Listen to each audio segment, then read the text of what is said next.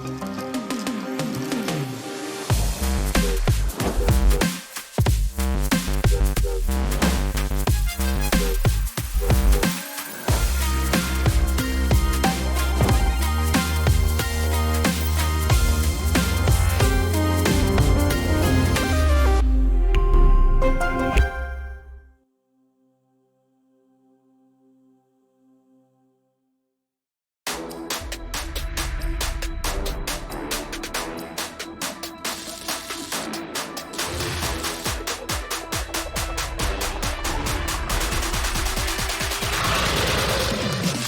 Overclockers. Welcome.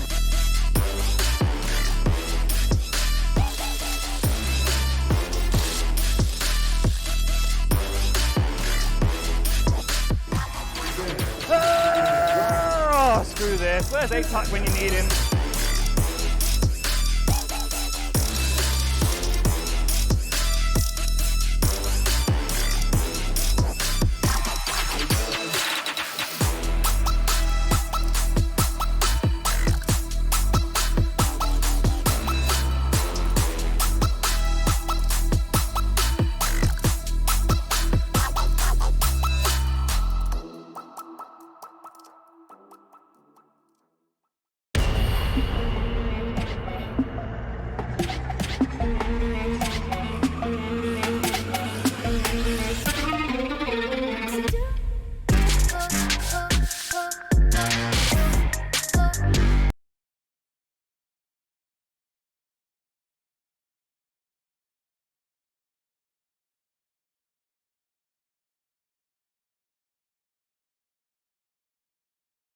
By GP. I think he's having some mic issues, or he's not really hearing us here in production, but everything should be fine.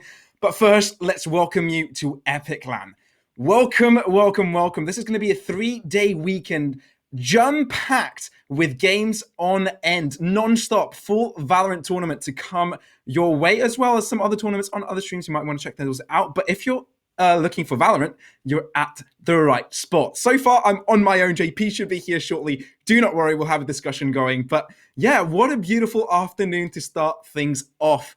Starting off, we'll have epic.LAN versus Baltic Beaners. Later on, we'll be seeing Wave versus SUPD. We'll be seeing Team Tango versus Woe Nice, No Namers versus Vitality, and Rix.GG versus Isuba. So a bunch of cool squads coming up. So it'll be a lot of fun seeing these all these teams come right ahead. And now we see JP. Hey, man, welcome. The technical gremlins arrived. Literally, just everything seemed to completely fall apart. I went dead.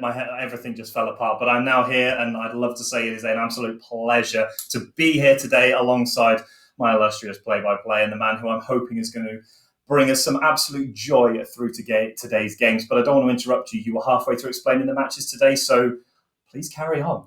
Let's no worries. What we have today. No worries, JP, whatsoever. And I'm also really glad to cast with you today. It's going to be fun all the way for this entire weekend. And I'm definitely looking forward to it. But yeah, we're starting things off this weekend with the first match, epic.LAN versus Baltic Beaners, which looking at them online, trying to figure out where these teams are coming from, we're already kind of seeing some one-sided outcomes, aren't we? Potentially, yeah. So we're looking at, on the side of epic.LAN, a team that is very much up and coming in the side of the professional Valorant scene. We have seen them appear at VCT, obviously the Valorant Champions Tour, that is one new that's come in this year, and we've seen it as a real drive to bring Valorant to the front of esports, of the FPS genre, and epic.LAN have definitely appeared there. On the side of Baltic, they are more of a group of friends that play Valorant, and as much fun as that would be, they're not exactly what you would say the highest of the tiers. There are not any Radiant players in their teams, but it is the joy of the LAN event. Anyone can attend, and I honestly, my heart goes out to everyone who just wants to come and have a bit of fun for the weekend, come and try their hand at a bit of team play in an environment that, quite frankly, is designed for this sort of play. Players who are in the gold, plat, diamond, even going into immortal, you don't have to be Radiant to come to these tournaments. There's not an expectation of minimum standards. Just come and have a bit of fun. On the flip side, it does mean that potentially this could be one of the one-sided matches of the day. But I'd like to see something happen. You never know. The potentially one thing the pros never sees coming is when gold, platinum, diamond players just throw out a strat that no one's expecting because they're not used to the meta, and it blows it wide open straight away. I can't wait for this one. I think it's going to be interesting. Oh, definitely will be interesting. I mean, yeah, we're kind of expecting that one outcome of Camel Klein just steamrolling through this one, but we also love an underdog story, right? We love the goals, the Pats, also the Brits. In this situation, they're the Brits in this situation. We see Camel Klein coming from the Czech Republic coming into this one. So we have an underdog story for you guys to cheer for in chat if you like, but also if you're looking to see some high-level Valorant, you'll probably be seeing that more from the Camel Klein side rather than the Baltic Beaners. But yeah, who's to say who's going to do what? I mean, Baltic Beaners, maybe they've signed up with their Smurfs and have some sort of an Immortal or Radiant in their tracks. But I doubt that. We'll just have to wait and see. But definitely going to be interesting. But we could also look at the schedule coming up today, right? We've got a lot of fun teams coming through and a lot of known teams as well. We've got orgs like Wave, Vitality, Isuba coming in. So I'd like to know what your thoughts are on that so far, JP. I think that it's one of the interesting things that I've never had the opportunity to be involved with. I've been more, not secluded to the joys that is UK university Valorant, but that's where my casting career in Valorant really kicked off within the UK university scene. So for me, this is going to be the first opportunity to see these professional teams on camera. You obviously watch them on YouTube and on Twitch, but they're up against other professional teams, and that's just not the environment of this weekend.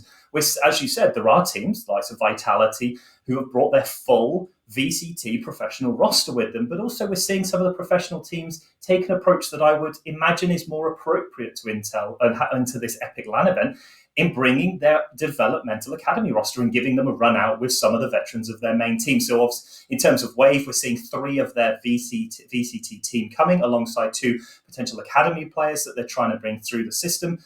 And I really am looking forward to seeing how these teams develop. It's obviously just a trial run out because at the end of the day, there's no grand final at the end of it that they're qualifying for. It's an open tournament. Anyone can play. It's just an open, calm environment to get these players integrated into potentially some of the up-and-coming teams in the professional scene.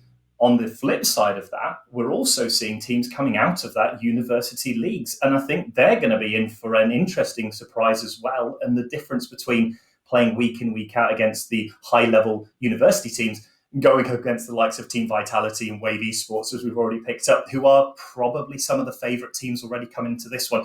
We saw the standings go out and the rankings coming into this. Wave, I think, ranked 2, Vitality ranked 4 coming into this event. So they should be there at the end of the day. But if you're not one of those teams and you're one of these teams that are potentially not lower ranked but have a lot more of a hill to climb in these David versus Goliath games, it's going to be such a great experience for you to get the most of. And I just want to get into some games. I want to see some teams. I want to see some heads being popped. And I want to see how these professional teams adapt to strategies that they may not be used to. Yeah, but let's slow things down a bit because, first, it is the group stage, right? It is going to be where everyone from everywhere is going to play. I'm not expecting those top pro teams playing against each other from the get-go. Of course, there's going to be some sort of a simmering process to come through with I guess, lower ranked teams. And but that's where all the fun comes in, right? That's where your average Joe comes in and plays here in Epic.LAN, and that's what this is all about. That's the beauty of LANs, and that's what everybody's coming here to join and play in. Of course, we'll have the more experienced teams battle it out on Sunday, most likely seeing that will be the more serious and more competitive side of the event. But at the same time, today is going to be just the joy to see everyone compete in one very competitive atmosphere, basically, in a tournament that they wouldn't otherwise be able to join. And I'm really glad that tournaments like Epic.LAN are bringing this to the community. Yeah, and it's not just necessarily the community value. We're looking at teams coming from across Europe as a continent. We're seeing teams coming in from the Czech Republic. We're seeing teams from the UK. We're seeing teams from Germany as well, and Belgium as well. And it's just an environment that you wouldn't normally experience. Obviously, at the moment with the pandemic as it is, we're seeing a lot of the big LAN events cancelled. And at the moment, VCT at the professional level is only the real place where you see this a massive amount of diversity of talent.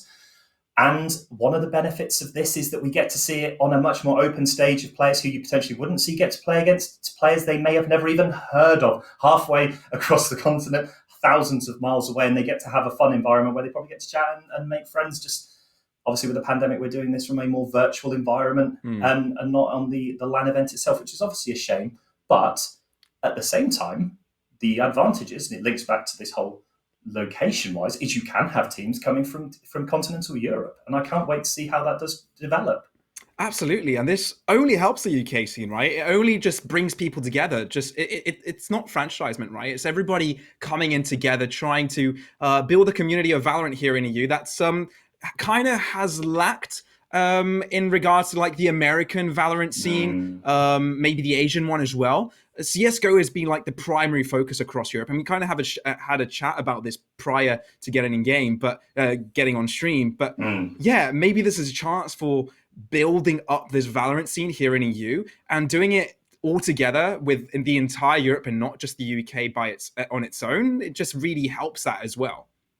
Yeah, and linking back to the NA point you made, we saw the big orgs from NA just jump straight on the back of the bandwagon of Valorant. We saw 100 Thieves, we've seen TSM put teams together almost instantly and have obviously had massive success just on the basis of that just engagement, whereas Europe's been a little more hesitant. CS:GO, as you say, is the staple first-person shooter of Europe, and Valorant's just trying to make its way in. It's trying to slowly make itself heard. And I think events like this don't just showcase the game itself, it showcases potential young talent that some of these teams might pick up. We've seen the likes of Fnatic we had the likes of Fnatic picking up players out of UK University Valorant, and I think that's a really interesting thing. But I want to let you go down to what we've been seeing. We're seeing the first maps picked and banned. You want to take us through this? Because it's quite an interesting one. Well, not Absolutely. For me, because I pretty much cast this one map all the time, but I'll let you go through the rest of it. Yeah, so we're seeing the first bans coming through, and Camel Klein, they insta-ban Ascent. And what's weird about this is that Ascent is their most played map here, well, basically in the pro scene, of seeing it on the spike.gg. But yeah, I guess they want to practice other maps, and it looks like it will be Bind starting things off, although we're seeing the bans from Haven, excuse me, I'm seeing BB, but it's actually Baltic Beaners. I just had to check the name once more.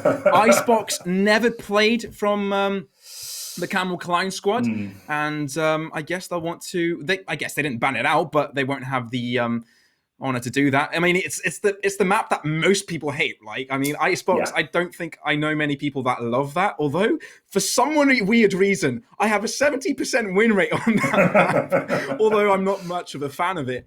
But yeah, interesting to see that Bind will be the first map of the day. Yeah, and I think Bind has generally now cemented itself as the very stable map that everyone understands. No one has a particular advantage. We've seen this so many times across all levels of the game, from solo queue to professional play. Bind has this really niche position where the attackers don't feel massively favoured over the defenders, and vice versa as well, because you have these rapid rotates through the teleporters, so the attackers have the advantage that they can attack one bomb site and be on the other one in approximately 10 seconds. And I think that that's going to be a big thing. Icebox, as you say, I don't think we'll be seeing much Icebox in these best of ones. We'll probably more into best of threes, best of fives before we see that one come through. But the big things obviously on this map is going to be the agents. And as we're seeing already coming through, the staple agents you would expect to see, Omen or Brimstone as the smoke agent of choice. You almost have to have that in these high levels of play. Sova for the intel gathering on the side of VJT already for the defenders. And then it's just, what is your choice of the duelists? You have Raze, Phoenix, we've already seen coming through. We have Breach as the initiator. Just waiting for those last couple of picks to be locked in at the moment. We're seeing a Killjoy hovered from Yerk. And I think that this is a very stable map for these reasons. Everyone has set strategies with set agents that they want to be picking as well. It's a map of comfort. And players, I think that's another reason why we see this map a lot, is everything's viable. There's no one agent that you can look and go, like Sova on Split. We don't want to be playing that because that's not very good. We're not going to play like Rainer on a map because of this reason. It's a very stable map. We do see the agent picks locked in. 3 duelists for the attackers going on a very aggressive push around Salty on Brimstone and Apollo on Breach. The other side, a bit more of a stable team comp, Sentinel, Sova intel gathering. So this could be a very different game. We have a very aggressive team versus a very defensive team. I'm not really sure where I put this one, but I can't wait to see what comes out of it.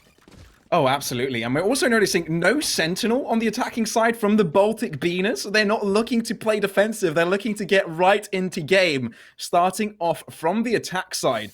And on Bind, nonetheless. This map has been around since the beta, one of the 2 staple maps together with Haven coming out straight out of the bat, and it's Baltic to start on with the attack. Very interesting matchups as well, trying to start as well with their full attack front fours. They're going to get the Brimstone as well. That champion, that agent, excuse me, has also received a buff recently, and Omen now kind of been seeing that replacement come through, although Omen just feels so good to play. But at the same time, it is going to be the Brimstone peak straight out of the back. And I like the aggressive picks from Baltic. They know they're at a disadvantage, so why not just go super aggressive and try to just blow this map wide open? Don't give the opposite any chance. And that is going to be a... Oh my good lord. I don't think Baltic even knew what happened. All of their team are already at like 10 to 20 health. Not where you want to be going. We're going to say, oh, he nearly gets that next one. Oh, those shock bolts are deadly, man. Already doing so much damage, throwing 3 players down to an inch of health. Just one bullet should do it for all of them. But Apollo, what a shot there. Already getting one, is able to get himself out of hookah. But Yerk, he's there to deliver. He's found 2 kills already. And he's able to find a third once more. Just 1 player remaining now, but not for long, as Yerk pretty much single-handedly takes off the attack. And I think VJT is going to be going to his team. Why am I not having a quadra kill on all of this? Because pretty much opened up the round and pretty much won it within that first sort of 20 seconds with that single shot, just giving his team so much to play around. And at the end of the day, Yerk does clear up those 4 kills for the nice 4K to start, but was all off the back of the work from VJT for that one. Absolutely great start, and that will give them the economical advantage heading into the next one. No messing around, force buy coming in from them, although that won't be the same for the Baltics. They're going to get themselves some pistols, although we've seen the Sheriff nerf coming through. Not the Sheriff, excuse me. Frenzy. The Frenzy. We won't be seeing a stack of that. That's the peak coming through from Yerk early on. Repositioning from Garden like he was playing on before, but a little bit too over-eager with that angle push. Peeks that wide, shot dart doing damage, shutting down Apollo. And now the trades are coming in from the TP. Martins is able to find one. The aggression just comes out from Camille, not messing around whatsoever. And finding 1 kill after the other and shutting down that second round for themselves. Although fairly expensive, 2 deaths. Yeah, I think had they have lost another player, there would have been a bit of a disaster on that round, but they're able to clear out with 3 players remaining. They picked up the Phantom. They had so much money on Yurt that they were able to buy a Phantom in the first round, but by saving those weapons, it does mean that they keep themselves at the economic advantage. If another couple of players have gone down, it becomes very expensive on those force buys. But Camille not really looking so bad in this one. Obviously, a few potential missed positions, but they're showing some bite in these rounds, getting those kills with the pistols. Really, really good position to start from. Oh, definitely. But I also count that on the fact that Camille have played fairly aggressive so far. They don't shy away from peeking early. And you can see File also doing this right now. I mean, Foxo, he's able to find one through the smoke onto Vez, but that's going to be it at the start. No early trades for Baltic, meaning that they can't really push through just yet. Not quite found that opening. And with just the smokes for Brimstone to wait through, they're just going to have to rely on those to get themselves on this wide open A site. Yeah, and a really interesting buddy system being played by Camille, as we saw that one there. Omen was dinked to 10 life left, but Raze was able to trade it out. But Apollo's going to get another beautiful kill, long range with that Vandal. And we're going to see Hoax going out on the flank, not able to make it through. But File only has 10 HP. It's not a good position to be in, especially only having a Spectre in hands. Not a good long range weapon. We might actually see the plant go down here on the side of Baltic. Even with only 2 players left, it's effectively a 2v2 with the health left on that Omen. Oh, Yerk. Oh, a nice rotation from him. Not caught out by Apollo's position, but File won't even allow the plant of the spike. And it's going to be a 3-0 start. Although they didn't have the better weapons coming into this, that first pick just helped them just win it through and carry that numbers advantage to winning the entire round. Although Baltic did have a valiant effort in trying to enter their way into the A site. They did get a couple of picks, but it's just picks they found. They weren't quite able to make that into a win. Therefore, it's just pistols for them right now. We're seeing a Stinger onto Apollo. That also has seen a slight nerf, but can still be fairly dangerous. Up close, that weapon doesn't feel much different. At long range is where the real nerf came on the weapon. I'm expecting it going from 6 to 4 in terms of its bullets. We're going to see the push coming here through B. They've enjoyed this B short push coming in on these early rounds, especially on these more economical buys. They feel that they can get themselves into what referred to as hookah and then have that free push out to side. But VJT is already ready, positioned to try and find them, see if they can get through. Oh, he's not going to get the shot though.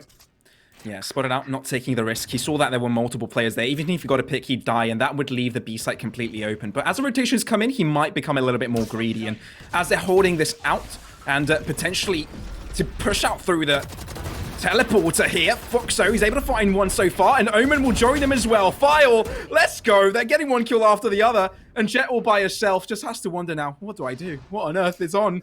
All my teammates have died, and now, with just the pistol at hand, it's going to have to deal with this all by herself. Oh, good, nice little blast back out there by Foxo, able to bait in Jet there, able to get that last kill and a 4-0 start. Obviously, what we expect from Camel. But Baltic have shown some real fight back. Apollo has had some wonderful shots at long range. Not so much on the pistols. Obviously, you don't expect too much from the pistols. Potentially would have been nice to get 1 or 2 kill, but Yerk shut that down. A nice double kill in the middle of that round. But now we're seeing an operator on the side of theirs, taking the confidence on Jet. And as I've said on so many different streams, what goes hand in hand better than Jet and an operator? For those of you who have played in the bane of solo queue, when they do take the kill and then tailwind out, you can never trade it back. Yeah, they're just so mobile, aren't they? But I like to point out the fact that Camille, they knew that Baltic were in a difficult spot economically. Therefore, they knew they had the range advantage with those Vandals against the pistols. Therefore, they just held back. They held off the B site rather than last time. They were just double stacking on Hookah. Now they've done similarly the same, but this time double stacking Elbow instead, looking to defend it from a different position and keeping themselves in the dark, basically. Baltic have no idea where they're going to come from. Yeah, but they have real confidence in their ability to retake these sites. They've effectively said, no, Baltic, you can have this site for free, but the Rolling Thunder is going to hit. I'm going to let you take us through the action as this first ultimate high pressure does hit the site. Yeah, Rolling Thunder did come through. They're able to get the plant. Ooh, Sonic Arrow does quite a bit of info there. VGT able to find one, but Yuck also finds another. Apollo able to shut down one, but it is down to 3v4 for the retake. Killjoy ultimate as well. Not going to help for too long as Yerk is able to find one. And the defense coming in, it just zones out Baltic completely. Halfway down on the defuse, Yerk finds one more. But there's nothing he can do. Shut down from Yerk as well. And it's a 5-0 start for Camille. Solid stuff from the Czech Republicans. Yeah, and an absolute statement of intent for those who would ever doubt them in this position. One of the things I have noticed, and it really impressed me, not just that scoreline from Yerk of 12-1, but they're playing this buddy system when no one is peeking on their own. There is always a second player there. We saw Hoax go through the smoke, find the first player, but was instantly traded out. Yerk then gets another kill onto Apollo before they even knew what was happening. And it happened, if you watch them as they push through A on the map, maybe not this round, but File and Foxo have been pairing up. And then obviously VJT and Killjoy has also been pairing up as well. We're going to see the Bladestorm popped here. Bears is going to try and make use of this economical powerhouse ultimate to try and get them onto the site when running around in Sheriff's light armor and some frenzies as well versus this fullback. They are going to find the first one with the fault line in. The flashpoint's going to go. They're going to smoke off the site and they're going to find their way in. Yeah, Fire was met with a fault line, but now it has expired. But Apollo, what a shot, is able to find him. And now that opens up the A site. Foxo is down.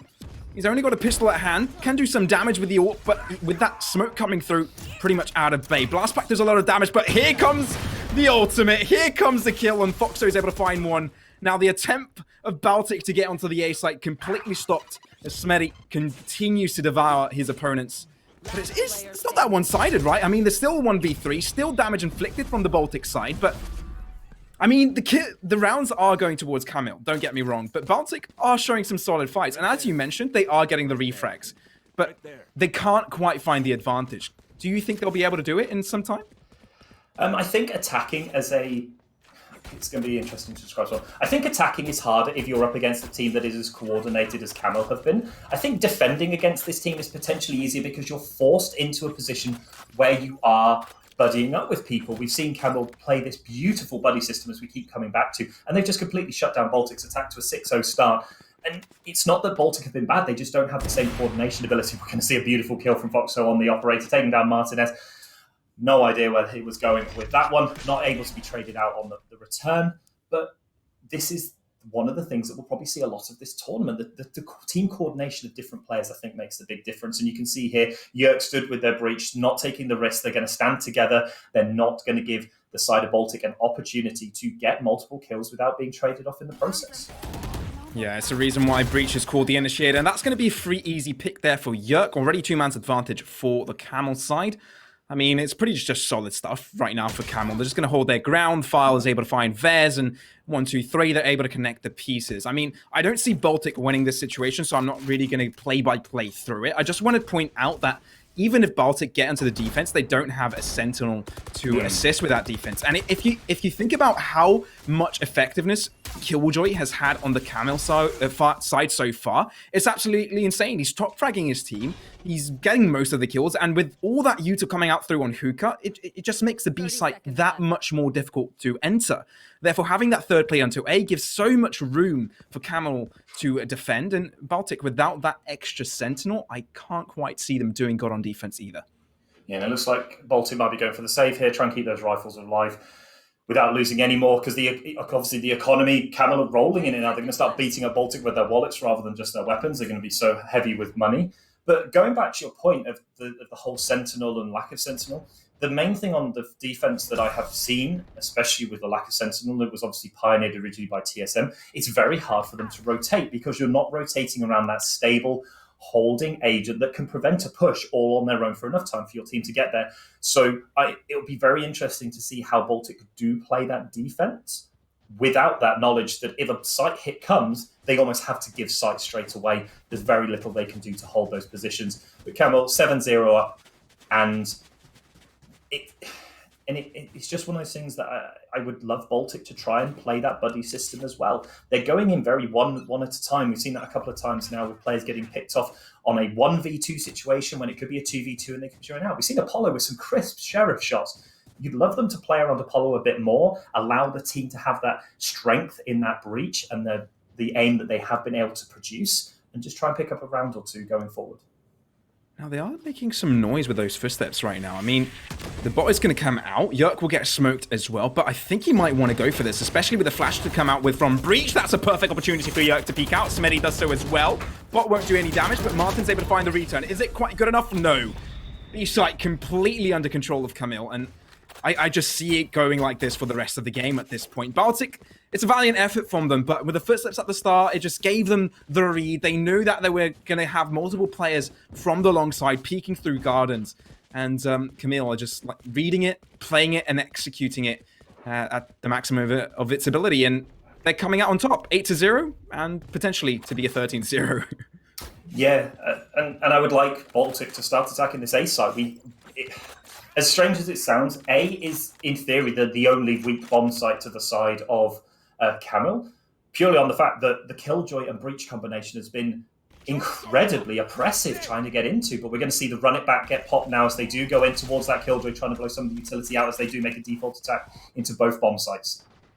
Yeah, run it back will gain some information, but with that, Camille just going to fall back. Killjoy back on elbow, Sova as well on near the CT entry, but so that won't gain much info over to B. So they may try and rotate back to the B site, but with that one pick already going their way, isn't really going to help them out that much. Now, as I said, not much information gained, and the Sonic Arrow can do so much more from VJT.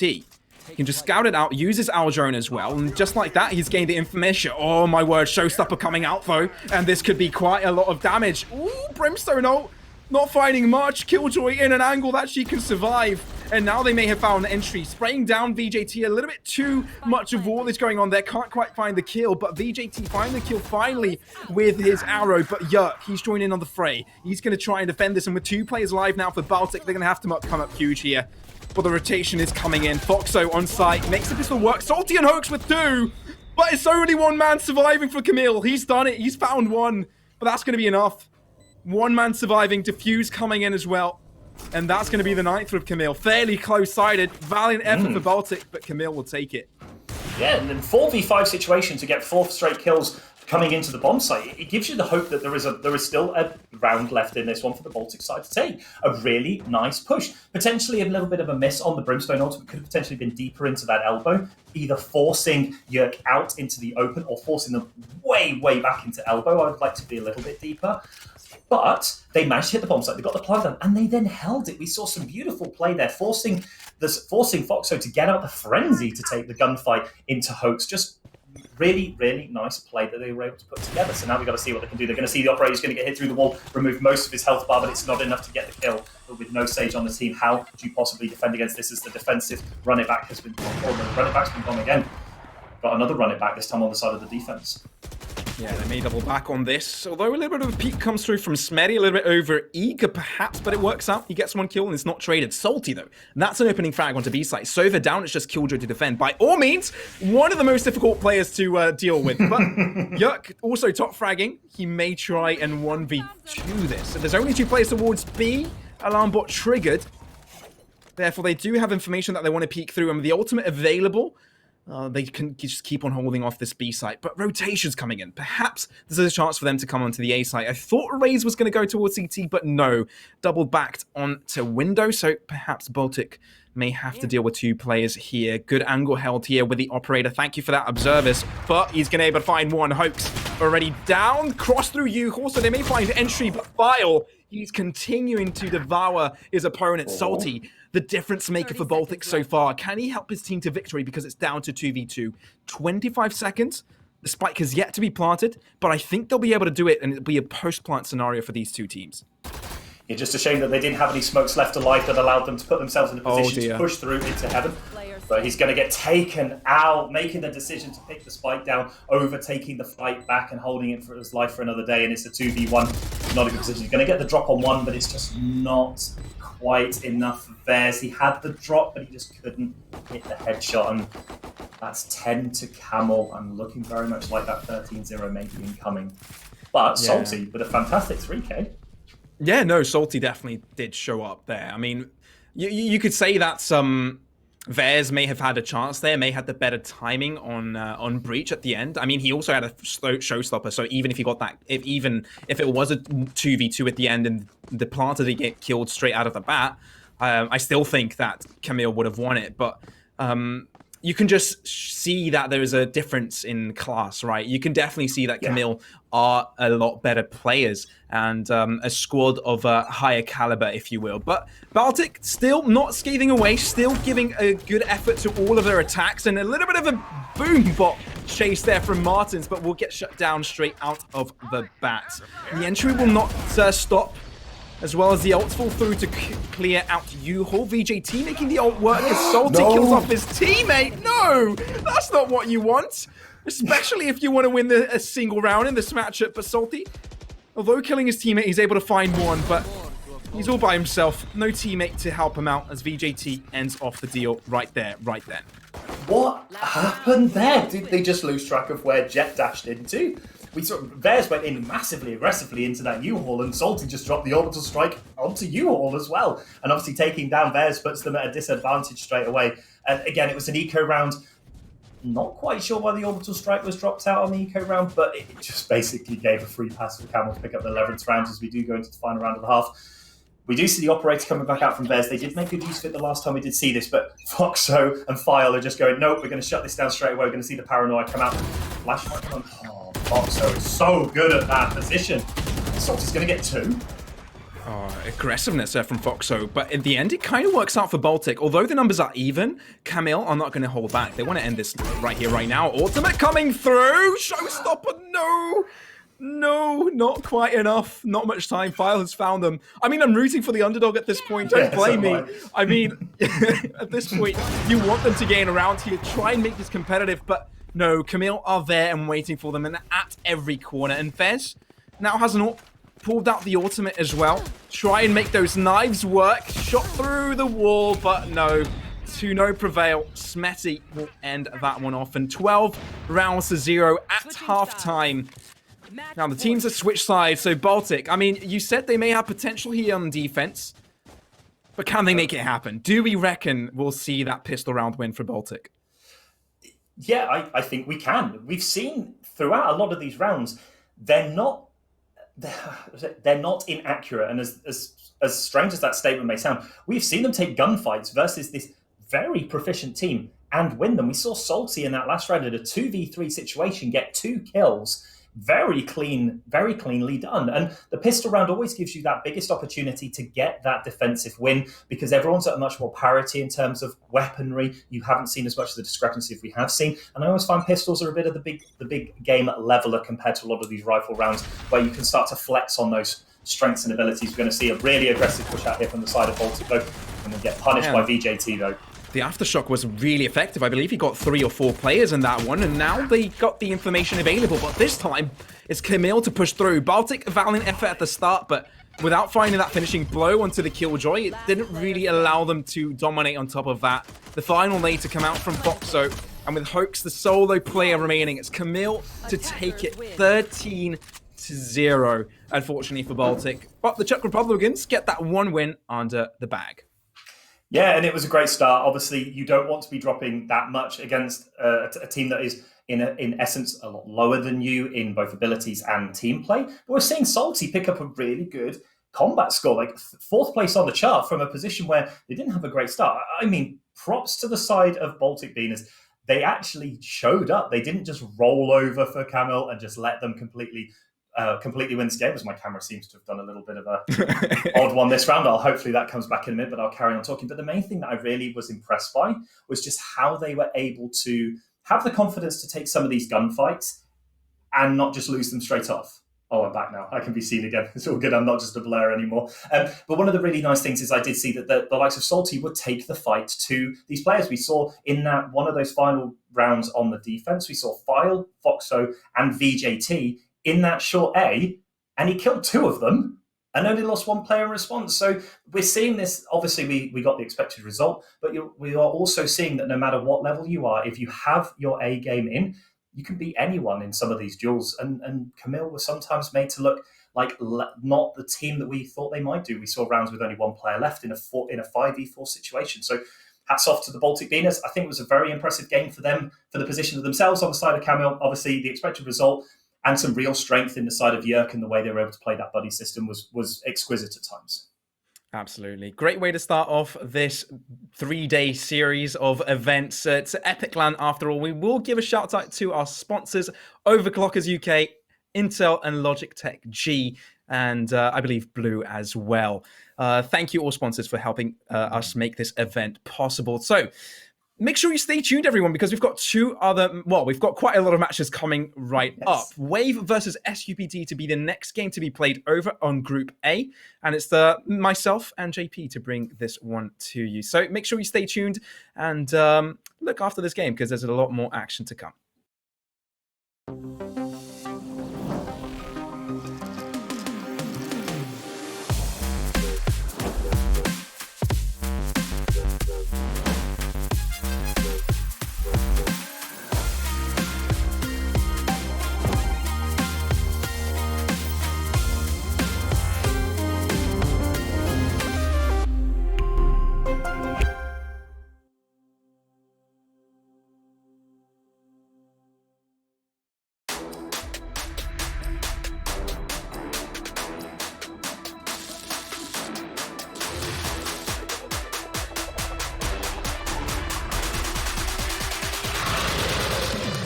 Hello, Overclockers, and welcome.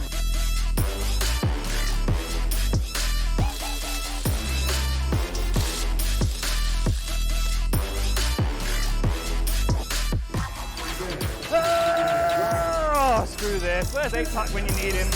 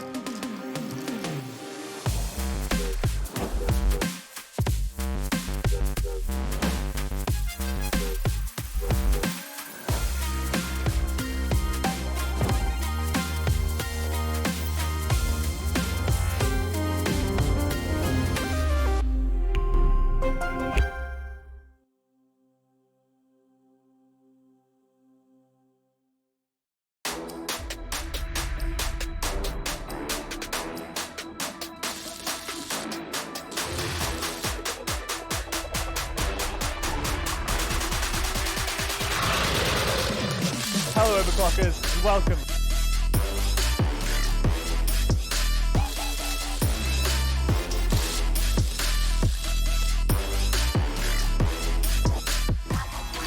Oh, screw this. Where's epic when you need him?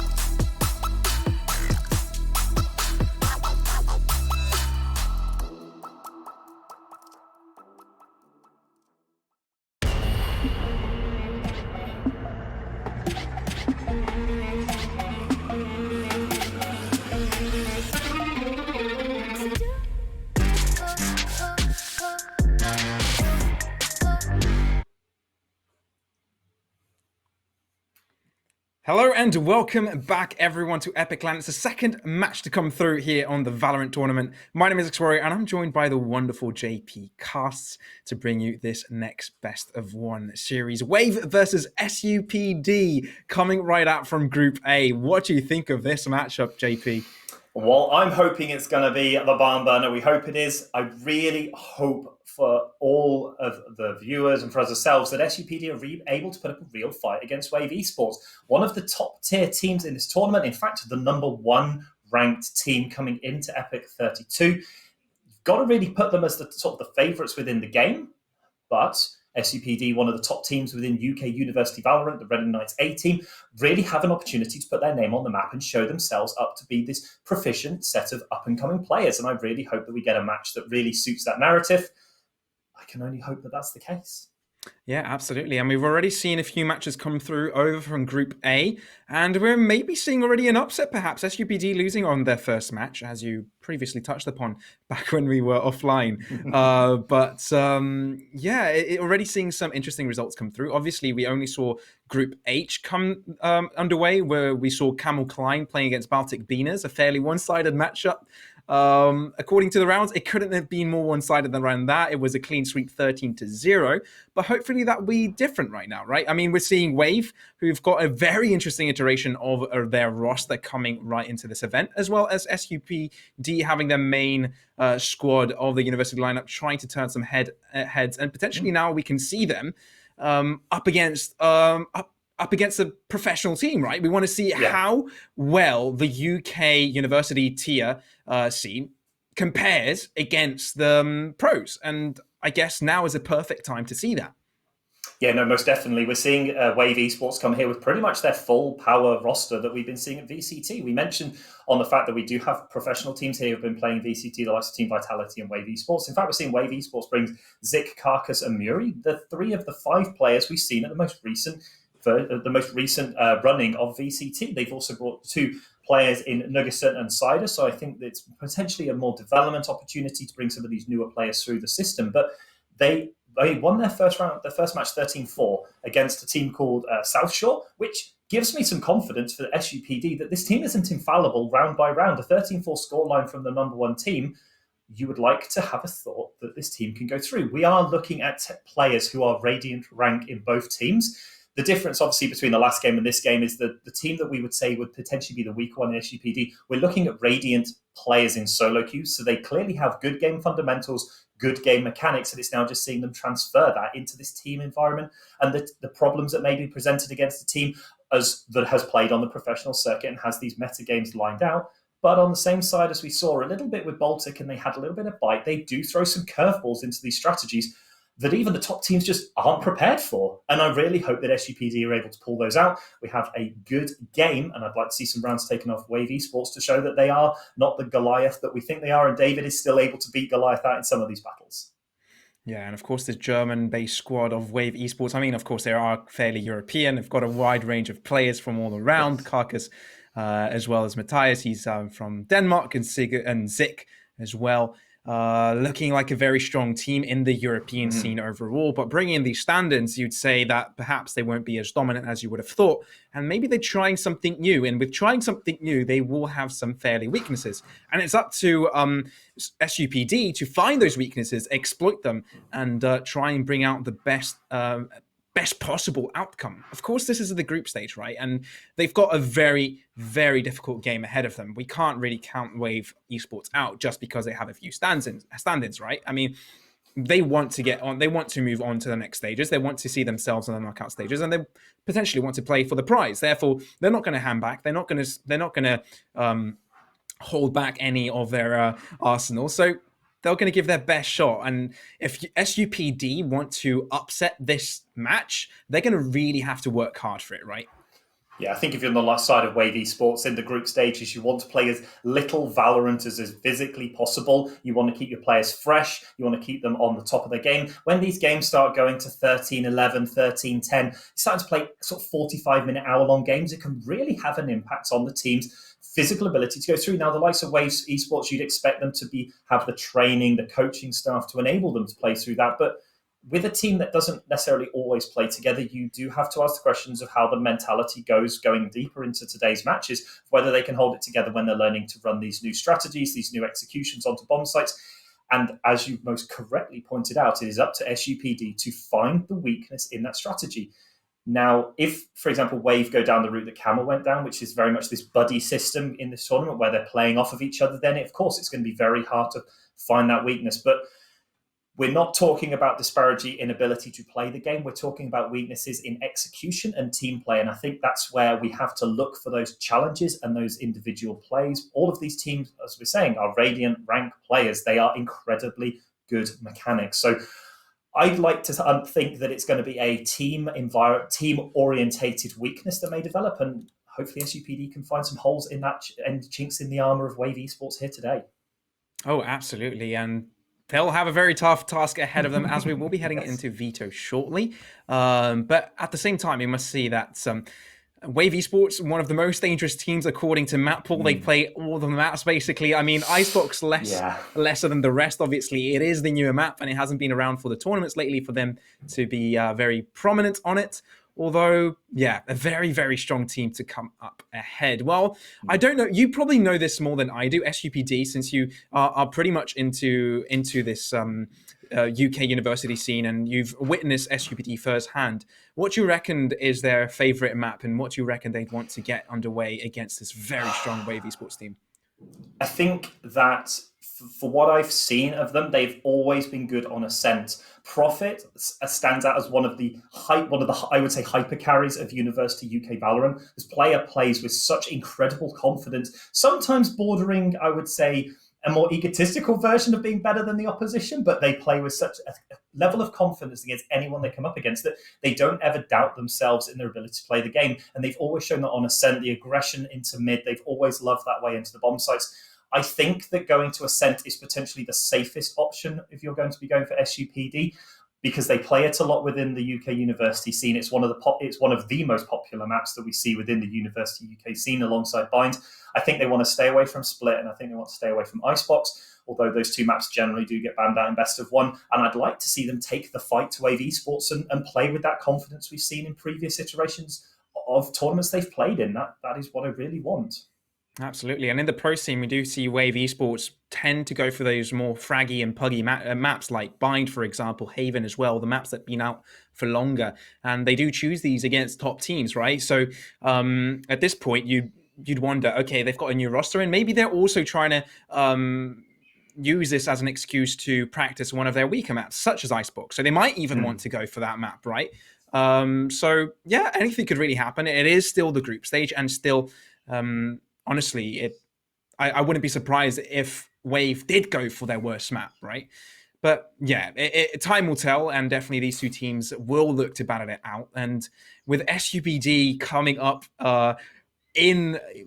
coming up against this pro team, they'd look to have the entire UK scene on their shoulders, look to defeat this Titan, really. I mean, Wave, if you think about Wave, you'd think there are upsets against top dogs like G2 and the rest, and the fact that they can play so good against these two teams, big teams like that, you wouldn't expect SUPD to actually defeat them. But I definitely want to see a good show from that. And I know a lot of you love an underdog story, and its underdog stories will have for days here in the group stage. So I hope you guys are cheering for your lads at home.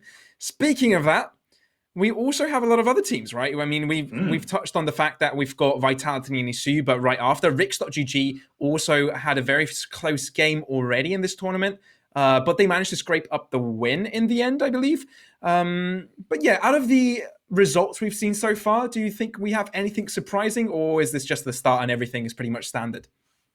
I am just looking at the result from Rix, because Rix was one of the last matches that was actually going on in the first round. I'm just going to go through the game. It's actually really interesting. He went 13-11 versus Sniper Monkey. And for those of you who may have been following it, Sniper Monkey is also built up of University UK Valorant players.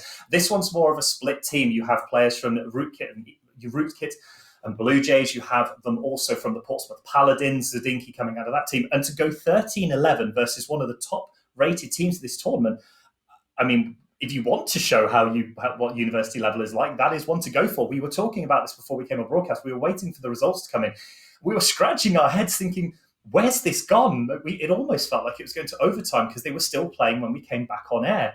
And it just shows you that even though you have these teams that are predicted to be at the top of the leaderboard, and obviously Rick's managing to pull out that win does show that they were able to pull through eventually, it's not these one-sided games that we thought. That was really, really impressive from the side of Sniper Monkey to pick up that game.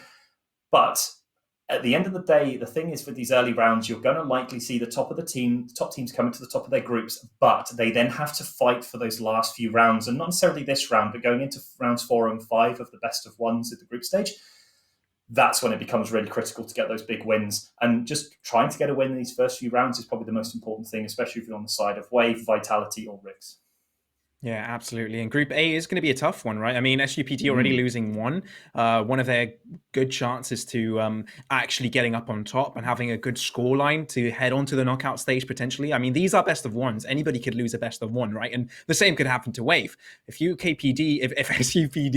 could actually come up and perform well in this BF best of one, they could potentially get that win and upset everyone.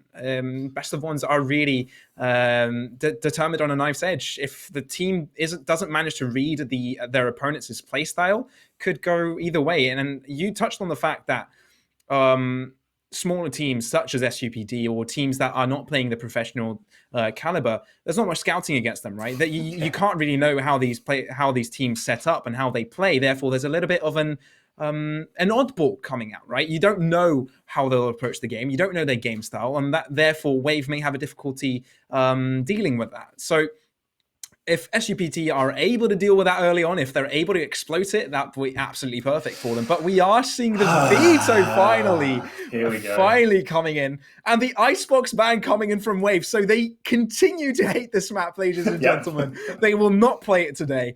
There's no reason for that. Then SUPD also banning out Split. Haven will be the second of their own ban. Wave also coming out with that, with the Ascent ban, and finally Wave will be picking up Bind, their favorite map, ladies and gentlemen. How about that? Who would have thought? Second Bind in the row. Yeah, and we spoke about this earlier. Bind is sort of your bread and butter map. Everyone knows how to play it. It's like us too, right? No, I completely agree. It's been out for so long. It came out with the original iteration of the game, even in beta. It's not really changed either. There's been some small adjustments on heights of boxes and angle positions, so you're not taking as many 50-50 peaks. But because it hasn't changed, you have so much opportunity to practice on it. And even within UK University Valorant that I do a lot of casting for, oh my goodness me, you see so much Bind. It's one of those ones where no one seems to allow you to get away from it. But we're seeing some interesting picks already coming through. Viper. SUPD have insta-locked all of their agents. They've decided what they're going to play. Emirati coming onto their favoured Sova. Prophet picking up Raze, the hard carry of the team. Going to be facing off against Muri on Raze as well. Again, these two hard carry duelists that have the ability to also make a huge amount of space in these aggressions. I do like to pick your point. Two agents that we haven't seen a lot of. Sky going into Ego Peak, and Juma picking up Viper, a pick that we haven't seen too much of. In fact, both teams are going to pick up the Sky. So this is going to be really interesting. I would imagine that a lot of these games, most players aren't going to see a lot for the first 40 seconds of the game as they just get blinded out. There's some really interesting positions, and I'm sure we'll get into the Viper pick as we go in, but Juma has gone to this Viper a lot in University Valorant. They love this pick. It seems to be like their pocket pick that they bring out when they need the clutch games and they need the strength to carry through some of these rounds. I'm really interested to see how SUPD attack this map as they are on the attack first. And I do feel that it's probably a better position for Wave to be on the defense. They get to set out their stall. They get to understand how SUPD want to play the game. Do they split up? Do they group together? Do they default? And then they'll get to go to the attack and see what they can do. But I think this could be a good chance for SUPD to pick up some early rounds on the attack. Absolutely, and the fact that they picked up Viper means that SUPD are playing with two controllers. Obviously, Brimstone, the most dominant of the three, Brimstone, Viper, and Omen, that is. And at this point, you're wondering, because what are you sacrificing, right? You're sort of sacrificing that duelist, because you don't really have that. You have that Raze, obviously, but you don't have that aggressiveness you get either from Jet or Reyna. Therefore, they are going to play more of a fallen back approach, and the fact that they're starting off from the attack means that they are confident in this double controller pick. Yeah, no, definitely. And interesting that they've decided to bring Brimstone in rather than Omen. We saw Omen in the last game, still a prominent pick. People haven't dropped that agent because although the nerfs did come through, they weren't substantial to the way the kit works. Rechargeable smokes still have a huge amount of value, but we've seen a default position set up here by SUPD. They've not decided where they want to attack, although the spike is going towards Ada. Looks like they're going to make some moves towards position as all the utility gets thrown in to try and dig Muri out of their position, but they're going to take the fight and win the first one, but are trade out by Emirati straight away. Already first frags coming out. Ooh, Wave deciding to play this fairly aggressive. Carcass pushes through, but he swatched exchange places with Matty. Excuse me? Sorry, that was a 180 turn. He's able to find that first frag. And all of a sudden, the tables have turned. 2v4. Wave look to continue with their winning ways. Carcass just using this pistol as if it was never nerfed. But the nerf, I guess, was in the expense of it. So he's going to get a 4K to start things off. And a 1-0 start, giving them that so much wanted economical advantage. Yeah, and I think your Juma, you might be asking, Matty, how did they walk straight past you? Matty had pushed up into the smoke to try and get the flank position off, but Carcass just playing with the confidence that you would expect of the player at this level, pushing through the smoke, picking up Juma, then able to trade out on Matty. Matty, unfortunately, just looking in slightly the wrong direction when they did push through, but we're seeing the Spectres coming in here on the side of Wave. They're going for this force buy with one frenzy on Carcass. So impressive in that last round on the weapon. Just try and take the 2-0 lead, whereas the side of SUPD are setting up for that third round full buy on the rifles. So, SUPD, they are attacking once more. This time with pistols, not looking like it's going to be an easy task for them. Wave going to hold their ground so far. Going to have 2 players onto the B site. No rotation just yet. Scratch that. That's Brimstone coming over. And SUPD look like they want to take this B site underway. Wolf going to come out. Does a little bit of damage, I believe, there. Just kind of stunned them for a second unless he was shot down. Nico finding 2. Nade will finish off the job onto Emirati. Sada has joined in the fray, and that will mean that will be a simple round here for Wave. SUPD not able to find much here in this round. There's only just the Brim remaining, and Murray looks like he's got the right idea. Finds him, spray down, simple bullets to the head, and Wave get themselves a second. Yeah, weapon advantage showing itself in full effect there. Stingers versus Classics, you always know where that's going to go, but it does now mean that we are into round 3. Bonus round in the books for Wave, so they're going to maintain their Stingers, but buy 1 Vandal in for Carcass, who was on the Frenzy in the last one, but a full buy playset of Vandals and Phantoms across the board for the side of SUPD. This is a round they have to win. If they lose this one, they're back on another Eco round, and they're putting themselves in a hole that they may not be able to dig themselves out of. Have to see if they can make this one work. Yeah, Stingers are going to be sticking around for the Wave side. They're going to have to deal with Vandals, though. They have to find these favorable positions, and that's why they're going to play fairly close. They're taking that Raze so close to short there, can enter for the refrag in case such opportunity arises. But Killjoy placing all her util up close on Hookah will be able to hold that down. Although Boombot may come out here from Murray, may be able to scat out Brim, but I think he'll fall back instead. The Wolves will meet each other, give a little kiss. But, yeah, already a trade coming through on Hookah. And Sada will be able to trade that one out, no problem. Therefore, SUPD not quite gaining access to any of the sites just yet. Although, the spike slowly heading towards B, that might be their next choice of attack. Yeah, really nice trade out there with Emirati being able to trade out on Prophet's Death. Obviously, the 4v4 situation with these trades does favour the attackers rather than the defenders. Attackers always are favoured when they have even numbers, just because of the way you're able to bolt attacker site into less players. But Cider on this really interesting flank, they're going to catch them going. He's going to catch him with his utility out, and Cider's going to take down Matty. That's a huge pick. When the teleports come in, they're going over to the B side to beat up with Ego Peak, who's already ready to go there with the Sky. Oh, there was no way they were going to expect that, right? Cider just beautifully pushed up, and just like that, now they have to rotate with the TP coming in. Carcass able to find one, but fine shut down there from Joma. Just like that. They are able to get the bomb planted. 2 versus 3, but oh no, the Molly is going to do it. Incendiary thrown out by Cider, the man, the myth, the legend, who saved the previous round as well. And that will mean the defuse will come in, although a couple of fallen players, it's a very good round from them. They only had these SMGs at the start, but now they'll be able to pick up the Vandals of their fallen opponents and head off on the 4th round of this game with another round of economical advantage. Yeah, Cider had managed to pick up a Phantom off of the dead body, I believe, of Prophet as they pushed out through Hookah. And as you say, they just didn't look in the position that Cider might have pushed out on. Again, playing in a different way to what you may expect catches out teams and players no matter where you are.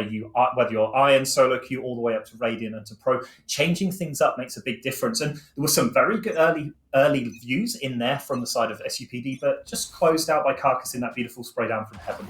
So, early util thrown out here from SUPD, smoking out the entry areas to the A site. Spike in the middle of the map, not yet picked up, yet to decide where they want to go. Keeping Wave in the dark, starving them from info. Oh dear, you can't not check at this level. Prophet goes down first, and Carcass is able to find that frag. Already peeking through. Peeks for the reload, comes through, peeks out wide, but Joma is able to find that one. Cider finds a kill on the other side of the map, though. And that may not allow SUBD push through. Oh, Meriti, though, finds one to Murray, making these pistols work. These are solid kills for them, actually making this round fairly expensive for their opponents. But now Nico won't press that, won't show his position. And the fact that they don't know where the rest of the players onto the B site are keeps them second-guessing. And the rotation coming in may be stopped in its tracks as the Killjoy has found the kill onto A. Yeah, the fact that Wave didn't rotate was massive in that one. They were able to pick up that kill onto Matty, pushing up through short A was not something you were expecting. Again, it's weapon disadvantage Sheriffs into Vandals and Phantoms, but there are weapons on the side of SUPD. They have a chance of pulling out this thrifty round. 30 seconds. Those first opening kills by Emirati and Juma were fantastic positions to be in, but are they going to think to look for Cider in this location before he pushes through the smoke? He's going to find the first one. No, Cider, he's got them off guard. He's able to find them. I mean, a valiant effort with the pistols. Not bad from SUPD, but, I mean, yeah, Wave at this point, they just want to do damage, right? They would just want to kill as many people as possible without losing any more players. And Cider, there's the replay. They had no idea it was there. They had to shoot the turret down, therefore Cider knew exactly where they were. He had both of the players shoot out, therefore it was a pretty simple stuff from them. But another fall by coming out, seeing the Phantom this time from Zik, and a couple of Phantoms over to the SUPD side. Perhaps looking to play around the smokes as well.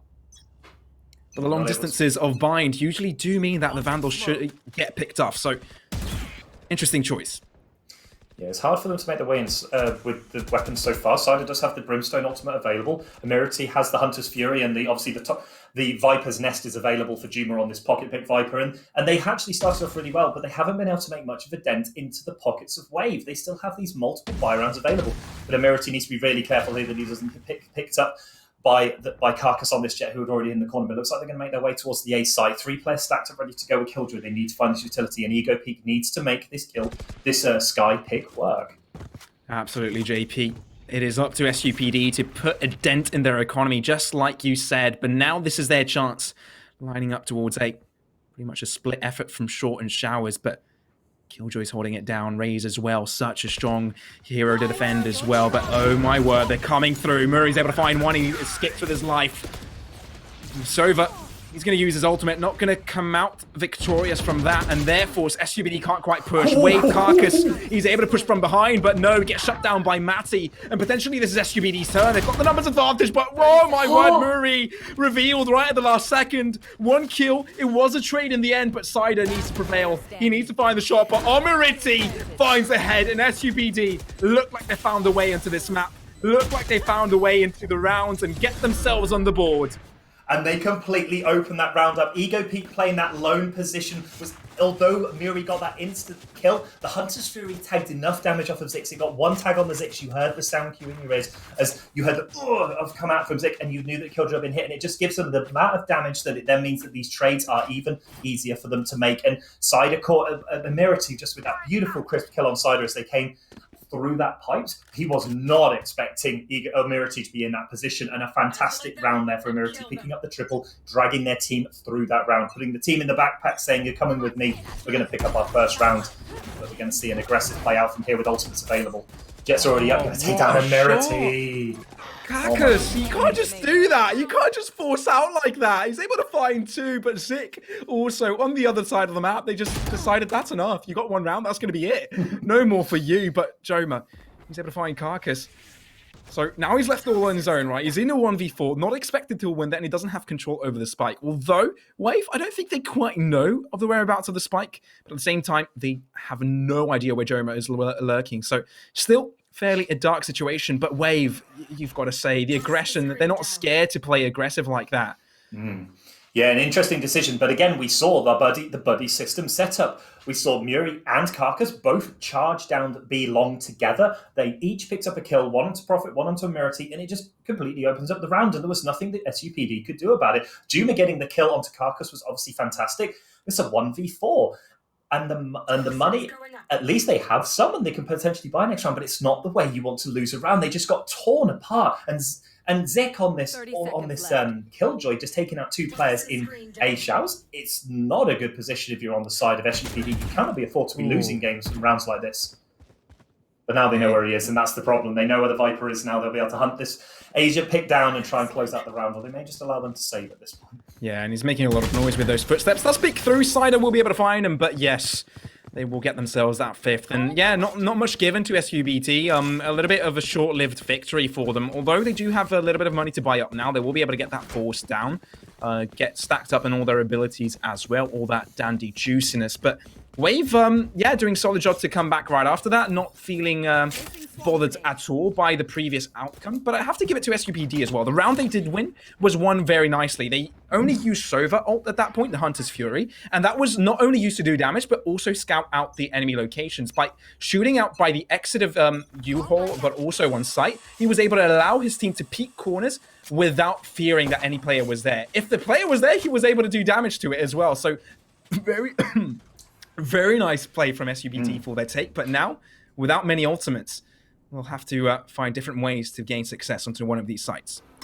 Yeah, and I feel I may have accidentally cast a Cursed Prophet. They're 0-6 at the moment, and we're bigging them up as the hard carry of this game. I mean, Emirati's been doing a pretty good impression of it, but somewhere along the line, Prophet doesn't need fun. We're going to see the showstopper coming outside. It's going to take them out straight away, and the crossfire is in position, and the kills are falling already on the side of SUPD. They're going to get blown apart before they knew what happened. You said that perfectly. Ooh. I don't think they knew what came at them. I mean, Wave was just waiting for that. The rotations came in so fast. SUPD, they thought they were going to deal with a couple of players, maybe three, but no, it was the entire team of Wave just holding that down. And they didn't have to use too many ultimates. I mean, they used a showstopper on the SUPD side, but I don't think anything came out from the Wave side, right? No. I do have to apologize that I stole your role for the entirety of that round. It just sort of went sideways very quickly for the side of SUPD. I didn't have a chance to chuck it back to you. They just took a fight and fell apart. But a just unfortunate position to do. But now we're going to see the eco buy here again on the side of SUPD. They need to try to make this work. They do have Sheriffs. It's a one-shot kill if they get a headshot. But but now he's going to push up aggressive. Ooh, nice little flash bird there from Sky. So that assists the Viper to get a kill at that position. But now it is a 3-on-4, right? I mean, the Vandal has been picked up by Joma. But after all, it's not expected they'll win this round. They might try and get the spike planted, although the nade will fall out. But nothing really found out at that point. Still, Wave do have some ultimates available, though I don't think they'll want to use this against the Eco. They do know the Vandal has been picked up by the Viper. Therefore, they will be wary of that. But this double stack towards A proved to be deadly, and with the flak coming in from Killjoy, it's going to be looking a lot more deadly for SBT. Coming through the TP, though, they've juked them out. They can go towards B. This is Bind after all. If they get pushing, nobody will stop them. Brimstone finally coming through. It's side and hold it down. Spotted out, but I don't think he's got enough damage. We'll throw down a nade to interrupt the bomb plant on site, but Joma shuts him down. Mooring now with the rotation, gets one onto Ego. Big Zik is able to find one. One left in Cubby though. Joma, position now compromised and nothing he can do as Zik just shoots him through his own ultimate. And Interesting. Wave will be getting themselves the 7th. Sorry, interesting decision there for Juma to reload with about 19 rounds left in that Vandal. I'd have preferred to potentially have not reloaded at that point and tried to take the fight as they heard the players dropping onto site. Unfortunately, mid-reload, you can't fire your weapon, and Zik got a nice free, easy kill to try and move back towards that Killjoy lockdown, which they still have available. They haven't used the Killjoy lockdown. They felt so confident about the abilities on their retakes that they've just not used it yet, but you can just see the money. I mean, you could probably account for 3 or 4 buy rounds, even if they lost them back to back. SUPD, they're back on a full buy, find Phantoms and Vandals, but they have to have another round work. They know the magic recipe to make a round win. They just need to repeat it. Absolutely. SUPD, they need this round, right? They need it. Absolutely required that they get this one. Close down the gap. Wave, they've done a stellar job here defending, but SUPD need to find these gaps, need to know that they can somewhat come back in the situation, especially if they want to have a chance on the defense side. And the Wave, they're holding onto the ultimates. Hellfire coming out, does a little bit of damage onto Zik, and he's get caught out by Prophet. What a shot now. And they turn this numbers advantage into win. Prophet continues in his aggressive ways. Ego Peak hits out from behind. Looks like SUPD may have done this. Yeah, and a 5v2 position for Wave, although you're probably still going to go for the aggression, see if you can take some guns off of them. You know the money's low, and you see Prophet is about 7 health at the moment. But a fantastic aggression there from Prophet to catch out after the orbital strike. That was very, very impressive. Completely caught them unawares. Nuri's going to pick up one before being trained out by Ego Peak. But good round on the side of SUPD, showing some real teeth in this round. Yeah, they definitely want to put a dent in their economy as well. As Wave, I mean, they've lost 4 players. If they lose this 5th as well, that really helps out SUPD to come back in the end. Although now he's revealed this position, Prophet with yet another pick, accurate as well. So shows that these guys, they can shoot down people. They can shoot down their opponents. It's just a matter of how they do it and how coordinated they are on these attacks. So far, Wave, they've showed prominence. They showed pretty much the dominance in this defense side, but without that doesn't mean that they haven't showed any cracks. SUPD has been able to find 2 of those, and both of them on the A side. And the fact that they've dedicated 3 players on the left side of the map may be looking like they want to gain some grounds over on B. Yeah, and I think that's a really good example. I think also SUPD finally found a solution to the buddy system of their own. They paired up beautifully. Prophet blastbagging over the truck to pick up Zik as they came out from the orbital strike that it came out. Fantastic coordination play, and it's something that's been missing from SUPD's attack so far, the coordination with trust between players to get those picks. And we might see this now with a couple of players in through this bath area. We're going to see the Overwatch going in. It's going to be found, but Karkas is going to get rid of a Mirati already. Not a good place if you want to be already on this round. Absolutely not. And with that, the Jet will push forward and still has all her tailwinds available at this point to use.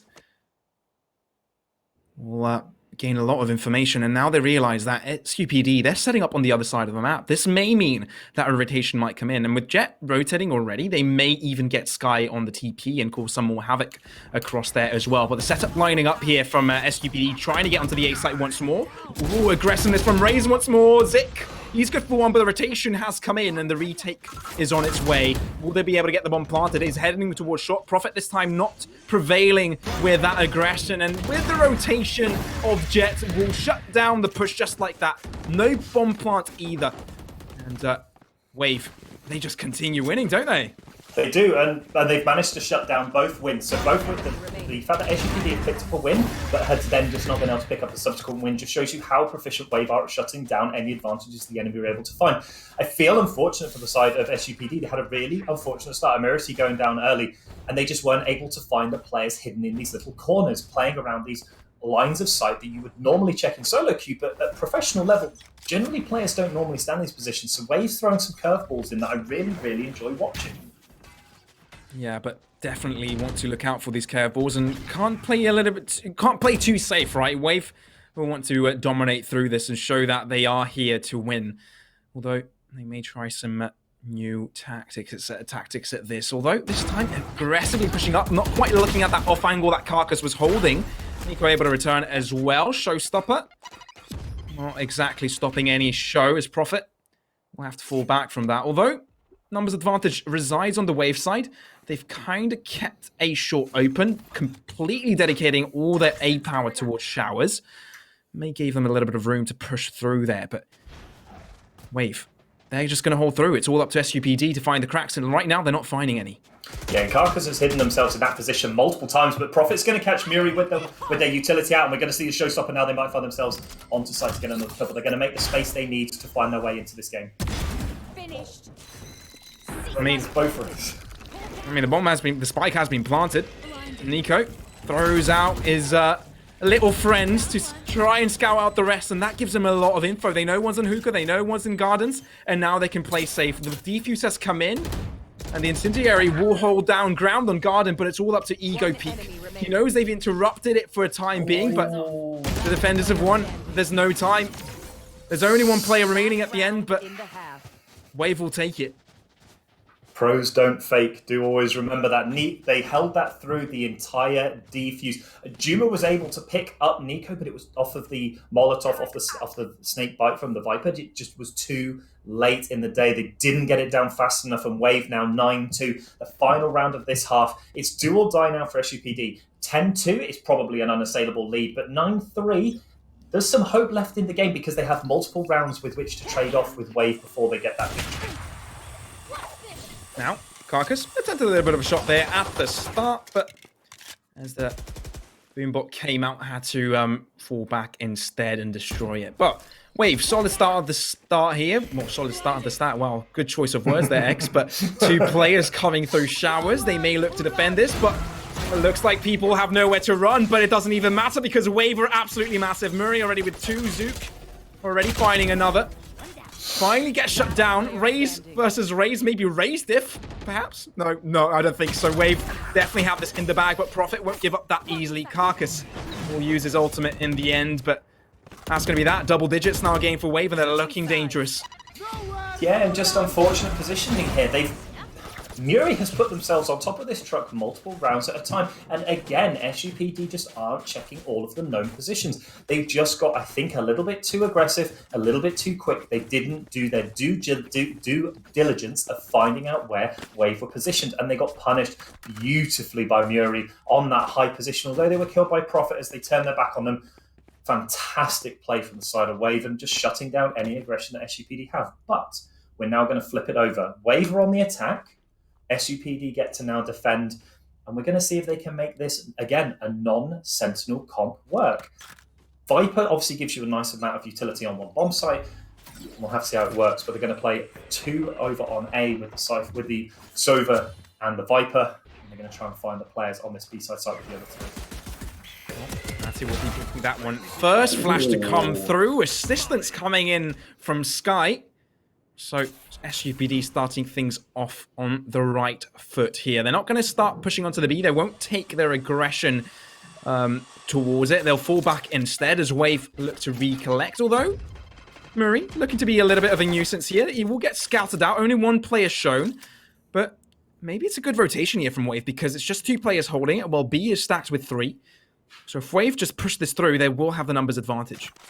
Yeah, but if Muri decides to take this teleporter, the jig will be up. But I love the positioning of Amirati and Juma. They're going to trade off the information of any player that comes onto site, and the Molotov that comes out now is going to give them all the information they need. The Jet's going to dash in. Carcass is not going to find anyone. Viper, the snake bite from Viper, stopping any aggression in. Amirati's going to find one. That's a beautiful kill. Amirati finding one, quickly returned by Muri, but the spike has been planted and the pressure is on Joma. Needs to find it. He's able to find headshot, and that means that his team can start coming in. They now have a 4v2 for the retake, knowing that 2 players may be lurking around. Yuhul already spotted one out. Finally, the second will come through. Carcass, he's revealed his angle. They know where he is. The spike will get stuck as Joma is able to find him as well. So SUBD making the pistol round work and potentially get themselves a 4th as well now they've got the better economy. And a beautiful buddy up on B to get that first kill onto Zik. Gets rid of the killjoy, gets rid of that post-plant pressure. But Juma and Amirati held that site 2v4 and picked up multiple kills each, and it just gave SUPD this time to rotate onto them. We normally don't think as Viper as that, but with the war, with the toxic screen, with the smoke screen of Q as well as the Molotovs, it just gives you so much time to play around, and I was really impressed with how SUPD set up their stall in that one. Now they get to buy. We've seen Spectres and some Frenzies. And this is another round they should be winning. 10-4 is a really good position to be in. Absolutely. Now, the bomb, the Boombot will spot out a couple of players at the start. But yeah, SUPD now, they may have a chance to come back, right? And may have a chance to get themselves a fourth and gain that so wanted momentum. And building that wall early on here on buy does really help them to get back into this game, though. They are showing their positioning here, Wave, although exchange of hand grenades will come out. Prophet will have to meet them. He's able to find one, but Nico gets the trade in as Eco Peak will help him out there from elbow. But they come in quickly. Rotation haven't had time to come back now as 3 players are coming in from CT. That flash that came out from Ego Peak was beautiful, but he's going to get caught on the flank here by Carcass, who's managed to get themselves in.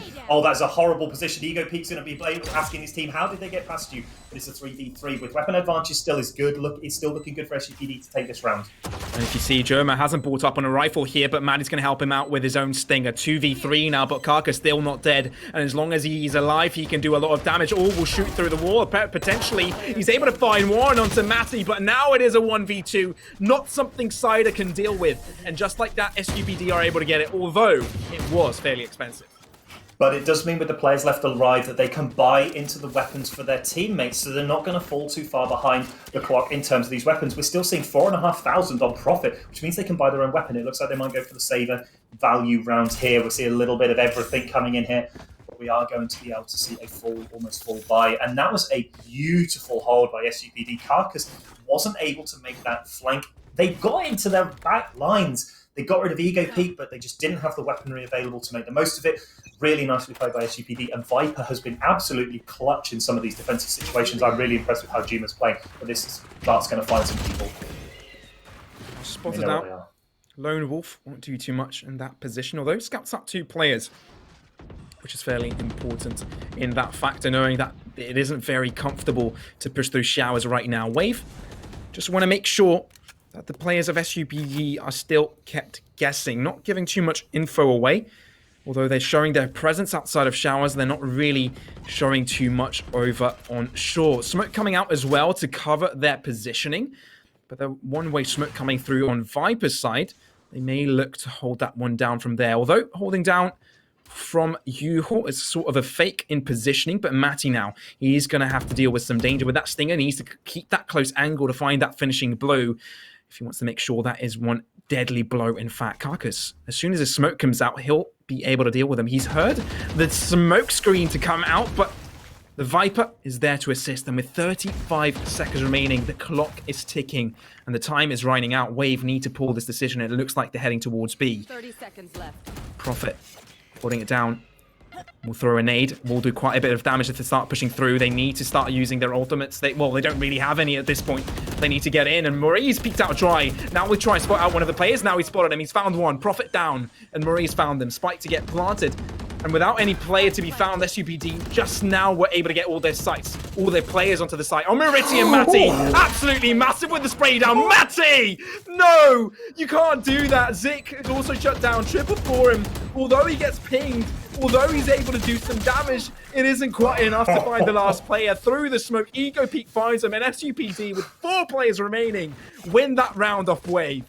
Matty absolutely blew them apart with that Spectre, getting the triple kill spray down on the Spectre. You don't expect the Spectre to win these gunfights, but in the hands of Matty, it was the most lethal weapon in the game. They got the early pick. Muri got this beautiful flank onto Prophet hiding in the tube, but it just didn't matter. The retake from SUPD was so powerful, and Matty being able to clutch them through that one was fantastic to see. Not the greatest game up until that point, but really making the most of that ability. And we're seeing an eco buy here on the side of Wave, although the Blade Storm has been popped. Absolutely, and it looks like they want to take it aggressive. The ultimate has come out from Jet. Blade Storm not quite hitting all their shots. Will push aggressive against that smoke, but Wave, he's able to find one. Zik, I mean. They have gotten themselves onto the site, and that's what they want, right? And it's an eco round. They were looking to do damage. They're looking to get the spike planted, get themselves that economy, but Carcass, he's going to make the Blade Storm work. He's able to find one, draws out the pistol, finds a second one as well. Carcass, no! He gets the third! Obliterates the defense from SUPD. The moment you thought that Wave would win another gun round, SUPD get obliterated and Wave make the eco round look easy. Oh my goodness me, SUPD just didn't think about what Carcass has been doing. This Jet has been constantly blowing straight through the middle of sight, running into that elbow tube area at the back of the spawn area. And they just have never found a way to answer it. But Ego picks up to pick up 2 now, getting out straight onto Muri. They're going to get seen out and closed down by Cider, and a bit of a fizzle to the end of that round. But Carcass absolutely tore that round right open. They had no right to win that gun duel against the third player that came in. This play here is going to be beautiful. The fact that Emirati doesn't cancel the ultimate early enough punishes him there. But then there is no way that Matty should be losing that gunfight. But Carcass closes it out, and it puts him in a 1v5 situation. And Ego P gets 2.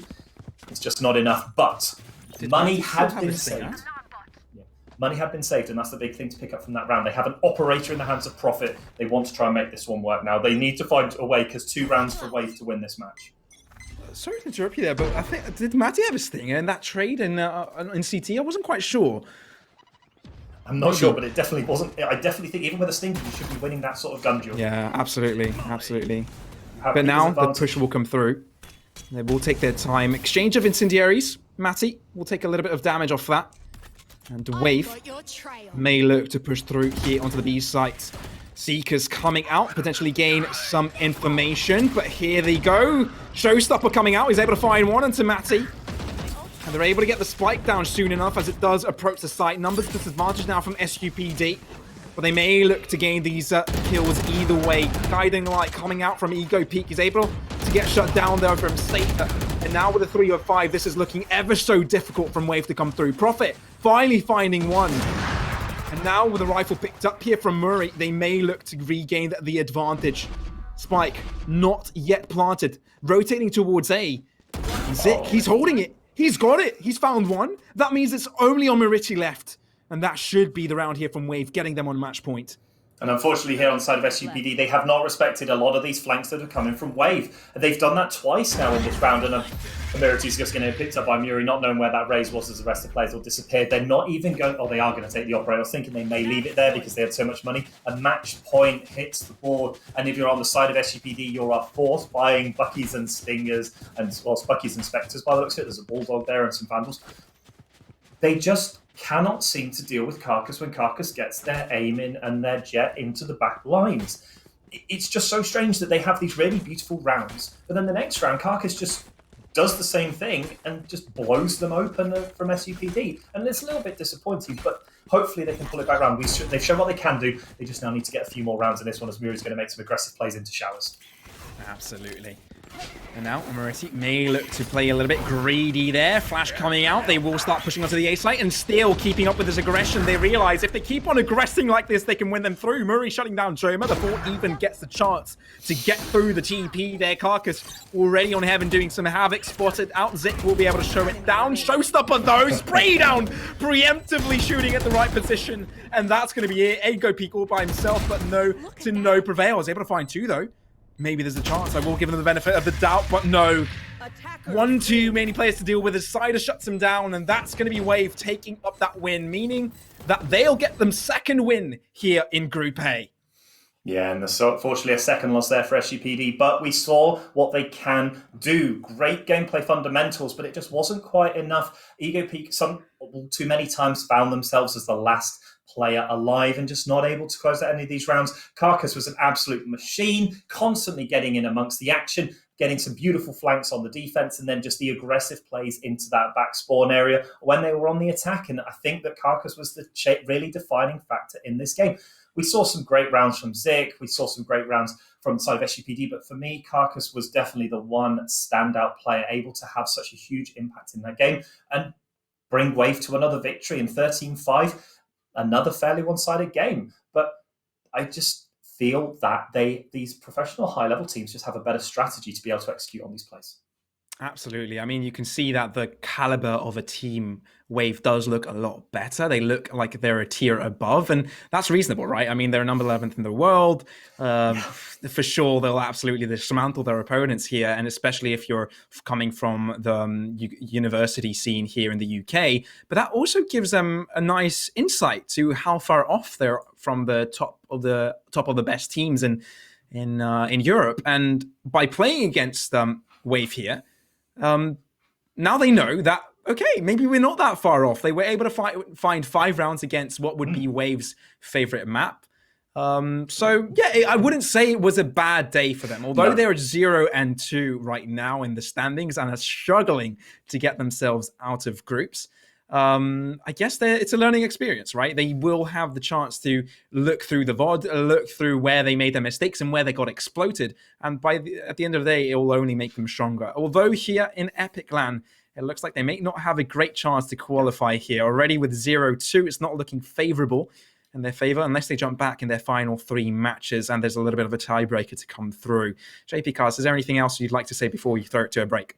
Yeah, I think the big thing, and I know we've mentioned it a lot, and we keep referring to this thing, what we've referred to as the buddy system, whether it's what you call it at the professional level of Valorant, but it's what I'm going to call it for this one. And it's, for me, if I was in the side of SUPD, it's the big thing I take away from this game, and I try and incorporate into my play going back into the University Valorant, but also into the next rounds. Try and activate this buddy system. We saw both Camel and now Wave, they've both executed it beautifully, and they've always been able to trade off these kills and just put themselves in these favorable positions. And also, remember, check every corner. It might save your life at one point or the other. Well, thank you for the advice. I'm sure the chat will appreciate that one as well. Make sure you stay tuned because next up, we have Team Tango versus Whoa Nice. I believe JP will be there to bring you the action as long with Jay. So make sure you enjoy that one and we'll be right back. Don't go anywhere.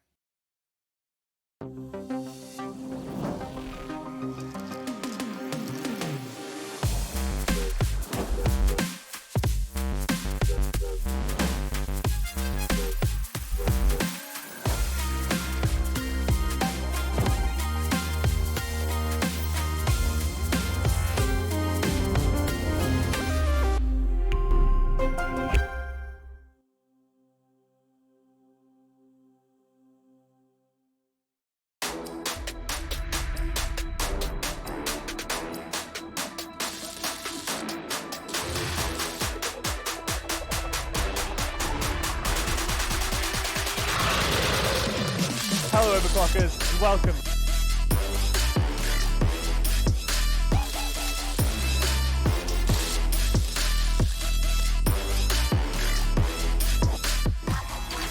Oh, screw this. Where's ATAC when you need him?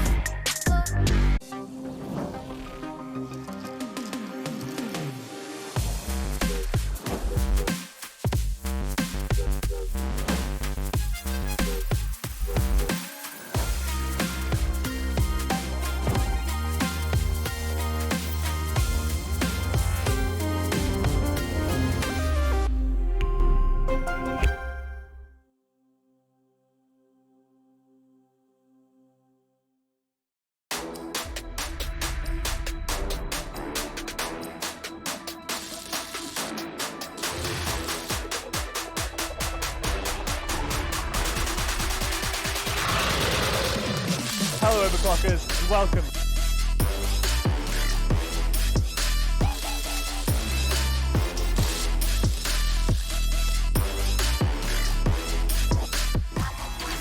Oh, screw this. Where's ATAC when you need him?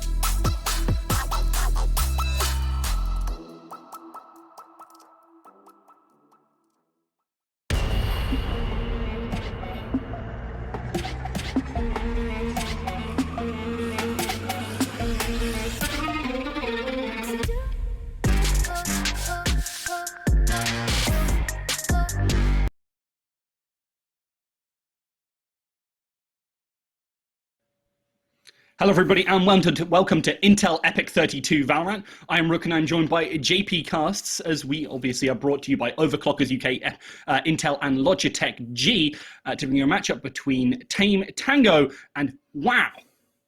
Nice. I am so good. I didn't even think you were going to do that. Oh, that was brilliant. Thank you for that, Rook. I'm so glad that you're on the broadcast because I should have expected nothing less from you. But yes, we are into, of course, game number 3. And as he says, I have to take a step back, take a breath. We do, in fact, have WoW Nice as one of the teams. Rook, of course, did it in a way better way from me. But thank you, Rook, for joining me on the broadcast. I am, of course, back here for 3 games running. But I do get to have a break in a short while, but I can't wait for the next match to come up. It's just been great. It's been such a good day so far. Made even better by that. Yeah, I was a little bit sad to see our university blokes go down in the previous matchup, but it was to a pretty storied team in Wave Esports. So, yes. You know, you take the good with the bad. It was a difficult situation regardless, so they were likely to lose in that situation. But obviously, we have a bit of a different setup now. As you kind of mentioned before, this is a bit more of a backyard scrimmage, and these two teams kind of duking it out. I think we'll have a potentially more even game here. Yeah, these teams, one team is ranked 22, I believe on the side of WoW Nice is ranked 22 coming to this event, and Team Tango is obviously one of the unranked teams, but slightly closer together, not the big discrepancy we saw SUPD versus Wave Esports, so hopefully we should have a really good game. Both teams have had an interesting start, WoW Nice at 1-1, but unfortunately Team Tango not yet to pick up their first victory, so I will let you explain how this goes for this round. Mm-hmm. And, well, obviously, we've got those bans coming on in, and it's always very important to keep in mind. You've got Bind taken away by WoW, Tango takes away Haven, Split taken away by WoW again, and Tango take away Icebox, leaving us with Ascent as that very first snap, with WoW Nice on the defense.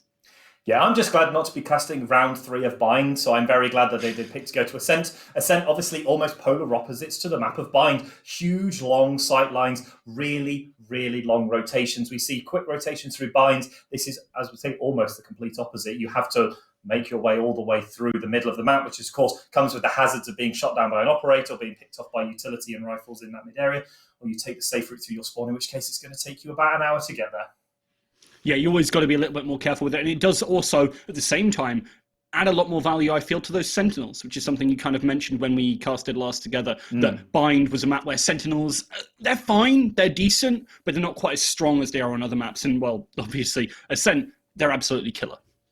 Yeah, it's all about holding that site long enough for your team to rotate, which is why whenever you have a non-Sentinel team comp, such as which was pioneered by TSM, it's so hard to rotate on. You'll see players like Wardell stay on the other bomb site until it is 100% confirmed where they're going to. But we're down into Agent Select right now. And for me, as we spoke about in the cast we did on Thursday, the big picks are going to be Sova, Smoke Agents, probably more likely Omen than Brimstone, and then your choice of aggressive agents. But you do need the Sentinel, and we're seeing Rocks on the side, on the defenders, picking up that Killjoy, the preferred Sentinel agent of choice. Generally, we've seen the ever non-ending battle between Killjoy and Cypher, but Killjoy just seems to be evening out on a bit more ability to take your utility with you to the other maps. But of course, we're seeing the set standard plays.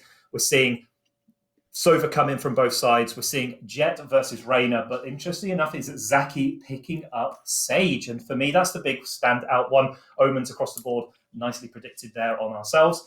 But Sage, not one we've seen. Sage took a huge number of nerfs quite a long time ago in the game and has never really had them put back in place. We saw a buff to the wall that it doesn't lose its health until the very end.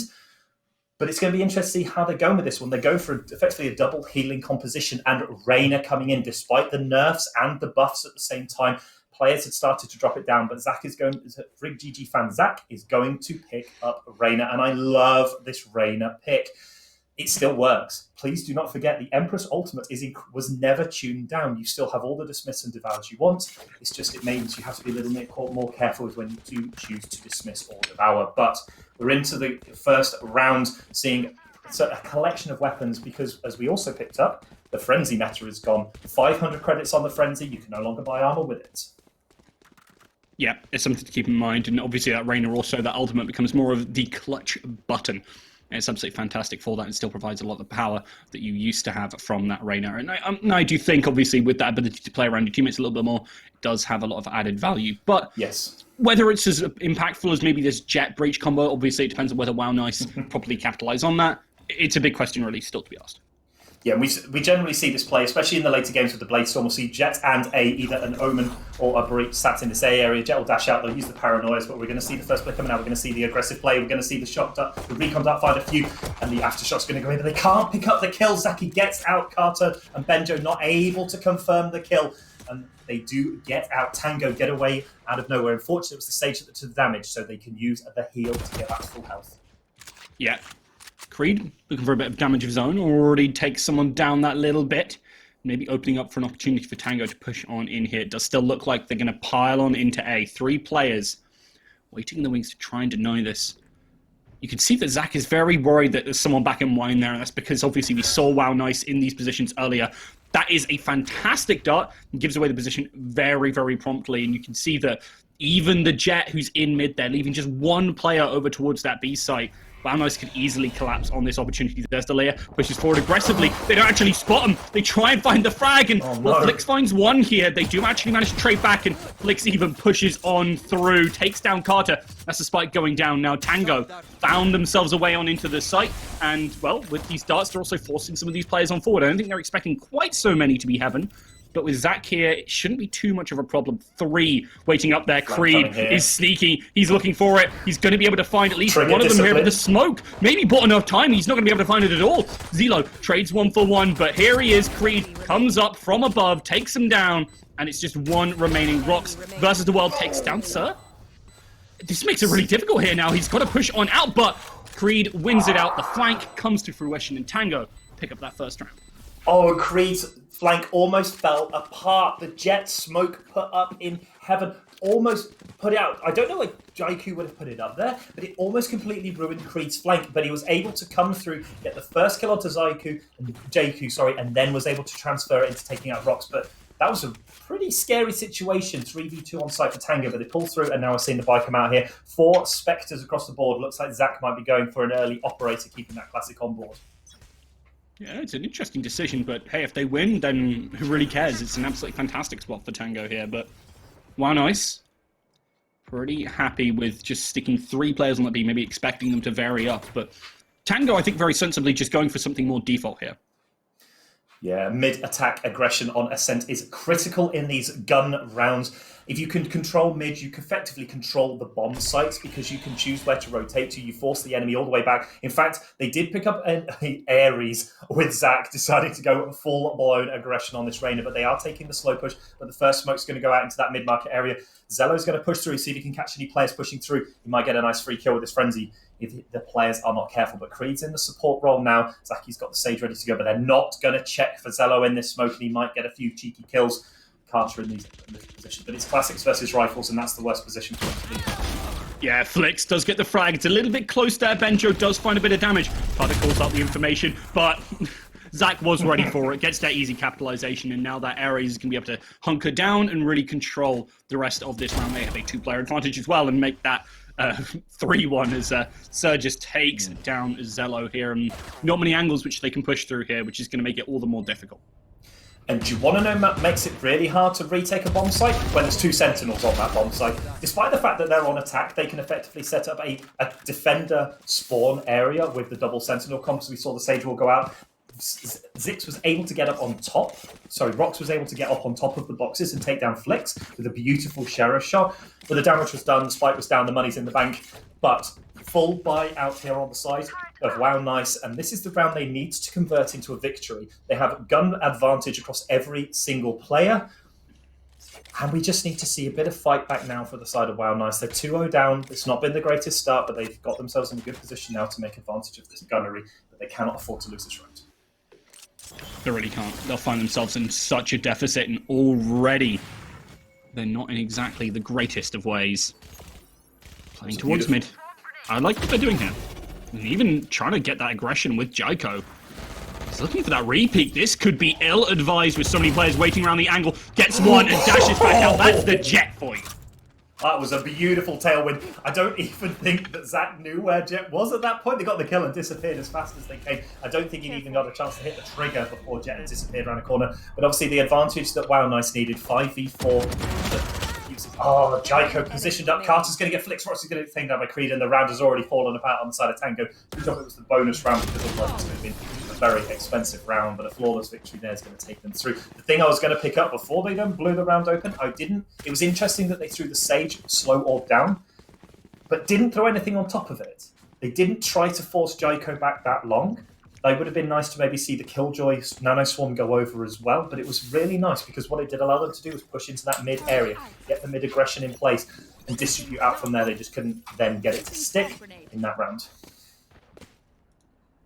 Yeah, it was really interesting to see, honestly, that they didn't try and coordinate some of that utility, because obviously that's a great way to try and find those picks, and when you don't have the weaponry, that's something you really got to focus on. So, Tango, I don't think necessarily using those Sentinels to their greatest effect right now, but hey, they might improve a little bit later on in the half. Still getting a little bit warmed up, even though this is their third game of the day. You've got to be in the right frame of mind, and it's not like these teams have played too many rounds. They've had it kind of difficult. Jaiko is trying to find that spray down, does take down Flix, and yet again finds that pick in mid, even pushes out because of the backup with that flash. It's brilliantly done, finds a third, almost a fourth in the bag there, but wow, nice have a two-player advantage, and Tango, well, they just don't know what to do.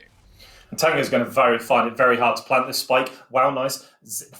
Rox has the lockdown ult available already for Killjoy. It's going to make it almost impossible, but Zaki's going to get a beautiful kill onto Benjo there. Not able to be traded out by the Omen, but that was beautiful to try and get this back. Where the 2v3 situation is still incredibly winnable. They just need to start making some decisions on where they make this attack. Neither do Zaki, still playing towards the mid. There is someone out there. They need to be very careful here. Zello does get caught, but manages to make it out, and that concussion will buy them some time. 30 seconds left. Yeah, the fortunate thing is they still have their Omen alive, and I think that really helps. If they didn't have Omen, it might just be too difficult to actually ever take a bomb. So he's going to flash everyone, including his teammate. But Zello's not going to get flashed and get absolutely mown down. There's actually just 3 and defenders do it. And I just feel that it just fell apart because Jaiko was able to get that aggression. They didn't check going into that cubby. The Nanoswarm grenade, again, a little bit too late and not in the right position. Yeah, it has been a real problem for them, and also just Jaiko consistently hitting those shots more than anything. Obviously, you could put this down, you could put that utility down to force them out, but even if you don't, normally Jaiko just shouldn't be able to get away with this. It's also the coordination of the utility from Wow Nice when they're using Zello effectively with that Jet. That's always something to keep in mind, because the Breach and Jet have such great combos. Obviously, it isn't the default one, the really flashy play, but it's still absolutely fantastic. Now, Jaiko already looking for those kills with that ultimate, and a lot of info going through here. They're trying to slow down this push so Jaiko can get to the right position. Yeah, they're going to find a couple of players, and they're going to find both players from both sides, but Jaiko is already in this flank. And a really nice usage here, but Benjo's going to get creeped down already, and it's a 5v4. Benjo's getting 2. That is so disruptive to the attackers now. And what started out looking like a reasonable round is just falling apart so very quickly. Yeah, it really is. They've been completely routed. Jaiko still smoking it up. Oh, dashes away, but gets taken down in the end, and Benjo takes that opportunity to find themselves the ace. Absolutely fantastic from them as they just pushed on forward. And Tango, they didn't really know what to do. Oh, my good lord, Benjo. What was that round? 2 early kills in the first couple of seconds. Just completely shut down the attack. Sova is not meant to be that oppressive with a rifle on this defense. The information's great, but that was such an incredible round from Benjo. 5 kills, bringing it into 5 and 3 beautifully off the round, and has Hunter's Fury available. The Blade Storm didn't make much difference, but it just didn't matter because Benjo said, don't worry, Jaiko, you can jump in my backpack this round. I'll get us through this one with a beautiful ace. With Jaiko on the operator, we know that Jet does love a good operator. Do indeed. Benjo already pushing up aggressively. However, they're the first ones to lose a player. Zalo, don't know why they got caught out there in that mid. That gives over a lot of control to Tango. They're looking to strike on back where they can, already expecting this push from Jaiko here. This is definitely going to be someone going down, and it happens to be Zach there. Unfortunate timing, and the fact that you don't have that spray, it's Carter who has to come to the rescue. And now it's 3 versus 1 as Tango, they thought they had it, they thought it was perfect, but they didn't expect the Omen to pop off like that.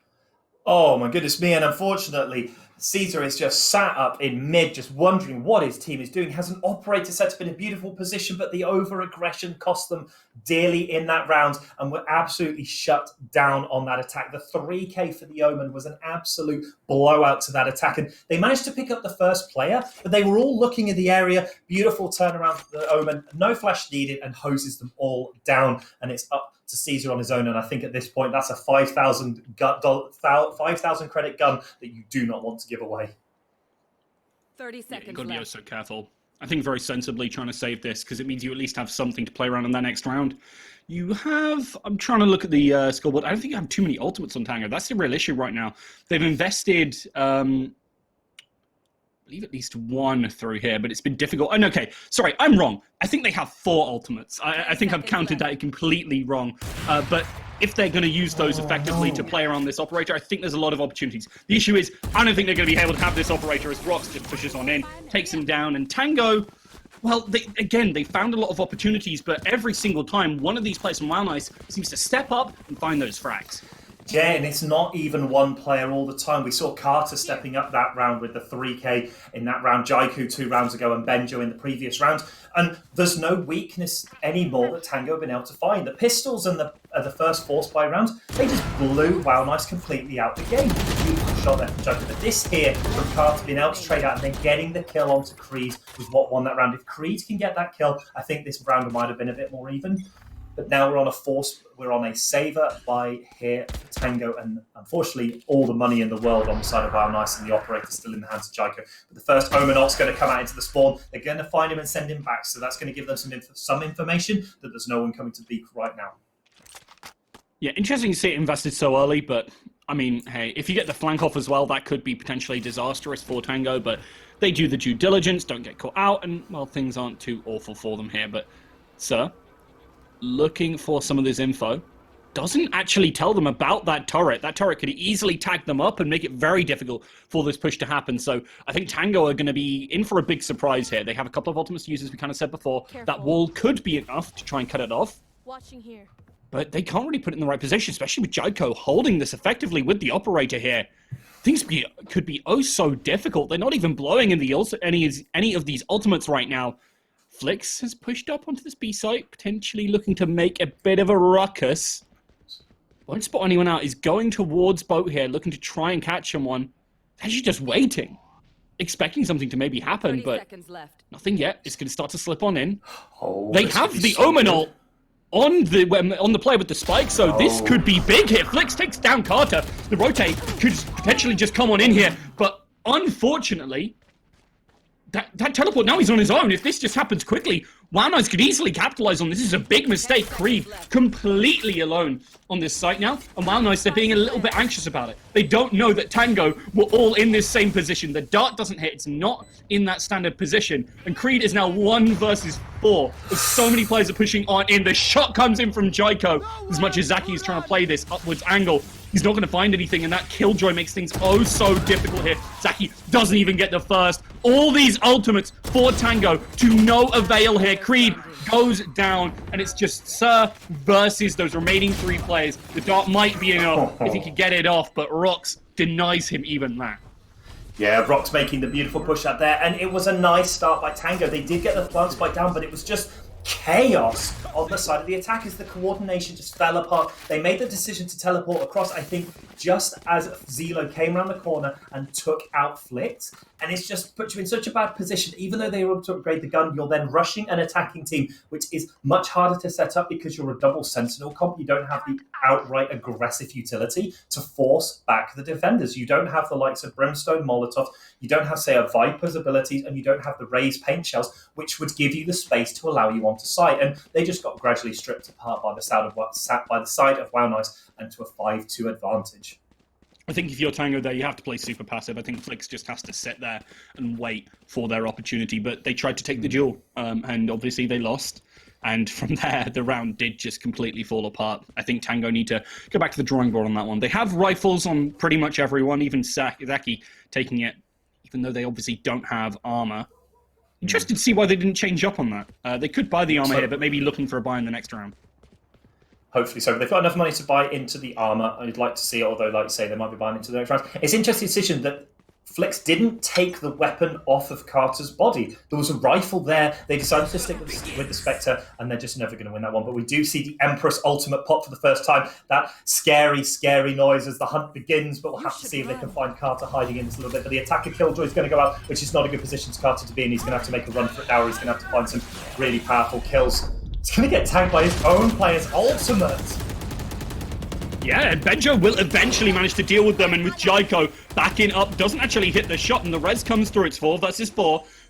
However, WoW Nice still have a pretty decent hold on this game. So many ultimates invested here on both sides. Benjo picks off Zaki with a great shock dart there. Flick is still waiting in the wings. If they can find something big here, this could be round changing. Do you expect them to be playing here? I really don't think you do. And I love the patience right now. That's going to be an easy frag. It's going to be a second. And there it is. The Killjoy comes up big. It's now 2 versus 3. And they have to all push in from the same angle. They're giving themselves up completely. They will be able to net themselves flicks. But now they're hard strapped for time. Creed tries to get it, but the 2 kills come on in total. And now it's Sir versus the final one. But Benjo big again with a 4K. And WoW Nice take themselves to 6. And a couple of critically missed headshots there from Carter and from Creed just didn't allow them to get the defense in place, and they're able to save the operator as well. Flix was in such a beautiful position, got those 2 early kills, but then just didn't continue to look in the same place to take off that 3rd player. Benjo with the 4K in this round drags his team kicking and screaming to 6-2 out of absolutely nowhere in that round. They had no right to win that round. The positioning from Tango was so good, but it just fell apart at the hands of Benjo. They've just been so good at clutching out these rounds. They really have, and I thought with Flix finding that 2K it would have been it, but as you said, no right in winning it, and WoW Nice still pick it up. It's absolutely fantastic from them so far. And now we're back down to no ultimates. Tango have so very little in the bank. And they were able to save the operator, which was probably the biggest thing out of that round. Benjo was able to pick up the operator. They're going to tag up some players, see where they are moving through mid. Benjo has been so useful on this Sova. It's been so impressive. Always something to keep in mind. How effective a Sova is often dictates how a team plays, I genuinely feel. If you've got a good Sova, you see so many teams playing much more structured in their plays, but when you don't, you've got to play that little bit more puggy. Good stuff from Flix here, holding with the patience, even takes down Carter. And that's the 2K we've seen from them so far, as Tango absolutely rolling in it right now. They need to execute quickly because the rotates are already coming in from WoW Nice, and I think they're actually going to get caught out here if they try and make this play happen. The spray is going to come through. Benjo takes him down and even finds a second. Zaki steps just that little bit too far forward. Zach, however, will win that all-important duel mid, is already looking for the flank that Smith gives a little bit of information over. Tango have that player advantage, and they're now still looking to go for it. Make that a 2-player advantage, as Caesar absolutely fantastically uses that shock dart. Someone's been attending their geometry classes recently, because that was inch perfect angle on that 1 bounce arrow, and it takes out Benjo before they can do any more damage. And this opening here from Flix, not getting hit by the paranoia, getting Jaiko before that operator can do anything, and it was all looking bad here by Benjo, got his hands on this game, but it just didn't matter. This arrow here was beautiful from Caesar, and it just opened up a 3v1, and probably most unlosable round at that point, because although Zello has been very efficient, they haven't shown that clutch factor in those 1v3s, and they are able to bring it to 3-6, and a great round on the side of Tango.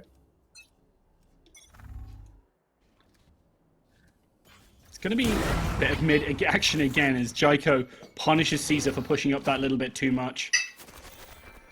And Tango need to play more effectively around each other. You can't just have one player pushing like that. You know that Jaiko is going to try and go for these, and even gets out of dodge. They're not able to capitalize on the fact that he whiffs that shot. That's what that jet brings, and even gets to close the door, and now has complete free reign on to determine how they're going to push on in here. Obviously, the Killjoy will be a little bit of a thorn in their side, but Zelo doesn't win that duel. Jaiko and Carter, however, back things up before Zach is starting to absolutely rule the roost till Carter just puts them in their place, overextending a little bit much.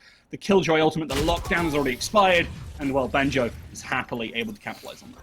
Yeah, and Jaiko's being an absolute nuisance to the side of Tango, never positioning in the same place every single round. This time going to that A-long position, getting a beautiful kill onto Caesar as they try to push through. They won the gun duel, take Sova out of the equation, no more utility available to find information, and they just took Tango apart from there. They all funneled up into heaven, and they just got absolutely ripped to shreds by the defense. And now it's that saver round. They need to save up now to buy into the next one. 2 rounds remaining. So the eco round followed by a gun round. They need to make at least one of these 2 rounds work. Otherwise, it's going to be very hard for Tango to come back in this one. Indeed it will. They're looking like they're just going to pile on into the A site here. Utility goes down. Jaiko trying to get one of those shots. And in fact, Zach just pushes on through, gives them the easy peasy, and Rox was waiting in hell here. Flix is able to punish them, and they even get a rifle for themselves, which means it is a 3 versus 4. Not too bad when you've got site control here, making things that little bit easier. Benzo So Benjo will even manage to find out that info. They're going to look for that wallbang, but it's going to be ever so difficult. Great stuff here with the utility, but wow, nice. We're very aware. Tango were very aware. They just moved on out. Flix, however, gets caught. That's going to be an easy spray down for Carter there, and with the backup from Benjo on above, it's just a 2 HP Sova versus the world. He has his ultimate for sure. Maybe he can find some sort of tag, but it's going to be difficult. He's going to be able to find that kill, but loses the round regardless. Well played by Wow Nice here.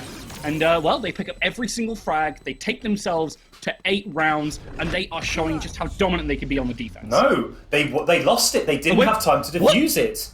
They didn't have time to defuse it. The ultimate from Sova just held them off long enough that it was able to blow the spike, and they all ran him down, which just meant there was no one there to pick up the pieces. They didn't juggle the spike and the aggro of the Hunter's Fury, so Tango pick up a round out of completely nowhere, and they get the free round for absolutely no reason.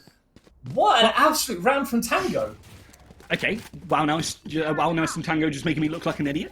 That's fine. No, but I was the same as you. But I was the same as you. But I could see it pinging away, thinking, why have they not diffused it? And then the clutch situation came up. It's like, hello?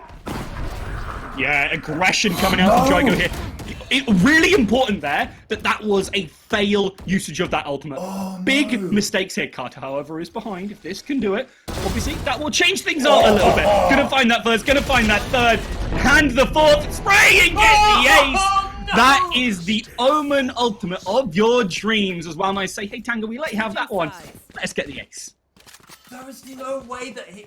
Oh, they must have... It was beautiful use of the sound cues, though, because the Rolling Thunder makes so much noise that he was able to get in behind and Carter clears the first one. I have no idea how they won this situation, but they just keep spraying through and picked up a clean ace, and we were just about to say, oh no, Wow Nice have messed it up by losing Jet to an unfortunate timing on the breach ult, but Carter goes, it's fine, Mr. President, I have you, and I will clutch this round out with the most beautiful ace I have seen all day today. That was so impressive. Mm-hmm. It's really nice, actually, to see Jet getting baited for once rather than Jet baiting someone else. So I'm always happy to see the roles reversed. But great stuff here by the Omen. And, well, Wow Nice. Now on that pistol round on the attack, looking to get very aggressive, showing us that combo with the Jet, just rushes on through. And sometimes these Sentinels, they just aren't good enough. They aren't fast enough. They're not able to deal with these players quick enough. Caesar does get one, but Rox was on the flank, takes him down. And now 4 versus 2, Rox is pushed on through and takes down Creed for good measure. It's just Zaki versus these 4 players, make that 3 players as the headshot comes on through, but Wow Nice have pretty much got this one on lock. Yeah, low health bars. Oh, caught with the utility out, Benjo making the aggressive play, but could have been difficult because there were 2 low health bars on the side of Wow Nice, but the Jet play in, gets past the nanoswarm grenades before they can be triggered. The flashpoint from Breach probably stopping Flix from seeing where his utility was. And it just meant that they couldn't trigger the nanoswarms. Jet gets on site and absolutely blows Flix away before finding, even though they're taken out by Caesar, it was so beautifully traded out, and it just puts them in a great position. They managed to take the bomb site. It's just 1 player left alive and a nice close up there. So it should be potentially 10-4 to the good after this buy round. They have to be careful of Zach with his shorty. He can do a lot of damage. TD can, but unfortunately he whiffs. He was almost given a second chance there, but Jaiko with that Bucky, all too happy to just go whole hog here right now. Looking for it, gets the tag, but it'll be their teammates finishing things up with those Spectres. And Tango, then there was one. As yet again, Zaki is that last remaining player, and this time things are even more difficult. They're going to try and get this frag, but Rox doesn't let them even have that. Wow Nice hit double digits, and they're on a roll right now.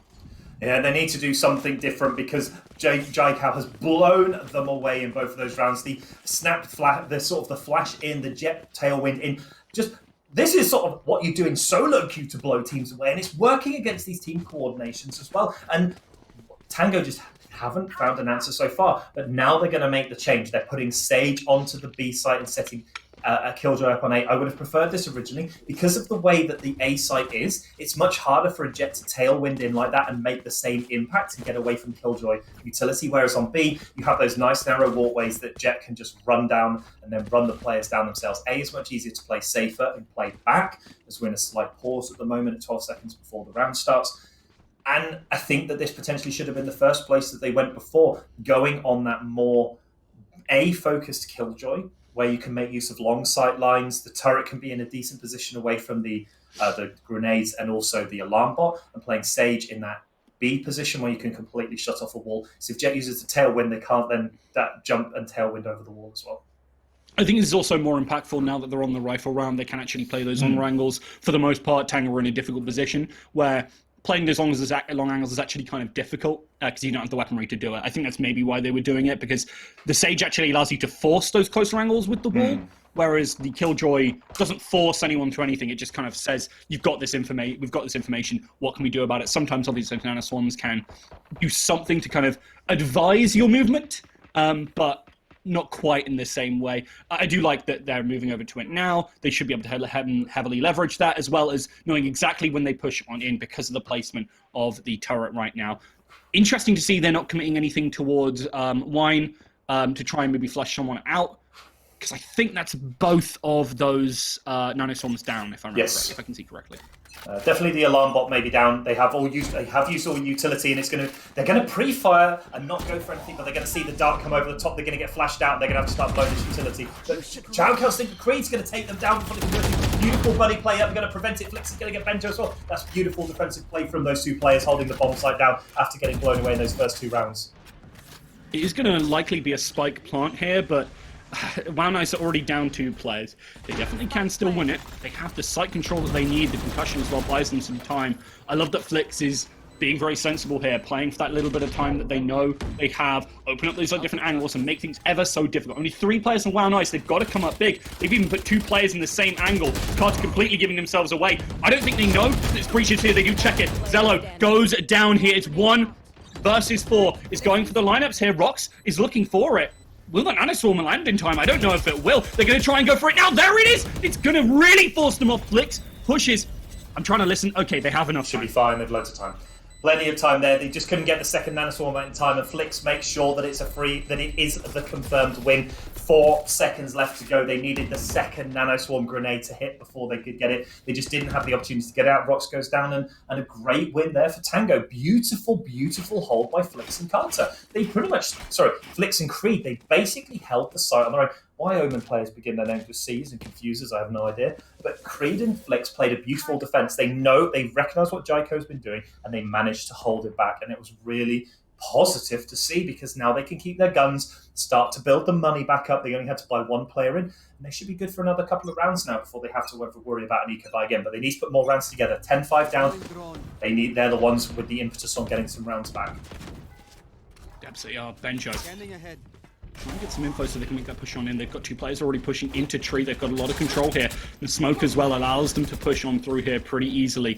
No one really contesting, but Flix is just waiting around the corner, finds that first. But Jaiko, as usual, does get that second, does refrag it, so it's not the end of the world. The problem is they don't have the smokes, but they still win the duel. Disappointing from Creed there, and Benjo just takes down Zax. They don't check their corners, and Tango are down to 2. And normally this would be a great position for a Tango. 2 players, but it doesn't really work when the opposing side has 4 there. Benjo will punish Caesar. There's only 1 left, and it's yet again Zaki, and it's easily capitalized on by WoW Nice. Yeah, beautiful play there. They didn't manage to isolate Jaiko before they ran riot on the bomb site. Flix was in a beautiful position, but had no support. They were on their own. They get the first kill, but then as they turn the corner, Jaiko is already wide, swung them out, and they just cannot take the trade. Beautiful play on the side of WoW Nice. Tango just didn't cover each other's backs well as they did in the last round. They made almost exactly the same execute, but the defense played it completely differently, and night and day difference meant that WoW Nice now goes to 11-5 and almost at match point. A really strong round needed now from Tango, even though it is a thrifty round. Flix looking aggressively for those frags. We know they can certainly hit it, but not when you just raw peek things like that. Rox refrags onto Zaki, which means that Jaiko going down isn't the end of the world. I think Zach mostly here looking for a surprise kill, and also picking up that Spectre. Doesn't actually pick it up. Position's going to be given away by this drone. That's unfortunate. Turns around, is sprayed down, and Rox was right behind it. Hot droning in there. Great stuff from WoW Nice, and they're just looking for that execute now. The rotating through spawn means that they can be able to get that position, but Rox overextending, and Benjo not in position to try and capitalize. The smoke denies them, and they get tagged up to heck right now. Trying to hold this angle, trying to deal with it, and does take down Caesar. So it is a man advantage for WoW Nice, but really concentrating on that fact, dealing with the players, and player standing. 1v1. Okay, it's down to 1. They had the site control, they had everything, but Wow Nice completely ceding control of this round. Sure, they'll be able to get the spike down, and it will be that 1 versus 1, but this is not what they wanted to find themselves. Yes, 1v1, but Rolling Thunder is available for the side of Zello and Wow Nice. Ultimate was used by Omen to get across to that side, but they don't know where he is at the moment. Creed can get this beautiful flank off if he can get it. Breach with the utility out, he's going to get it! Creed does confirm the kill, and a beautiful round to close out there. They needed this round, 11-6 down, but they needed that win. Yeah, unfortunate there from Zello. It was kind of close, but Tango do pick it up.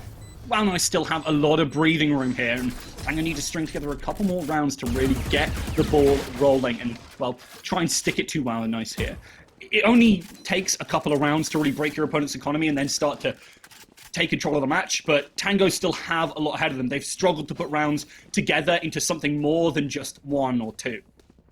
But even if that win, look at the money on the side of Tango. It is all over the place. We have managed to buy out mostly rifles, but they have to win this round with players still alive. The other side, they have some safer rounds in here with some of the rifles on Benjo and Rocks. But money's looking a little sketchy on the side of Tango. They need to really make this defense work, and they need to not lose as many players. But Hunter's Fury is available. Might be able to make it work with the Blade Storms out. Yeah, the Blade Storm is absolutely available as well. Jaiko be able to capitalize on that one. The right click comes on through. Luckily, it doesn't get stolen there by the ultimate, but they're getting right up amongst it. Jaiko's already pushing, smokes off, and, well, has so much control of the map, putting so much pressure on Tango. Knows exactly how they're going to push here, and, well, missed the shot, but it's fine. They still have a player advantage. Wow Nice should be able to win this one out. They just play it slower. Play it towards the fact that they have so much map control. Benjo waiting in tree here, maybe expecting someone to go for that flank, but oh, that dart is ill-advised and badly timed. Still makes it out with a sliver of health here.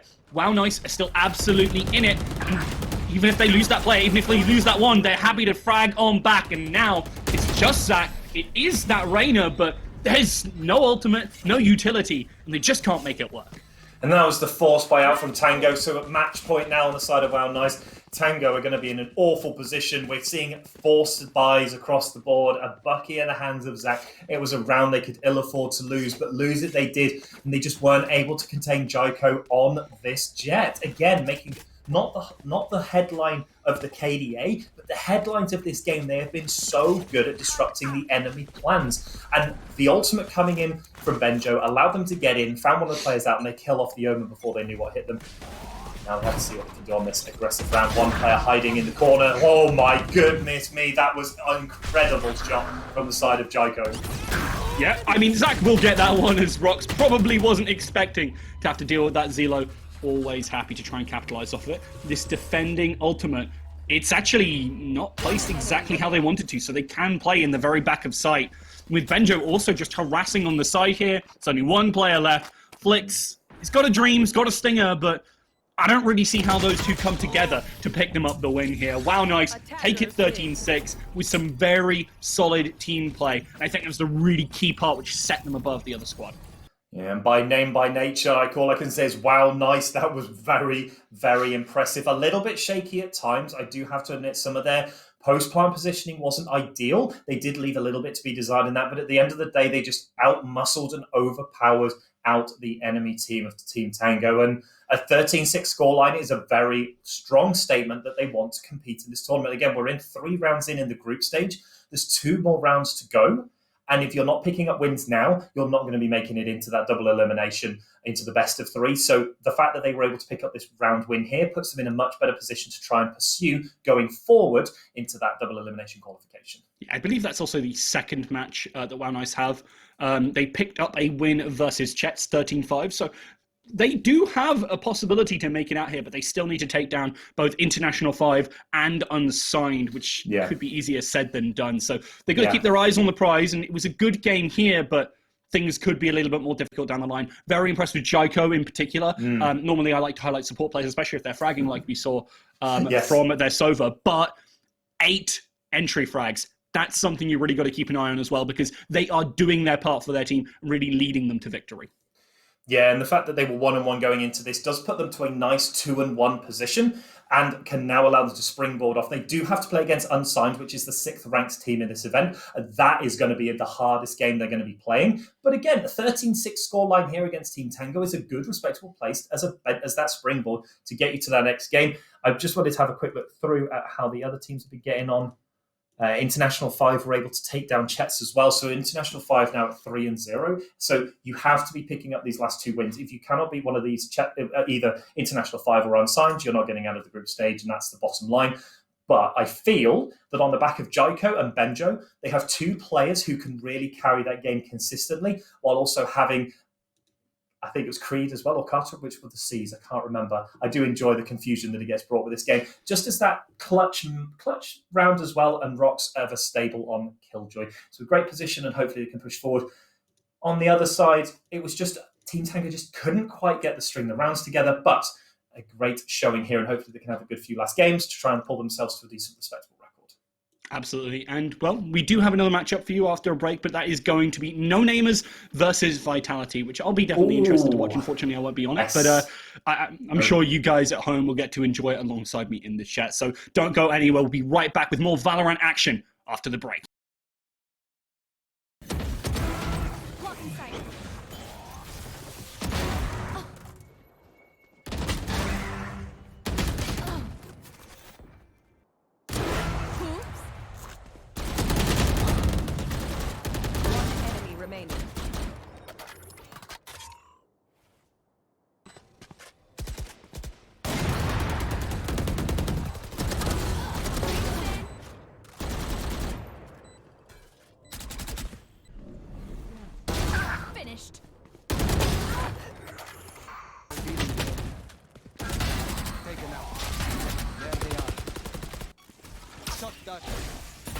Last player standing.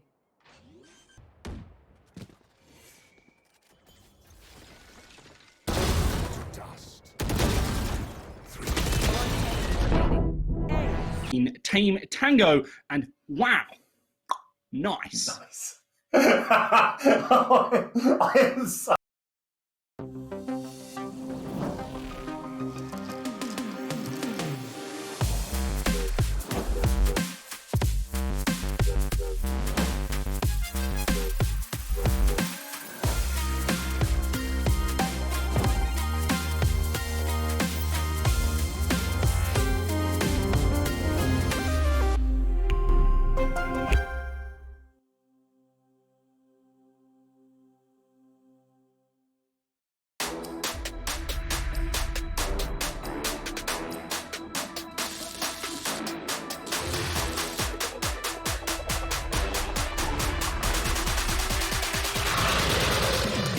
Hello, Overclockers. Welcome.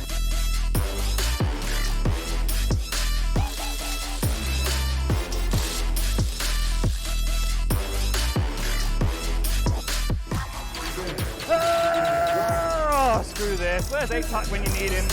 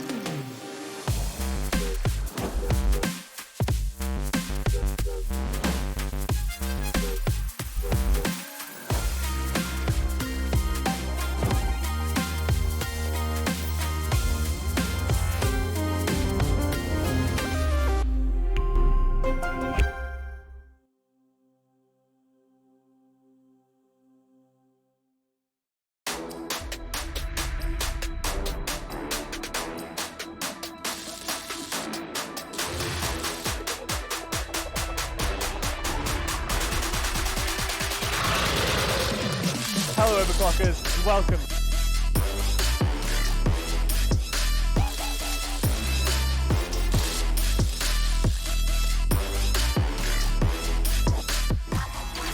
Oh, screw this. Where's ATAC when you need him?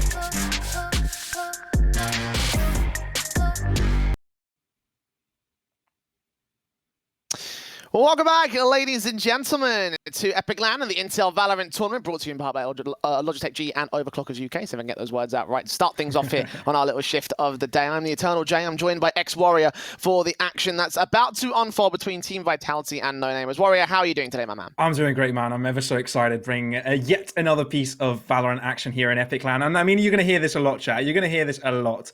Unfortunately, it's online, right? It's not going to be out live. It's not going to be at the proper LAN, but we're going to make everything possible. We're going to try and make this as much as an interactive experience for you guys, and hope you guys enjoy this action, and we'll try and bring it to you, give you that proper casting action, right? Absolutely. We've been teasing you with all the shots of Kettering over on the during the break, which honestly, I see that every single time we do one of these online tournaments. I'm thinking, I just miss it so much, man. I miss it. Absolutely. I want to go back there. I want to go back to those main events, and hopefully we can get back to those. But for now, as you mentioned, it is Epic32. It is all online. And I mean, to be fair, it has actually come well credited to all the Valorant stuff as well, because we've had a lot of signups, a lot of big teams that have also taken part in this group stage. Best of ones, of course, over the course of the day throughout the group stage. So, not getting the most in-depth sort of performances, but I think it's a good way for us to feel out who the best of the best are. Even when we do have some pretty high tier names, as I mentioned, Team Vitality, they are no slouches here in the Valorant scene. This is a very capable team, and coming into this matchup, I think a lot of people are expecting them to sort of be the main staple victors and the main staple favorites today. Quite right, Jay. And we've got 42 signed up teams here in this Valorant tournament. And like you said, Vitality, one of the best teams coming up here, one of the most known orgs coming in. And we've also seen Wave. I mean, they're currently higher ranked than Vitality, but they had some sort of a changed roster, right? They had a couple of stand-ins, but Vitality's coming in with their full-on normal roster, like they play in their pro games over in the Challenger Series. And now they're bringing it here in Epic.LAN, trying to show us some new tricks, I guess. Maybe they'll look to play on some maps they don't usually play, maybe try out some strats they don't usually play, but No Namers will have to find out, because they're going to play right against them. I believe we've got Veto coming up right ahead. Jay, you might as well take us through that. Well, you can see it right here. Instant bans coming through between the No Namers and the Vitality side. The map that we will... Okay, no, never mind. Apparently I'm being told those are completely wrong. So, that also works. That's also fine. Apparently, that's all Gucci. But we will hopefully. I believe actually the match. Hang on, actually it has it in the Discord. Okay, so actually we can actually take a look and actually see Haven is what's being picked over on the part of this best of one. So for this matchup, no, that's wrong apparently as well. So I don't even know what's going on. Ain't this great? We've been thrown under the bus by our production. They have just tossed us into the wind with. Tossed us into the ocean with a weight strapped around our ankles, and we're just left to drown at this stage. So, welcome to Epic.LAN. I mean, we literally, just before going on air, we just said, you need to keep your producers pleased, because they can make you look stupid, and I think that's exactly what they've done just now. But hey, it's all right. Things happen. Well, it's not Epic.LAN without these technical issues, right? So we'll get them right as soon as possible and bring them to you. But yeah, already we know some stuff about Team Vitality and what maps they like to play. They play pretty much everything, but the Split would be one of their least played maps, but they love Ascent. We don't see many pro teams love Ascent, and Team Vitality, they absolutely love it. This Lithuanian squad absolutely devour that map whenever they get their chance. But here in the best of one series, I doubt we'll be seeing Icebox. Everybody hates that map, so I don't think we'll be seeing too much of that. But I guess we're just going to have to wait and see exactly what comes through in this veto. Yeah, I haven't casted Icebox yet, so I'm still sort of waiting for the opportunity to arise. I'm kind of hoping that someone picks it as a dark horse pick. Maybe when we get into the best of threes, then that might end up being a bit more of a fun time for a lot of teams. We might see it a bit more prevalently, but as you mentioned, it's always seemingly like a default ban for a lot of squads here. And I'll be curious to see whether that ends up continuing to be the case for Epic. Again, I suspect that in the best of ones we won't be seeing it coming out, but again, I'm hoping that those best of threes be a little bit more capable, a little bit more, a little bit more. I think varied is the right word I'm looking for in that respect, because like it can be a different game. I've come from a Counter-Strike background. I can see how very different, different approaches teams can sort of that their teams can sort of like play into. It depends entirely on the map. A map like obviously just by comparison, something like Haven, for example, we could be completely different to the way you play Ascent. And Split will be a sort of similar sort of situation. So we're looking at some very different sort of scenarios. And again, I'm kind of curious to where Icebox will slot into the map pool overall. Absolutely, and it also varies about the agents you pick on each map. So one particular player may want to actually won't be sufficient in a hero that would want to be picked onto Ascent, for example. You have these long distances, you've got mid control, then if you don't have the enough control, if you don't know how to play Brimstone well, especially now that he's being buffed, you may not choose that map overall. But coming in, we should be seeing the champion, the agent pick. Why am I saying every single game? I said heroes for Overwatch, I said champion for League of Legends, but I haven't said agents. But now we are seeing the agents picks come through. Raze double picked as well. So that's going to be a duelist on both sides. Breach on both as well. Omen, so pretty much a mirror matchup as well. So it's just Jet to be picked up here for the defenders, but no, it's going to be Cypher. So we've got an extra Sentinel on the defending side, and an extra duelist on the other. Disappointing we haven't seen Yuri though, unfortunately. So we'll have to wait another day to see him in action. But yes, Splits will be the map that we will be seeing first and foremost. Of course, this one being the famous sort of like famous for sort of being the. Very sort of like concept for the most part. Like it seems like a lot of teams, there's only really one real like viable way to enter as of right now, like the connector control and trying to make their way in from the vents. Seems to be a little bit more of a tougher task for the attacking side. So I want to see how the No-Namers will be able to deal with that. Of course, you can see the lineups on the screen right now. No-Namers will be starting things off on the attacking side as Vitality set themselves up on that defense. So yeah, let's have some fun with this one. Best of one action. Let's see who's going to come out on top. I think a lot of people are predicting Vitality. I'm definitely on the favor of Vitality. I can see this one being quite a one-sided affair as well. Absolutely, Jay. And I mean, there have been multiple changes here on Split to favor the attacking side, both times making these changes to favor them a little bit more. This time opening up this B garage area a little bit easier for them to enter as well. Some changes in mid, making it a little bit more lenient towards the attacking side, as well as Sushi, right? I mean, we saw that change on those walls playing. So it just doesn't favor for the defenders to play an aggressive take to potentially change up the tempo of the game, at least. But now we're seeing No-Namers play a little bit safe from the attacking side, and the wall kind of blocks them off at the start. A lot of teams like to wall this off because it also denies that orb pickup, which is ever so valuable picking up from Garage. But we're seeing some knife coming out. It looks like they want to aggress, but that's the information gained. Mac gonna get those first headshots in, but just swarmed by the majority of the attacking forces here. Zender's in the back lines up here towards Heaven. He's going to try to see if he can shockwave through. And Nox is going to be the next player to fall back on the No-Namer's side. So a 4-on-4 situation still. Wraparounds coming in from the Vitality side. They're trying to get right up close and personal, and it goes wrong for them. Benny and Fumig now just getting those frags together, leaving it all on Brams, the last player left for the Vitality side, and No-Namers just stack rushing their way straight into the B side. Not even a contest for them as they overwhelm by the numbers game.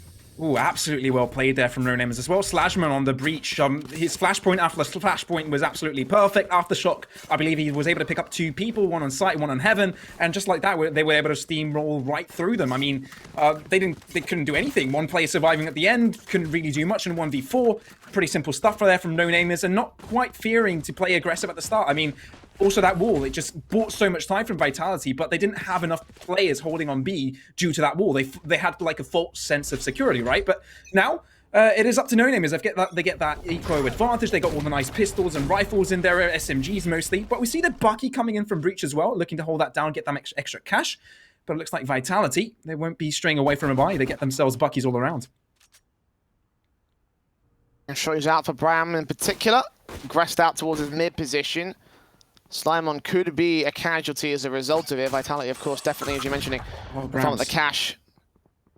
Quick play in from the Boombot. Going to try to see if he can get some information out towards his mid control, but the quick denial of that sort of position allows that, this one player can stay here and start to sneak around the backstab as well. No Namers could be in for a bit of a shock to the system if they're not careful with this.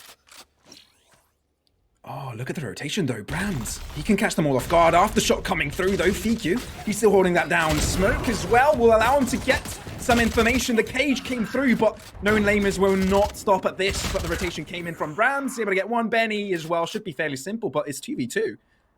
Damaged up for the no-namers side. This could still be workable here with Vitality. I say that, and knocks down Sender, so it's all left to Makina. 2 players to find, sees that one contact. Here's the dash in from the other player, trying to get some shots off from long range. The Bucky's just not good enough for it here. They'll secure the spike plant. He's left alone at a retake here. He will get the heals together. I don't think it'll get up to maximum though. Is there any rifles he can use back here? There's another Bucky behind him, so it's not going to be all that useful. He does actually pick up an automatic, but no real way in. Again, the HP number's so low for these guys, so 30 in particular for Betty being the main elbow position. Makina pushing forward very closely, carefully into the corner, takes out one, tries to transfer the spray back to the next player, but no, Benny shuts it down. And we do see 2-0 up for the attacking side. The no-namers at least dealing with most of the downgrade weapons of Vitality. You mentioned those Buckies coming out, but not going to be enough for them this time. And that was a force buy, right? Like, there were a few players on the no-namers side that bought up as well, but they've got enough to get themselves a couple of rifles at least. So they're looking a lot more favorable, but due to the fact that Vitality caused so much damage to them, they're able to get themselves some stingers, some Buckies as well, get that armor on them, and they're very dangerous sheriffs that can, in the right hands, can do a ton of damage, get those easy kills at the start. So, yeah, Vitality looking like they're getting themselves back into the economical game, and with all those kills at the start, causing a lot of pressure on the no-namers side. Vandals up here for Vac, aggressive, flashed out initially, caught off guard as well with nades in hand, taking it down on the opening start. Makina can get a trade at least for the Vitality side, that the defensive is kind of held back in towards this B site. 3 players overall back here, but Brams takes a line up onto 2 players, shuts down the majority of presence back here, leaving it all on the likes of Benny. Up in heaven, 1 versus 3, and one simple lineup turned the whole situation around for Vitality. Absolutely, and now it's down to a 1v3, right? I mean, no-namers, there's not much chance they have in this. Razor's pretty much stuck here. She's being pincered all around. FQ will just find the finishing blow, and that's just going to be it. 1 to 2 so far, and with the res as well, they save out that economy, so 4 rifles saved onto the next round. Perfect build-up from them, but here we see Browns just coming in from behind.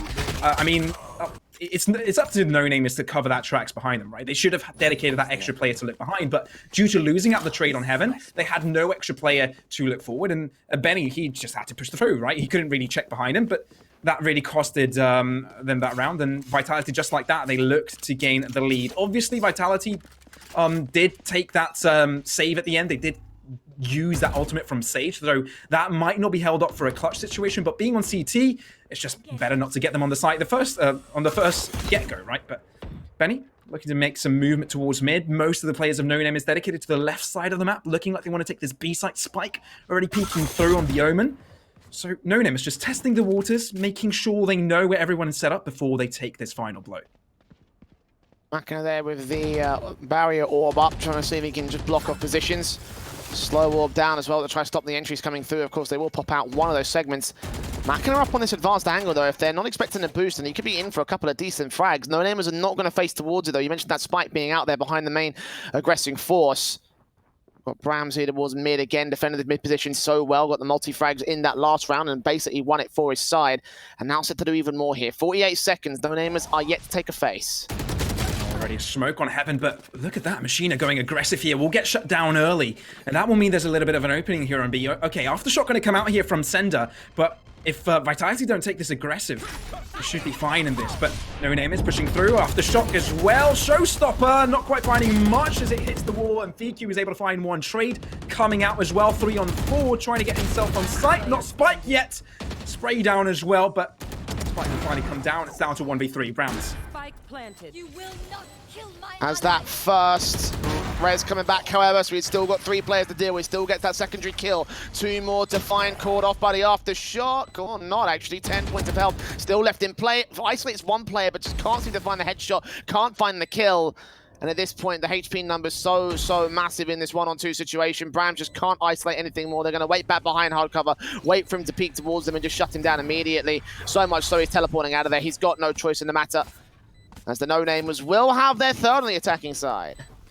I mean, yeah, No Name is just pretty much threw everything at their opponents there, right? I mean, they had the ultimate from Raze, they had Breach pushing forwards as well. I mean, they did have the numbers advantage coming into it, but they played it fine, right? I mean, of course, Raze wasn't quite able to finish off that with that showstopper or anyone, but it didn't even matter. The amount of pressure that ultimate brings out and the fear that it brought to Vitality just meant that they had to play a little bit safer. They couldn't peek out, they couldn't stop the push. So they were already playing at a disadvantage. They had to play back, and they couldn't play the retake soon enough. So B is one of the sites that are so difficult to retake, especially at a numbers disadvantage, and that's exactly what No Name has played. They managed to get on site without losing too many people, and were able to hold it. Simple as that. Shutting on the buyback for Vitality as well. Mostly pistols out for the majority of players here on the defensive side. No Namers with some severe momentum in their favor at this stage. Nox gets Bladestorm out and gets even more for the No Namers side. First frag found, instantly entering towards the A site. And there's just no way back in here. Vitality might go for a flank back, in particular, Spectre in hand. But yeah, 5-on-4 situation. Vitality at a severe disadvantage. Yeah, they're not doing too good with their weapons either. I mean, they've got Stingers somewhere, but Slashman should be able to find us out after shock. Oh, it's the Boombot to get it in the end, but they are going to push through. A little bit of a gap through the wall there. He might try it back. Will be shut down, but I mean, they are doing some damage. The more damage they can get, the better. I mean, they'll try and get as many kills as possible, right? But No Namers, they're in a little bit of a tough spot. I mean, they'll probably be able to find the shots here, but Browns, he'll not give up. As MJ will finish off the last play. So 3 players surviving here for No Namers, as I believe Vitality went for a kind of a small buy. Therefore, they should be fine on getting up a full buy this one. And Rifles back in, one Spectre for Feku. Other than that, standard stuff in the Vandals and the Phantoms, so No Namers up against the full-blown buy this time from Vitality. Now let's see them put them defensive prowess to their effect. You talk about how challenges from No Namers and the defensive, or sorry, the attacking side I should say, has gotten a bit better on this map.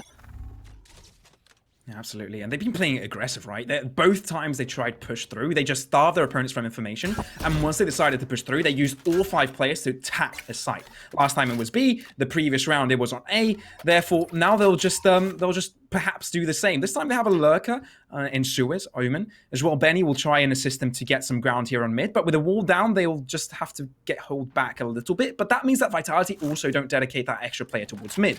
They only have a couple of players over on ramp and heaven towards A, therefore that kind of leaves it open, but the fact that Vitality hadn't lose a lurker over on that side and are playing collectively, they won't really gain so much info. But it looks like Vitality read this, right? I mean, look at all the player movement. Already Raze standing at spawn, trying to get closer to the action, and Feku just shoulder peeking this ever so often. They're able to get the information, but the rotations coming in, it might not be enough. One face out, and 1 kill comes in nice and easy. McKenna is also forced away. Back over to the B entrance. Quick kill for No Namers, and they only need 1 frag to really break this side defensive. Retake is on a machine, and we'll be able to get 1 frag back, returned here after shot, catching him a little bit off guard. Benny will be able to swing back, get those 2 frags as a result. Vac gets at least 1 trade to a 2 versus 2, and Vitality creeping close. They will get Benny to fall. It's all left on Slayermon. Trying to see if he can make his way on towards that bomb plant position. Takes out Brams at 1 versus 1 now. Continuing to swing up. The spray's not good enough. Ascender will stick the defuse, get the spike out of play, and get a second round for Vitality. Man, that was so close. Sender down to 5 HP at the end. Not quite able to get them shut down. No Namers get shut down. Just like that. I mean, it's the second round for Vitality. They had to use a lot of ults on that. And I'm amazed how the Rolling Thunder of Breach didn't really do that much in the end, right? I mean, of course they had a few people on site, but they decided to hold it back. They wanted to go for the full 5-man retake, and it worked out perfectly. They knew they had a lot of ultimates. Of course, they used they're juggling the ultimates as well. They use Machina's ultimate, they use Razor's as well. So now they've got 3 left, while No Namers have none. Therefore, Vitality could well and win this 1 more round, even though the economy is so...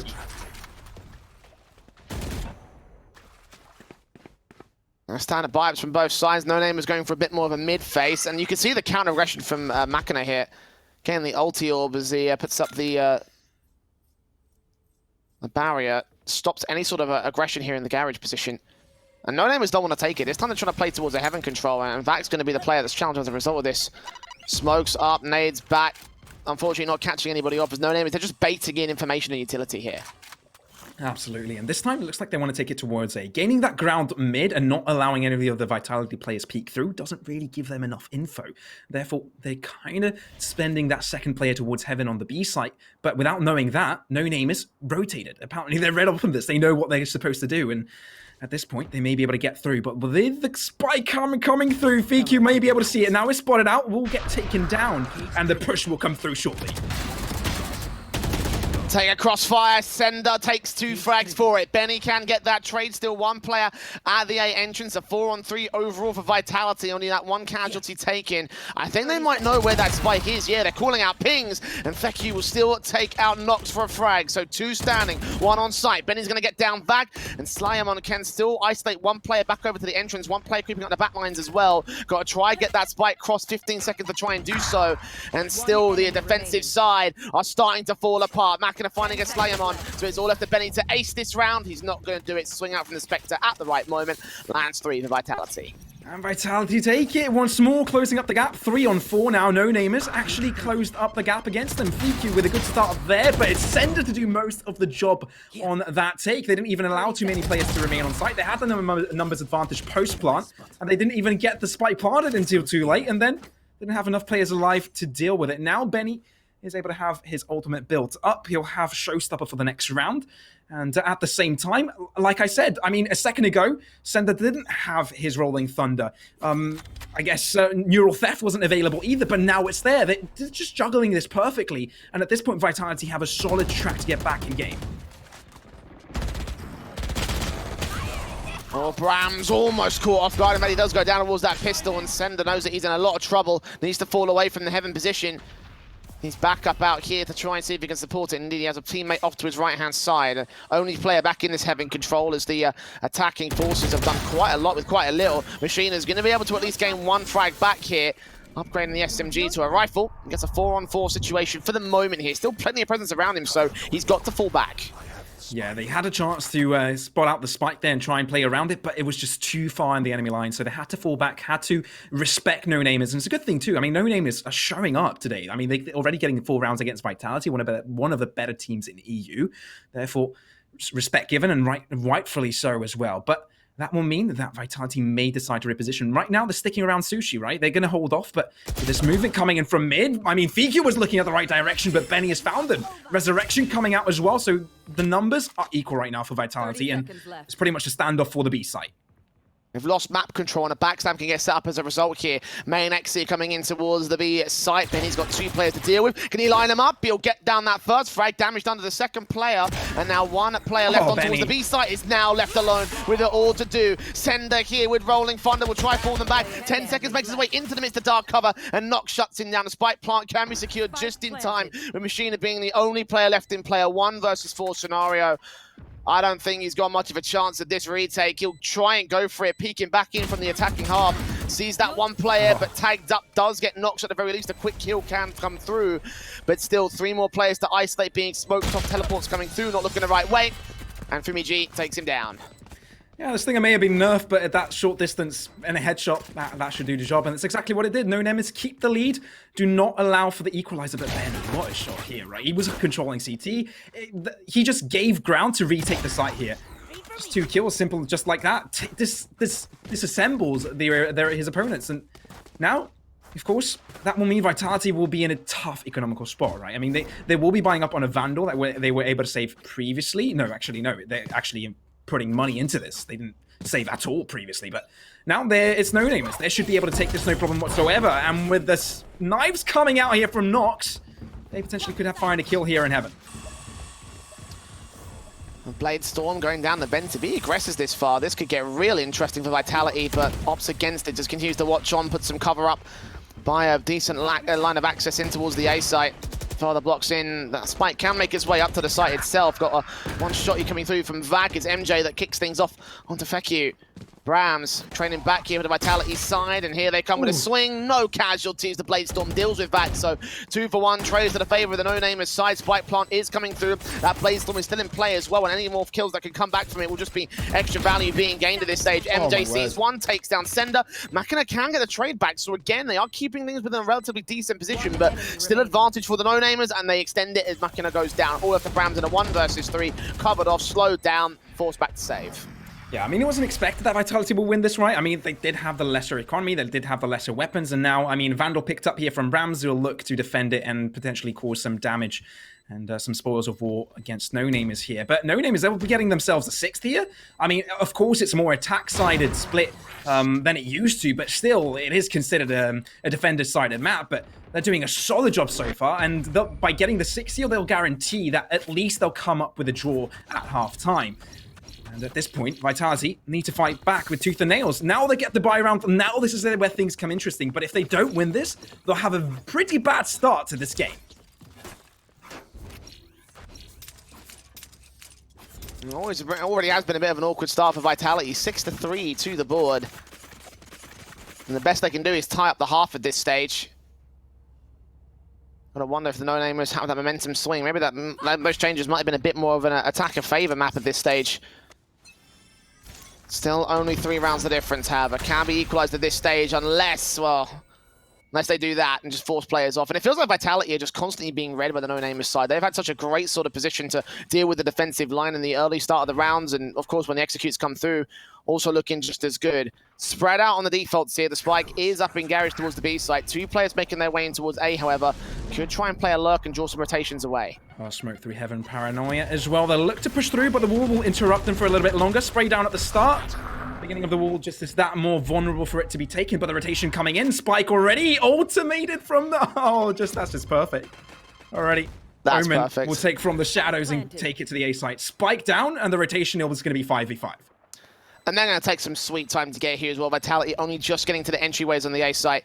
Brams is here towards the backlines. Actually might not be detected. He takes that 1 frag and that 2nd. Okay, things just got real interesting. 5 versus 3. Further smokes up from Brams in the backlines. He can't make his way for the cyber cage without revealing his position. As it clears up, he gets that flick to a triple. Benny can't trade it, however. And now it's 2 players standing for the No-Namers side. Vitality creeping close to the spike timer. Is ticking away. Benny gets it a double. Drop back in from Machina. Finally deals him. So it's all left to MJ. Barrier orbs up. Sees players coming in. Gets that 1 frag. Can't get that 2nd. Have they done enough? Have they got enough time? I think it will be close enough for Vitality to take Oh, this is close. Oh, no! Just not! Oh my god! Spike up in flames. No-Namers just held off for just long enough. Oh, denied. Oh, No-Namers, but that was a good rotation, right? I mean, the ultimate just fluked them off. They had 5 players onto the site, could hold it down just in time. And, I mean, it might be a 5-man retake, but if you're dealing with 5 players, they're all alive and the bomb has been planted while the rest of your team is on the other side of the map, surely No-Namers had the time, and that's exactly what happened. Even though MJ was in a 1v4 at the end, didn't even matter. Plenty of time, bomb exploded just in the nick of it, though. And just like that, No-Namers get the 7th, and now they guarantee their lead over at halftime. Whatever happens now, they already have a good start, but the aggression coming out here from back is already able to punish more. Oh, and he's got himself a little bit more damage to do. 2 kills found. Boombot on position. That might take another flag back. No, it turns away at the wrong moment. But still, Vac just pushes in, gets some weapons, gets back out of dodge. Massive damage being done to the attacking sideline. Now Simon has got to try and axe, and he gets only 1 frag for it. Quickly dealt with by the Pistols. Vitality in a 4-on-2 situation. Fantastic sequence out there towards mid. Now Spike's been dropped. Brown's looking for a little bit more, and the No-Namers have to leave it all on MJ. At least gets a revive in, but still a 3-on-2. Resurrection did come through, and From the Shadows is still available here for No-Namers, so they could well on take it onto the other side, but of course, they don't have the delicacy of time. Down to 50 seconds, teleportation coming through, pinged out from FQ. They know what's going on, they know they're going to have to cross, but Sage is left behind. That's going to cost them that life each. He's going to hold it down for now, 38 seconds remaining, but he is down to 1v3. Rotation also coming in from Sage from behind, it's going to have to be quick. Oh, turns away at the wrong moment, and Sender's still going to get that kill regardless. BMG dealt with was the last frag of that round. Nicely played from Vitality again. Such aggression coming in from the defensive side. And might still lead to that 5 on the board to close out the half again. No-Namers have won it at 7. To get to 8-4, well, to deny that at the very least would be a great pickup here for Vitality. Oh, Jay, look at Benny's scoreline, 17-6, while the rest of his team is down to 8. This man is showing up like crazy in this game so far. He's pugging out. I have no idea how he's doing that so far. It's like he's styling. He's playing against a fully professional team here. Vitality is number 14 in Europe. So, my word, props to him. No Name is getting a good start here and may even continue with their winning ways. So far, stacking towards B, and it might be a good read as well. Only one play it so far. I mean, the wall will slow them down just a little bit. Resurrection available as well, but it's no good if you're dead. Pushing through as they start pushing through with a showstopper. Benny just knew. So many times they've put that barrier orb up and so many times it's been able to block them off. There's only one position they can be at realistically and they're going to get dealing with that position. Brams is quick to make his way back into the site. Now there's one player in the back corner. Benny still makes it a double. Can't find the triple, so leaving his teammate standing alone to deal with the rest of the damage. And still Vac and Sender come around some frags back for the Vitality side. 3 versus 2. Nox with 1 and 2 of his own right to return. And now down to a 1v1 situation. Shotty not landing, doing some damage, and Vac will win out the fight overall. Nox with a great effort. Benny also with a great effort. But in the end, the round goes back to Vitality to close the half at 7-5, favour to No Name. That was pure chaos, Nox! I mean, his team fell down there. He was able to get that Bucky to work for a bit. Vitality seemed like they were lost at the start, right? I mean, No Namers got in, but then everything went mad. Everything went crazy. Kills went everywhere. And for a second there, you thought that No Namers had it, then Vitality did, and then all of a sudden, okay, Vitality won. I mean, there's not much analytics to say. Everybody threw their ultimates. Rolling Thunder came in as well. People were knocked out left, right, and center. But with Vitality are able to win this through, it means that they are able to close up the gap just a little bit. 5th round picked up.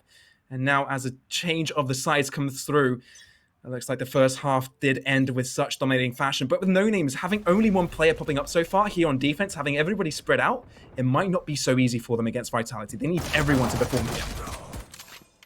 Oh, there's 2 frags to get things kicked off on the attacking side. Pistols out and Vitality are in to the A play. Even Sender dealing with MJ and getting us down to 2 players for the No Namers side. They've done well enough to hold their attacking half pretty well so far in this one. Slayermon will be able to get 1 trade back on Brams, but now needs to do a little bit more. Spike's making his way into the A side. Benny actually in a good position to try to deny it, but got to remove that tracking dart first and foremost. His position's been revealed. He has seen contact out there from the main entrance, and Sender will still shut down his teammates. So Benny left with it all to do. So many players to find. It's just not going to happen for him. 6 to the board of Vitality. Starting to bring things back at the start of the half. Absolutely, and I mean, they're closing up the gap right now. So 6-7, they'll have the economical advantage. No Namers, they have the choice of ecoing here. I mean, last round, Vitality, when they lost that, they just fully bought either way and hoping that they could bring it back. It didn't quite work out for them. No Namers this time are going to opt for the couple of shorties in their hands. I mean, it's just 200 per player for that one, but close distance, they can do quite enough damage. But here in Split, it's definitely one of the most close distance matchups. The closer corners is definitely playable, and we can already see the 2 shorties being stacked up on the A side. Look at how quickly Machina wants to get himself out of position as well. So aggressive, so early. Boombots and cyber cages.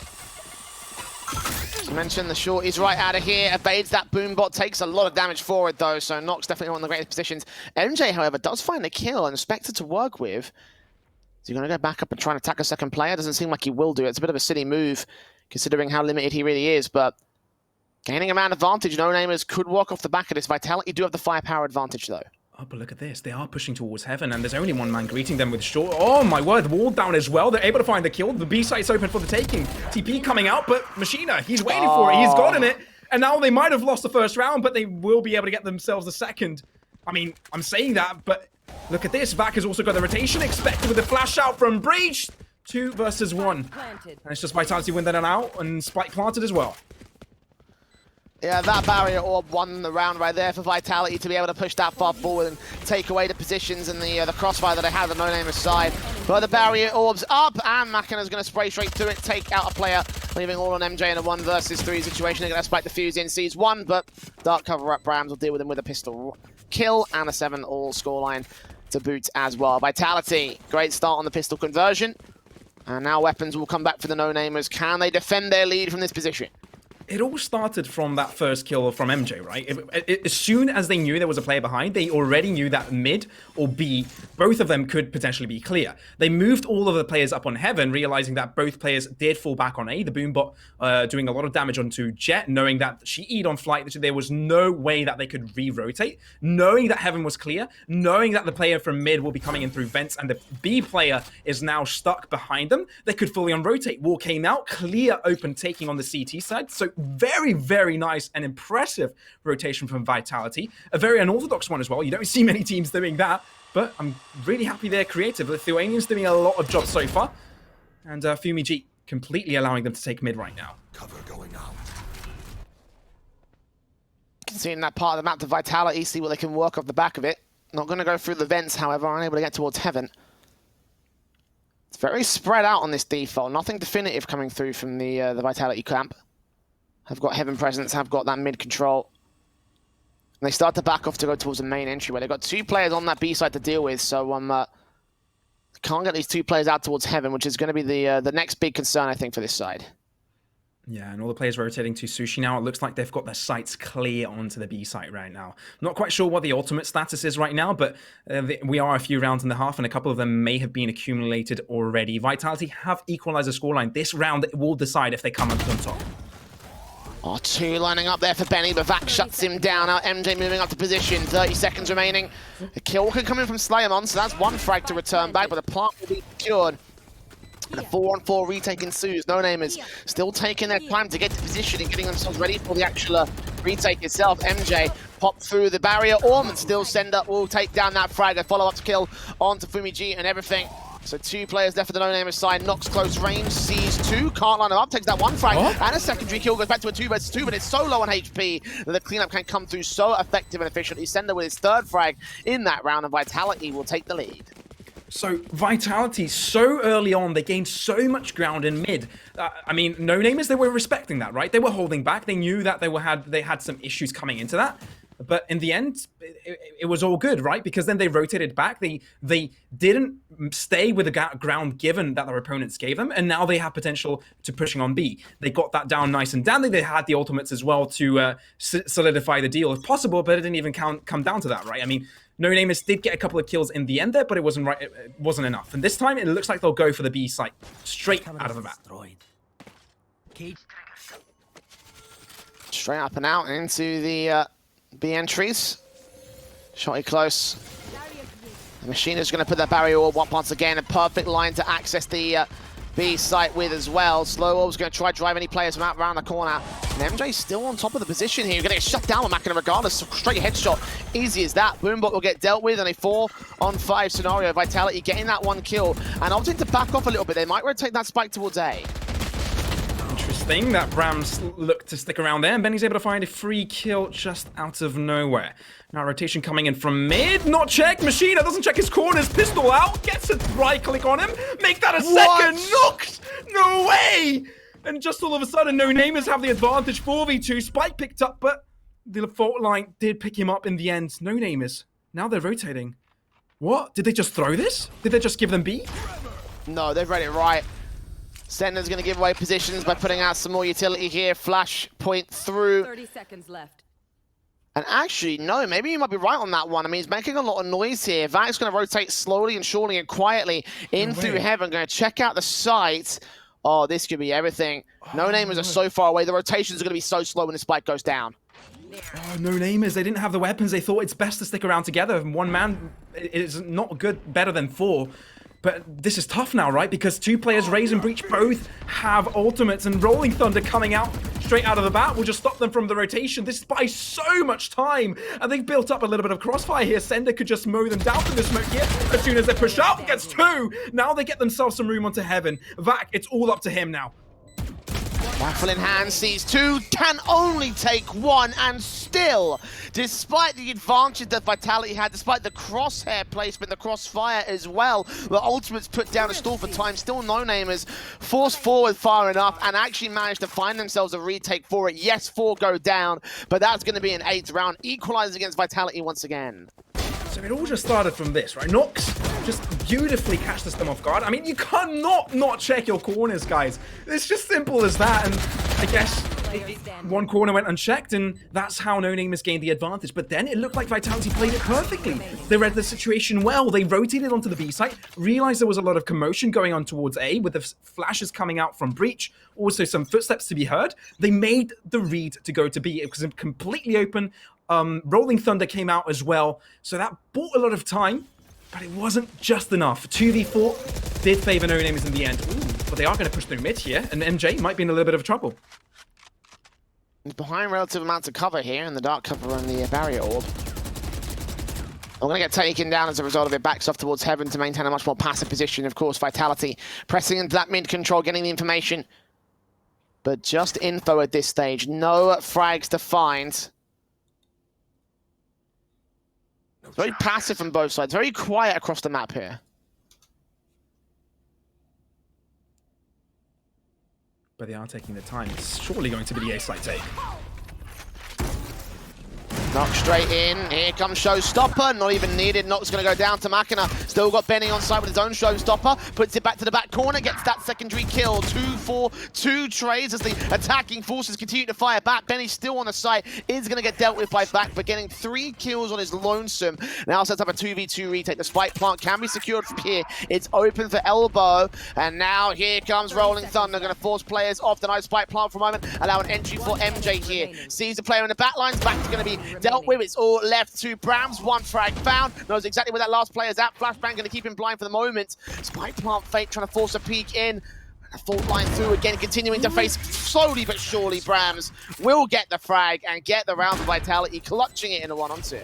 Oh, you can tell these CE teams are feeling the pressure right now. It could have not been any closer. I mean, Aftershock coming Aftershock, and one after the other, these kills just get traded one by one. It's not one-sided at all. It's just one kill after the other, and all of a sudden it's down to 2v2 for the retake. Spike hasn't been planted, no room given from Vitality, but they're able to win it out in the end, although it looked very, very, very close. Now, the Spike didn't get planted in the end, but it didn't even matter. Brams just repositioned, unexpected, although it just looked like they may have gotten the return there. It was just not enough. But Benny looks like he'll aggress a bit, maybe try and get his orb down, but if it just touches it, it will give away a lot of its positioning. This time, Vitality taking the open unapproached attempt. 3 players towards the left side, 2 towards the right. While No Namers may look to aggress through mid and potentially get caught out. 1-for-1 trade all around, but it's going to be a standstill at this point. Benny should not be allowed to get kills from that far forward there. Vitality should have shut him down. No Namers playing a very aggressive style in this one, of course. Off the back of that 1 frag, they just fall right back out position in a 4-on-4 scenario. Where do they go from here? Bladestorm has been brought out by Nox once again. So far ineffectual. No one's facing towards mid here. Vitality are not going to give him the chance to use that.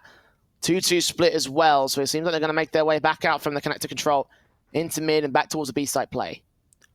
So Vitality finally gaining the lead against their opponents, 9-8. They were behind most of this game, right? No Name has had a solid attacking side, but now on defense it looks like they have it a little bit lost. But the movement now towards B may be enough, and with the resurrection coming through from Machina as well, Vac is now alive. Fault line coming through from Slashman, but is it going to be enough to hold them out? Brams as well with his ultimate is able to find himself onto the B site at the back lines, and they may be able to get themselves the spike plant peak to come through. 1-for-1 trade. Raid from the back of the site, not quite able to get shut down there, but a few seconds remaining may allow them to get the spike planted. Benny from behind. Nox is panicking now. Does have a few knives left, but Brams will shut him down, and now it's down to a 2v3. Vac and Mr. Dark cover is about to fade, seeing Traces rain down against him. Fumi-G will fall. It's all left to the Rays of the other opposition. Benny backed up with Vandal, 6 points of help, pushes forward to the Dark cover, gets that kill, falls back out. And Vitality, they can play for time here. They know that it's at the HP disadvantage. Nades up, not quite taking Brams down. Farther forward, kill not going to be found. Sendo with that 3rd frag. And with that 10th for Vitality, they've really gained momentum at this stage. No Namers have been shut down, and we're getting closer and closer to the map, so they need something big to come back out to regain momentum here. Absolutely. You did mention momentum, and that's exactly what Vitality have gotten. I mean, they've gotten 2 rounds in a row prior to the previous mishap with the defuse happening earlier, with the not checking the corner and mid, which pretty much changed the tide of that game. They pretty much have 5 rounds in a row. I mean, of course it's 2, but it kind of feels like that, right? I mean, now they've got the economy up to par, right? Now, both of the teams have the right amount of money to buy up. Operator now onto Nox may cause some damage on the defense side of No Namers that they haven't been able to fulfill before. This time on the backside of A, Fumig will look forward, will get caught out, but won't get killed. And that's the important part, right? Because now they have every player surviving. They get some information with that as well. They know that players are lurking towards A and they may get the rotations in, but with that smoke, they may even get a cross in. And that's exactly what they need. Just be stealthy-like. And they may get themselves that numbers advantage. Only one player on A, and Vitality, they have no idea how easy they could take the A site right now.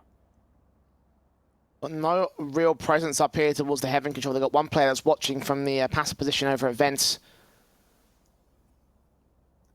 Other than that, they could swing on that player, wrap around against him, and probably take him down. They're actually so far in the Vents control, Machina could be the player that takes them back, and that would leave only one defender towards the A site. Very thin, spread out positions here. Vitality could be in a lot of trouble if they don't get at least a frag back for it. Feet seen, but still the kill comes through, and suddenly Nox is left alone. Operator in hand, needs to do some serious damage, get some kills. If he can't even get a frag in this one, then that means basically the round's off the table, but does turn into a 4 versus 4. A lot more to do. Players coming in from elbow, that's a great secondary frag, but Sender trades it. So 3-on-3, Spike Plant can be secured from here. Oh, and here comes the ultimate from Cypher. They'll know exactly where they are, just like he said. And with the peak coming through, Vac is able to find one. Now Resurrection coming in. Fumi G has been brought back into the game, but they need to be fast. Bomb is ticking. With the camp coming out, they know they're shortly going to come out from Heaven, but look at this.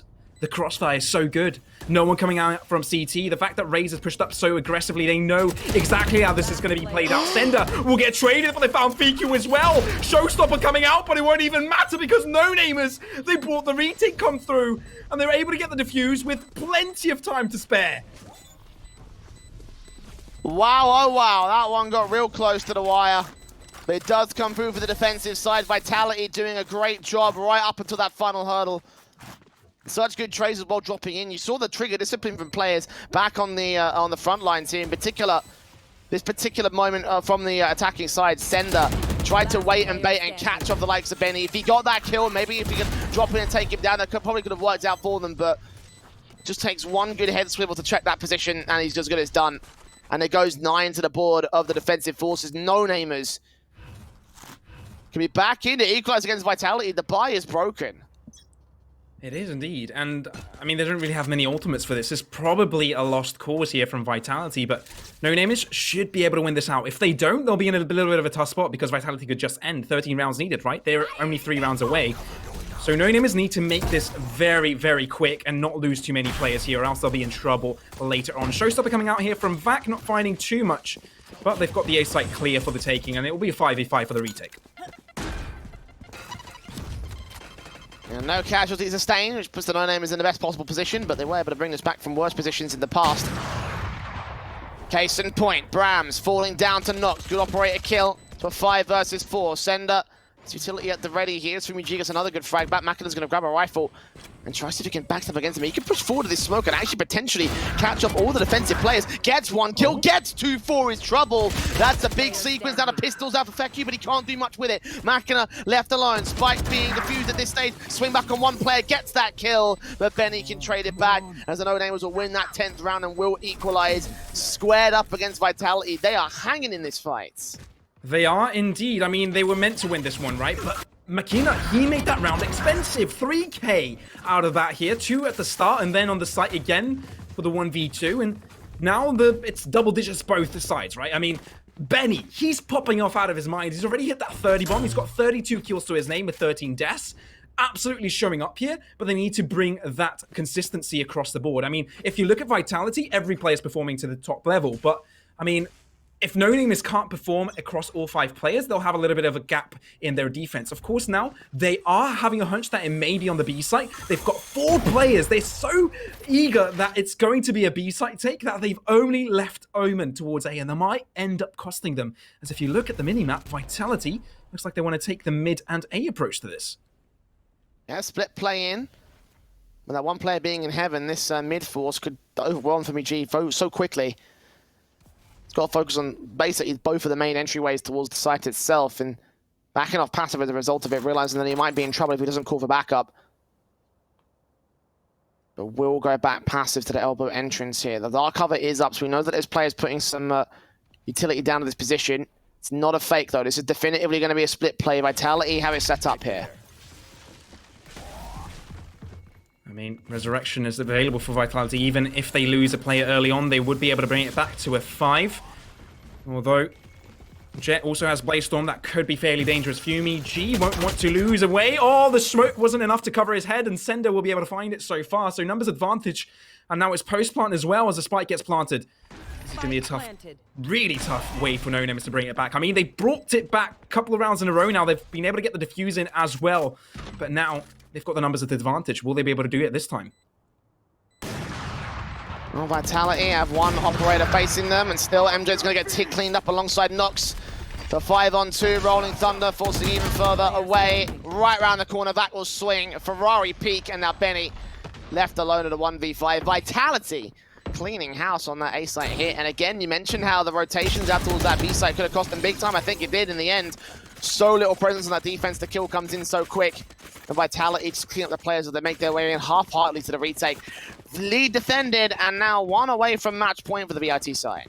What baffles me is that No Name has just decided to keep A deserted, right? I mean, they only had one player towards it and 4 players on B. They also had a mid deserted fairly. They only had a player on Heaven, which is pretty it's not standard, right? It's I would call it irresponsible, but at this level of play, they thought they could work on a hunch, but you can't really work with that. You need that information to get these wins. Of course, they got 2 retakes in a row, but who says that third time's not the charm? Vitality are able to win it through, and now they're winning favorable trades. They will be able to get themselves on the 12th, especially with the weaponry they have available in their arsenal.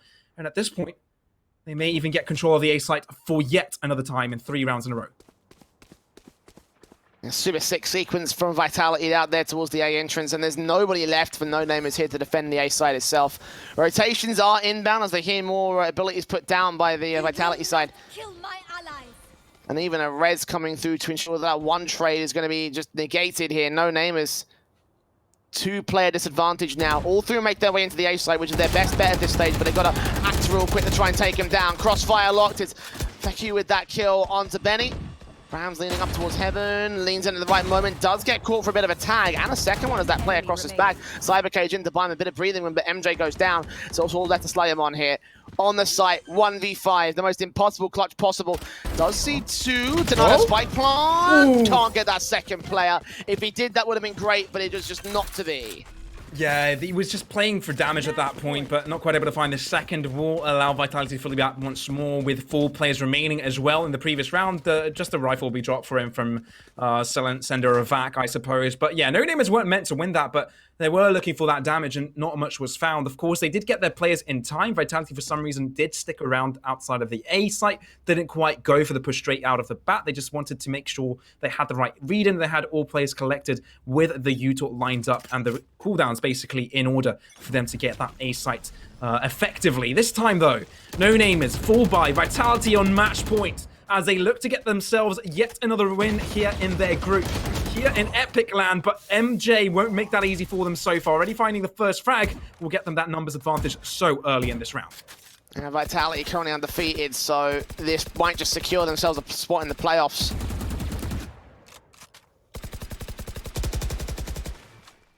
Brings them into the mid-control here to dismantle that entire barrier orb. Of course, the player's gone down to start things off for the Vitality side, so No Namers in that right position, on the right front foot. But other than that, no further presence will be felt here by the defending forces. Vitality is slowly creeping up, and they've got no further aggression in that mid position. Instead, it's going to be down towards the B-site defense. Slimon tempted with Rolling Thunder.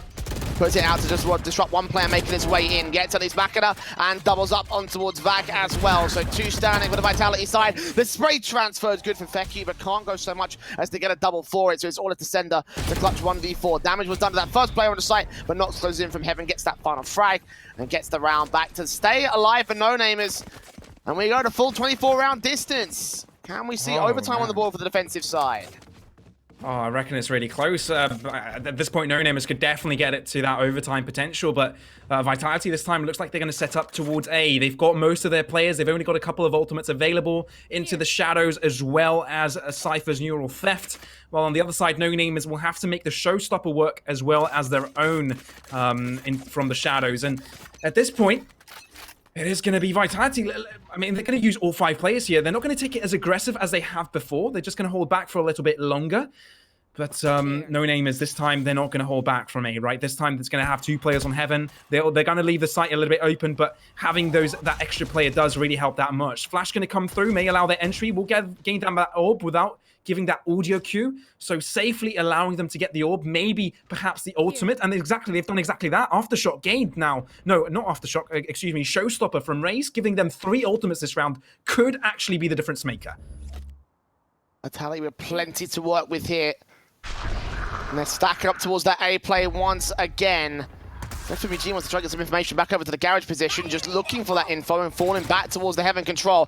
Macken has finally seen one. Showstopper comes out from Vax, sees nothing towards the site.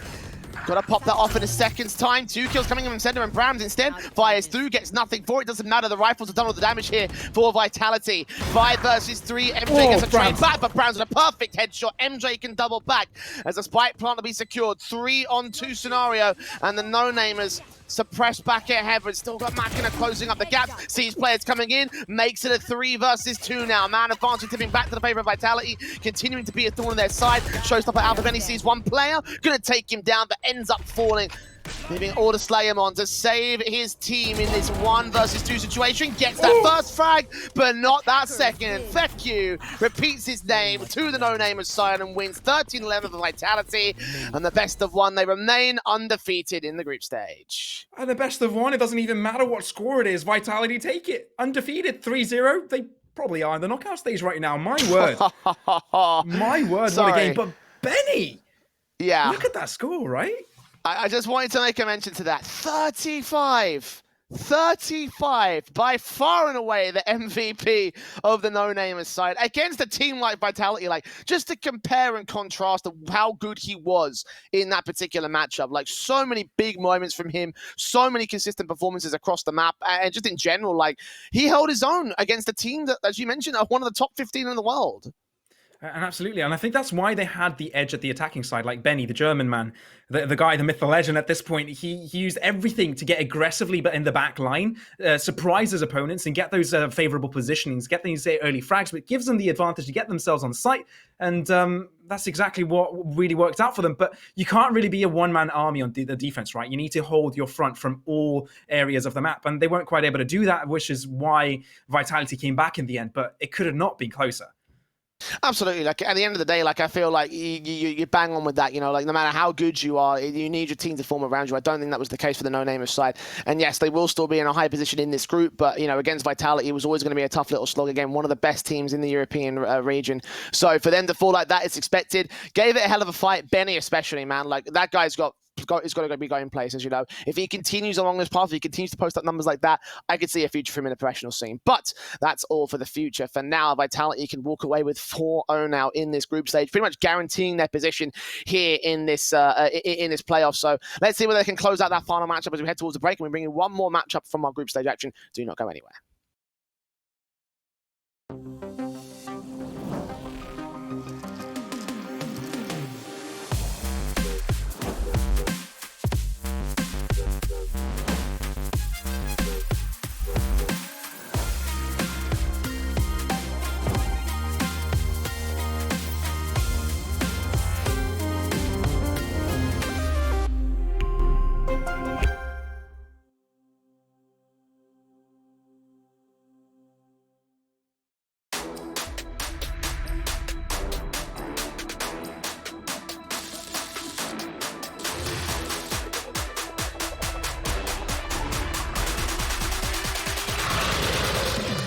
Hello, Overclockers. Welcome.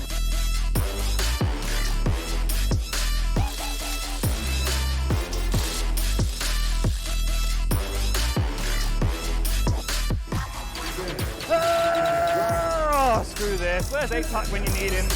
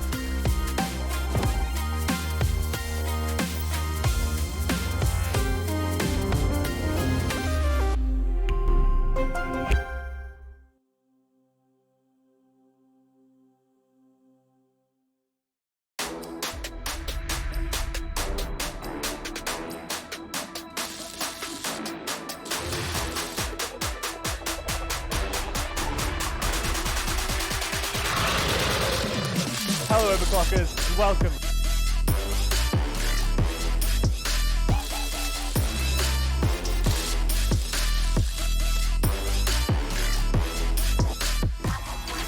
Oh, screw this. Where's ATAC when you need him?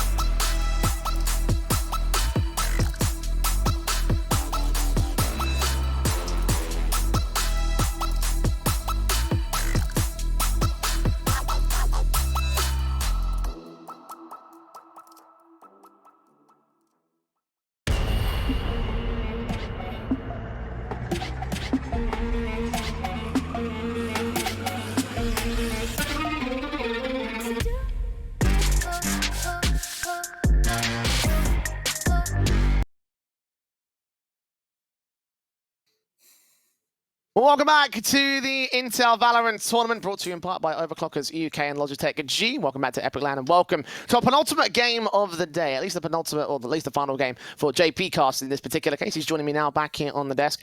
Put in quite the shift today so far, mate. So, of course, congratulations from me to you about being able to pull off as many hours as you actually have been able to do. And I hope this last match will be able to cap off the day for you in a positive light. I love this game enough that I will commit my time and effort to it. But to be fair, it's actually been quite easy to go through. The games have been fairly easy viewing. It's not been any real slugfest or drawn-out critical games. I think the last one would have probably been the one that put the final nail in any coffin of my abilities today. A 13-11 slugfest between No Names and Vitality, and an absolute barnstormer of a game. But I'm glad to be back here for my last game of today. I'll be back, of course, tomorrow. But it is, as you say, the last game of the group stages. So this is do or die for many teams. The two teams we have today, not so much. They are at the top of their groups, but for a lot of players and a lot of teams, this is the last opportunity to make that double elimination bracket. Yeah, I mean, even then, despite the fact that these two teams are at the top end of their group, they're still in a position where it's like, okay, well, this is still going to be like decisive for a lot of other teams in the actual tournament itself. So they've got to sort of like have their eyes on this matchup, thinking, okay, X team might be able to win, and if they're able to win, then we might actually have a decent sort of shout at being able to make it into those playoffs. So very important, regardless for every team in every context at this stage. So Rix will be taking on eSuper as our matchup for the day. Rix, a very well-known side, I think, in the European scene. eSuper maybe not so much. They've been competing in some of the Challengers tournaments in the Open qualifiers, but haven't really been able to make like a good insertion into the actual events themselves. So maybe a bit more luck here at Epic.LAN. They were seeded pretty highly of all the teams that actually gained a seed this week. Yeah, we're looking at ranked seed 4 and ranked seed 12. So two teams that have really come in with that support of the players and the overall appreciation of the orgs and teams they're playing for. Obviously, Rick's taking up that 4 seed and are currently sitting at a very clean 4-0. So they've pretty much punched their ticket straight into that double elimination bracket. But again, you don't want to take your foot off the pedal. You want that first seed from your group. You want the easier matchup going into that double elimination bracket. But on the side of eSuper, they sit level with Enrage Gaming after they did take a loss to Enrage in the earlier group stage games. Both teams sitting at 9 points, so that's going to be the real critical cutoff point. So a game that really wants to be picked up for eSuper, but Rix GG don't want to give anything away as they want that top seed going into that double elimination bracket. Yeah, as you mentioned, the top end of the group is still very important because if Enrage overtake that, that means a better bracket for the Enrage side. These two will have to fight a little bit harder to try and make it further onwards into the into the playoff stage as well. So very, very important for these guys to be able to win this matchup. But again, as you mentioned, Rick's being a tough ass to sort of beat out, 4th seed, top of this Group D contest, and of course a very well-known side, of course, across the Valorant side. I remember casting Rick's GG in some of my first ever events with this particular side, and they've also made it so far as the round 32 of the VCT qualifiers. So we're talking about a team that have a lot of great experience, a mass amount of sort of reputability around them. We're talking about a very, very good team overall. And much like how Vitality were the favorites in the last series that we just saw, Ricks are going to be the favorites in this particular series as well. Yeah, and I think until we hit that double elimination at a later stage, they're probably going to sit as that favorite in a lot of the matches they play. And Rix GG can, in theory, play complete party destroyer here because as much as we've spoken about the two teams, there is another team lurking in 4th place, only 1 win behind the two teams holding up the 2nd place position, who could just play and take a position out if Rix GG are to pick up a big win here. But as you have rightly pointed out, the critical thing is there is a priority, obviously, on this Rix GG team. They are the higher seeds. They've had some very, very impressive victories, and they want to close out with that statement of intent to show to the other teams, the likes of Wave Esports, the likes of Team Vitality, that they're not here to be a pushover, and they're here to take down this trophy and just take the experience going forward back into VCT and onwards, as they really want to be pushing in with the big boys of European Valorant. Absolutely, you know, like it's all about the VCT currently in terms of like the grand scale of Valorant esports. So, you know, like trying to see if they can, you know, just sort of get the momentum behind them, start to prove themselves, start to get a bit more practice in and get some good results again. You know, if eSuper can pull off a victory against the likes of Rix, then that would be obviously huge for them. And same thing could be said as well for Rix against any of the other top seeded teams as well to make a deep run of this tournament. We should expect them to see if they can have a good time about it. We have got our vetoes up on screen, and as you can see, our map played out will be sent as picked by the Rix side. They had the first ban, therefore they get the pick of the map as well. One of my personal favorites in the pool as of right now. I'm still yet to see how Icebox is going to play out, because a lot of people have been banning it immediately. You can see actually it was the first map that was taken out of the pool. A lot of people seem to hate it, and I'm a bit disappointed, man. I really want to see that come out at some point in this tournament. Hopefully when the best of threes come by, we'll see that coming through. But for now, a bit more standard, a bit more sort of traditional, I guess you could say, over on a sense part. Yeah, and Icebox has that real, I feel, coin flip problem because of the way it's such an elevation change map. You have some funny angles of attack through mid and through tunnel up into the kitchen area. It's just one of those ones where even if you go in as a quote-unquote favorite, you can just throw away rounds because you don't cover the bases in the right position. Someone gets a good flank on you, which, as we've all seen in solo queue, is incredibly easy. And you can just throw games away. So generally, I think in best of ones, Icebox is going to be removed straight from the table in terms of the way Split normally has been. We obviously saw Split in the last round, a bit more of an outlier. And we'll normally see ourselves descending to Bind and to Ascent, which is pretty much all I've cast today. I have 2 rounds of Bind and about 2 rounds of Ascent. But I'm very similar to you. I do love Ascent. I love the way that it is mid-centric focused. If you can control mid, you can control the map. And we've seen so many times in these games, teams have lost control as attackers, and they've just not been able to fold these rounds in. You have multiple angles of attack to take the defender position, but also in the attackers, if you can take mid, then you can collapse. And we've seen some beautiful flank plays coming in from the lurks on the likes of Sova, Cypher, and Killjoy have been some absolute barnstormers today with that map. It's not just mid control as well, it's how much mid control you gain. I absolutely love the fact that you've got to push so far aggressive to get that second access point into the B site, and even then you've got the doorways in market that can block you off again. It's one of my favorite maps because I think it's the most in-depth that we have right now in the game. So for me, I'm absolutely happy that we've got to see it sent at least once in this particular game. We'll see how well it plays out for these two respective sides. I remember Rix being particularly good back in the day. I'll admit the last time I saw them, it was a very old lineup with a lot of different changes to them. So whether those new guys, whether these new additions will be able to sort of live up to that hype, and we'll have to see as time goes on. They will be on the defensive side to start things off as we get to see our agent picks. Looking pretty standard for the most part. I'm having a look at Otom, however. He has gone for a slightly different sort of result in Phoenix. Seen it a few more times on Ascent than above other maps from my personal experience, but yeah, don't usually see a massive amount here. It's usually a specialized sort of pick. Yeah, Phoenix definitely sort of has fallen down in priority from where they used to sit. We've seen Sick on the side of Sentinels pick up this agent so many times on this map, but then started to fall away from it. And Phoenix has never changed. It's had very few buffs in there. And the run it back earlier on in one of the early games today is so devastating if you can get it to work. So we'll have to see how these teams do set up around Otom and the Phoenix pick. But it's also going to be how much impact can he have on Phoenix versus how much impact does Martin have on this breach. The two initiator agents for both of these teams will be able to get them into a bomb site and also force people out. And I think that's going to be interesting to see. We're also going to see the duels of the smokes. We have Omen versus Brimstone, as well as Cypher versus Killjoy. And although most teams have gone away from the Cypher, obviously Frel feeling the confidence to bring out this age-old Sentinel pick and try and hold down one of these sites. It's going to have to be see how much they can make effective these Sentinels on the attack. Here we go, pistol round with Rix on the defensive. As you mentioned, eSuper placing up to the attacking side, and RCK is already going to get aggressive to try and look for information. Here's Aldrone is getting so much out of this, and the attacking forces were unable to deal with it for such a long time. 2 players being seen, one of them may have been tagged. And that allows Luzza to start peeking forward. Luzza, a very well-known entity here at Epic.LAN, being part of many a great CS tournament moment. Getting that first kill to kick things off, draw first blood. His backup will be falling, however. 4 versus 4 as the attackers continue pressing in. Latex with a blind kill past the smoke, trying to get double up. Luzzers there on the crossfire, makes it a 3k. And RCK cleans up that final frag as the defensive side takes a nice and confident hold of the A sites. Yeah, and there was a 4-man stack to the side of A. They decided to leave Cypher pretty much on their own on the B site. You can already see their setup to go in the beautiful pre-fire through these smokes, predicting where the agents were going to be, and just closed out with a beautiful 3k from Lurus. It was so well played. Something that we haven't seen a lot today is the prediction of where teams are going to be. And they made the decision to stack towards the A site, and it paid off absolute dividends for them. And now we're going to see a split. Just going to use Cypher to control that mid area with any information gains. But Force Buy versus Sheriffs, still a bit spicy with these Sheriffs. You know what damage they can do with it for the moment. It's very passive positions being held by eSuper. Again, trying to go for that mid control above all else. Up on the catwalk and leaning towards the A site once again. No contact from the defensive line here. A curve will be thrown by Autumn to get Luzzer into position and try to see if we can use the Spectre to get some damage and kills. What will they find with it? Opting against with a dry face instead. So damage will be done to the attacking sources to start things off, but the same can be said for Rix. It's very tentative peeking in from both sides.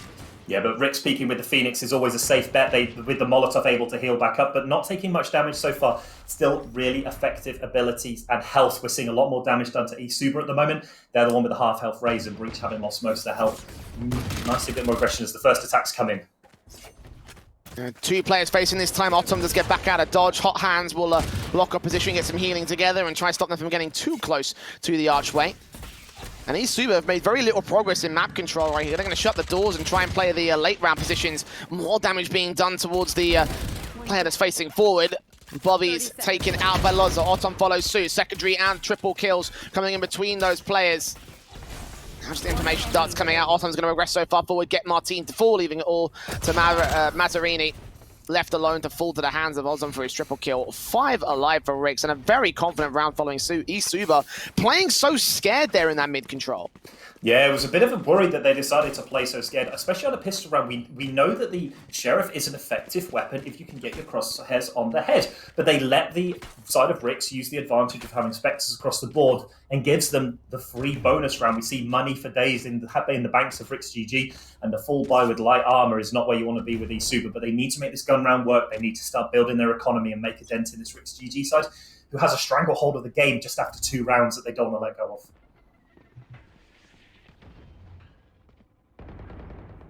eSuper, still early doors to turn their fortunes around, and again with the rifles coming out for some players, let's see if they can try and do so here against that Rix side. A bit more of a heavy presence towards that B play, a lot of aggression in towards main, but again, not too overextending here for the Rix side. They know when to aggress, and they seemingly know when to not aggress, and just hold back and wait for the eSuper side to come to them.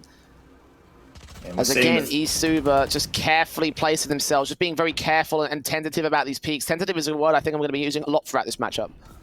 Yeah, they're using the fact that they have weapon advantage and weapon disadvantage. Rix are trying to play that defensive position because they know they cannot win the one-to-one gun duels. They know the enemy is going to have Vandals and Phantoms, and we see there the first kill going down for eSuper. This could give them the chance to go for the bomb site. They have no heal for the Breach. The Breach is good at no matter what position he's in with these flashpoints and fault lines, but they need to start making this push onto the site before all the players rotate from eSuper as the first hit comes in, as they make their way onto the B sites.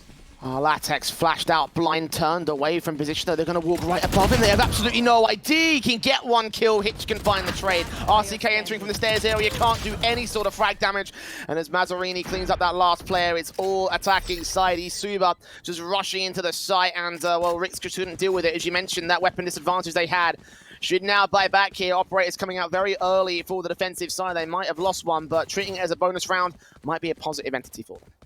Yeah, but if you think about it now, despite having that bonus round, they haven't picked up enough frags within those 2 rounds. They are now down to the very bottom of the barrel in terms of money available. If they do not pick up this round, they're going to be in the same position that eSuper were in the last one, that they'll be straight back onto an eco round. And economy in Valorant can be incredibly punishing if you can't put back-to-back rounds together. So I have to see how they can make to one play, but the Hot Hand's going to come out to deter any push as they start to make their way towards the default setup between some players pushing A and some players pushing B. But mid still seems to be open for business on the side of the defenders.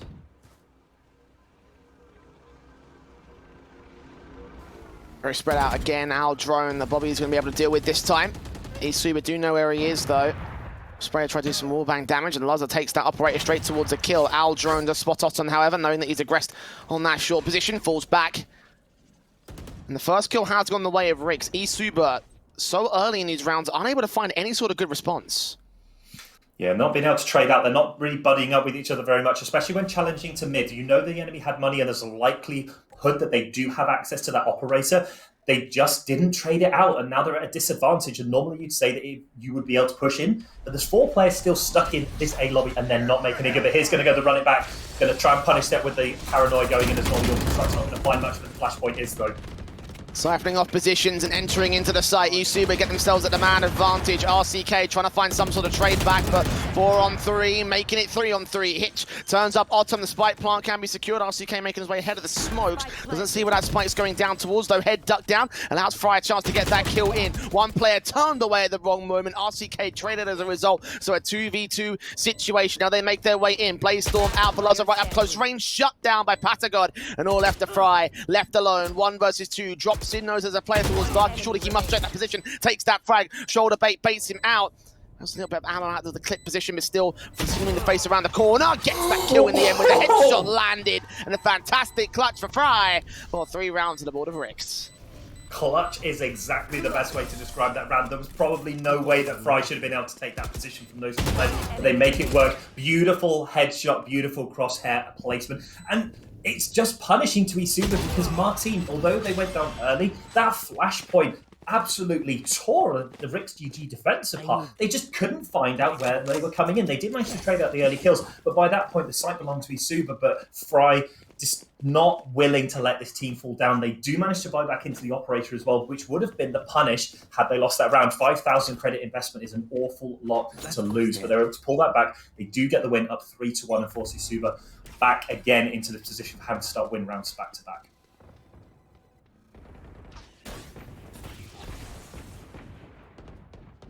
Rix are maintaining that position and that control above the eSuper side. eSuper having to work for these rounds. One player in Autumn aggressing towards that short position. Can't quite find those frags. Aldrone instead will try hunt for information. Probably will catch this player off and just know exactly where he's at. Try to go for the wall bangs, and Autumn knows that they're going to try and just pull the cheeky frags away from them here. Run it back available for Autumn. Will make his way forward to get information, but no kills found. Instead, it's a frag found for the eSuper side. Yeah, taking down eSuper with that beautiful operator shot. Lazoo has been so good so far with this operator in hand. Obviously, we know that Jessica, but Autumn are going to pick up a massive double kill there before being traded out by Martin, completely off camera. That's going to punish them completely in a 4v2 situation. eSuper, basically 1 player left alive with the total health that they have available. They need to try and find a way in, or they need to save the weaponry they have available.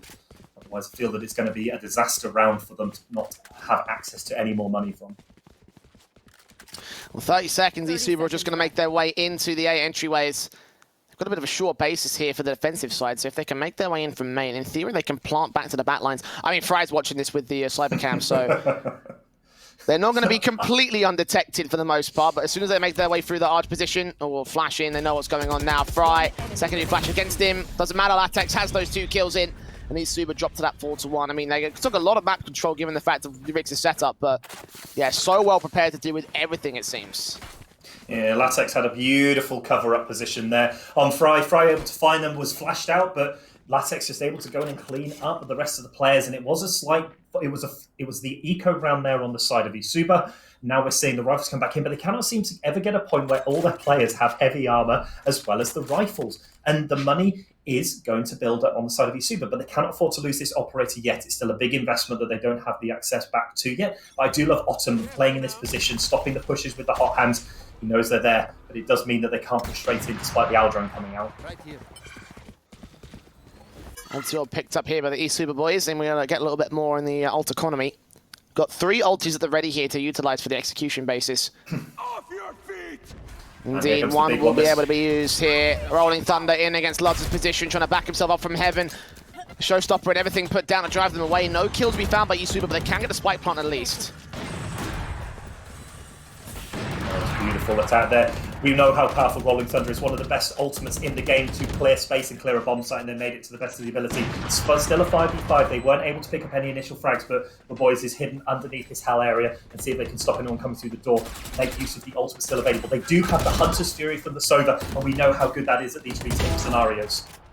Martin back at dark, 2 frags found, 3 versus 3 regained at this stage. Now needs to get back towards that spike plant position because it's covered off from Infy. We're able to get Hitch at the very least. Martin turning back towards Heaven, needs to get some kills together, needs his backup to come back around, gets his triple, pistol out, almost gets the quadra, but Loza lands it with the operator. Now Mazzarini left alone towards that short control that the spikes take too far gone. Loza will get that exit frag, but he's not getting any more than that. He will go up with a spike and everything, and a fantastic hold there from eSuba from that dark position in particular. Yeah, and you worried that it was all going to go very, very wrong when Sova fell down. RCK fell down so early in that one with the Hunter's Fury available. You're just in a position where Martin played beautifully. That constant pressure on site, able to play it out. Hitch went down super early in the round. Hunter's Fury not available, but Martin was able to get those clutch 2 early kills, which put the pressure back onto Rix. And they weren't able to close it out despite getting all the kills. They lose the operator, which big investment gone down. But now the money is starting to look a bit rough if you're on the side of eSuper. We're seeing a couple of Spectres coming out alongside those rifles. You should run. Cage triggered. Info being gained here. Killjoy are also coming through from the attacking side. Might lock some players down. Gonna try and escape from position. It seems like they will. Smokes up will try to lock them away. And no players get caught, but the nade gets that kill. Actually, one player does get detained, I should say, actually. I might harm them a little bit more. Trying to swim, they can force them away from the B site for the moment. Get that spike plant up. And now RCK will just look for Invo to set up the retake here. That grenade positioning was so good, being able to take RCK out as he put in that position, trying to hide behind the smoke and not get picked up. And the 5v4 situation is still close, but Martin's going to make it 5v3. That's a god as well. The defense here is holding strong. They don't want to let anyone back onto this site. Nice lurk play there from Mazzarini, though. Closes out the round and doesn't allow RixGG even a sniff of getting back in. We're seeing some common stuff from Bricks on the defensive, but when eSuper get going, they really can get going. I can see why they were seeded so highly. Right here. Yeah, definitely. Go on. No, sorry, apologies. I was going to say, I completely agree. It's the fact that they were able to hold the bomb site in such a robust way. They just played it aggressively still, but within the defensive confines of the site, and I was really impressed with that. Sorry, carry on with what you were going to say. I was going to say, a single round difference for eSuper as a result. Rix might be in a bit more trouble than we initially expected here. Looking for information very early on. That's a very, very nice recon dart. I don't think it will see anything towards that mid position, though. Defensive liner so far pushed up actually towards the B side instead. Mazzarini, however, dealing with both players, Latex and Fry, to fall down those pistols. Not able to do much here. The eSuper side will clean house very effectively to try equalize against the Rix camp. And maybe Otom could catch players off guard around this corner here. We see contact. Oh, no, not able to flick to Patagod, so more frags coming in. No trades back from the Rix side. Damage has been done to at least one player, but it's only one player, and with no more options available to them, eSuper should just storm the site and get the round. Yeah, we're going to see the default arrows here. It's going to nearly picks up 2 players, got even more players down. But the problem that Rix have is that the Orbital Strike and the Hunter's Fury are both available for eSuper. 2 of the most powerful post-plant ultimates available in the game. You may not have to use them here, especially in a 4v1 against a player with just a frenzy in hand. And they can hold them for the next actual proper weapon round because Laz is going to have no chance of this one. Pistol in hand, dealt with by Hitch. Spike plant for the sake of it, but the attackers are going to win off the basis of the kills alone. 4 all to that board. Now we're going to be seeing the Phantoms coming out, the Vandals and the Operator for Loza. Currently top fragging in server with 9 kills to his name. Haven't seen many major sort of operator plays. Not something. It's not like been like a standout individual so far in this matchup. He's just sort of like been, you know, just doing his part. You know, for Rix right now, it feels like everyone's just doing their part. And I think that's a thing that we've seen across most of the games today. The Operator hasn't been the big power spike that a lot of teams have made the most usage of. A lot of teams just haven't gone to the Operator at all, and we're seeing the same thing in this game. eSuper just don't want to put the Operator in anyone's hands. Even when they are loaded with money, they don't want to take that risk of dropping 5,000 credits out of completely nowhere. But they're pushing Luzzer back. They don't want to give the Operator sideline to find any of these players, especially as they're now going to drop the lockdown into position. But the Hunter's Fury is going to close that one down before it even starts. Nice trade of ultimates. One of the things that you do hold on to the Sova and Brimstone ultimates for is for those Killjoy lockdowns. And Latex, paranoia, going to try to stop the attackers making their way in, allow Ottom a chance to take a swing and a hit. He's got run it back, and he's going to get 1 kill for it as well. Latex dealing with Mazzarini, so 2-for-1 trades, 4v3. Still that one player central to the site, got a lot of pressure to deal with. Dozer and Fry do get the position in time from Heaven and Shore, and now Martin left alone in a 1v3. Can't do much with it. RCK will clean him up, and Rix will defend that lead. Very nice adjustments there from the defensive force. Yeah, Ottom was just in such a good position, wasn't found out by the initial ability usage. They only thought they knew where Fry was on that position, but they found, unfortunately, an Ottom waiting for them, gets the first kill, and then Fry's able to trade out for a 2-to-1 trade, which puts them in a 4v3 situation, and it just allowed them to close out the rest of that round. Thus getting another beautiful operator kill as they did take the site. But again, the money of eSuper had been built up to such a point where this is a buy round again, and a buy round after this, even if they were to lose this one. But they're going to smoke out that mid position, stop these operator sightlines. They really have a bead on where Luzzer is. They have a good position on that jet, and they don't want to risk doing them any damage. A little chip damage done to Ottom, though, in that mid cupboard. Loving to go aggressive in his position. RCK will catch off information to players out here towards the mid control. Luzzer is going to try utilise that Aldrone dart to be able to get some sort of a kill in on a wallbang, but not connecting the kill just yet. The defensive have been forced back, however. Again, the presence from Rix have kept eSuper at bay so well so far. Leading in towards B main, they'll only have one player to deal with. A counter rotation towards the A side. They're suspecting it to be another very aggressive play towards A, but this might be their chance to really pull the rug from underneath their feet here. Hitch going to see what's going on as Rolling Thunder might force him back out position. Luzzer going to rotate back, and Fry just overwhelmed with the numbers game. Bobby's with that kill in to enter for eSuper to the B site. That was a beautiful entry frag. That's exactly what I want to see. But Ottom might be able to get the flank here. They're going to get rid of Mazzarini, and they're going to find Hitch on that flank, not able to communicate to his teammates in time. Martin on that side against Lazex, and Bobby's, who started this all off, is going to kill out the next person. But an interesting trade position, 2v2, and the spike still hasn't gone down. It's in fact, it's stuck in that B lobby area. They haven't been able to find it, but they're going to get rid of Patagon. Oh, sorry, Patagon's going to get rid of RCK, and it's now a 2v1 situation. They'll finally retrieve the spike. That was scary because that spike was stuck in an unfortunate position that they didn't want to be anywhere near. Good effort from Luzzer there on the Blade Storm. Still got it to be utilised here. Can you see anybody? No, they're hiding from position. This operator, everything to do with this stage. Shoulder bait, not going to give up the ghost for where his position is at.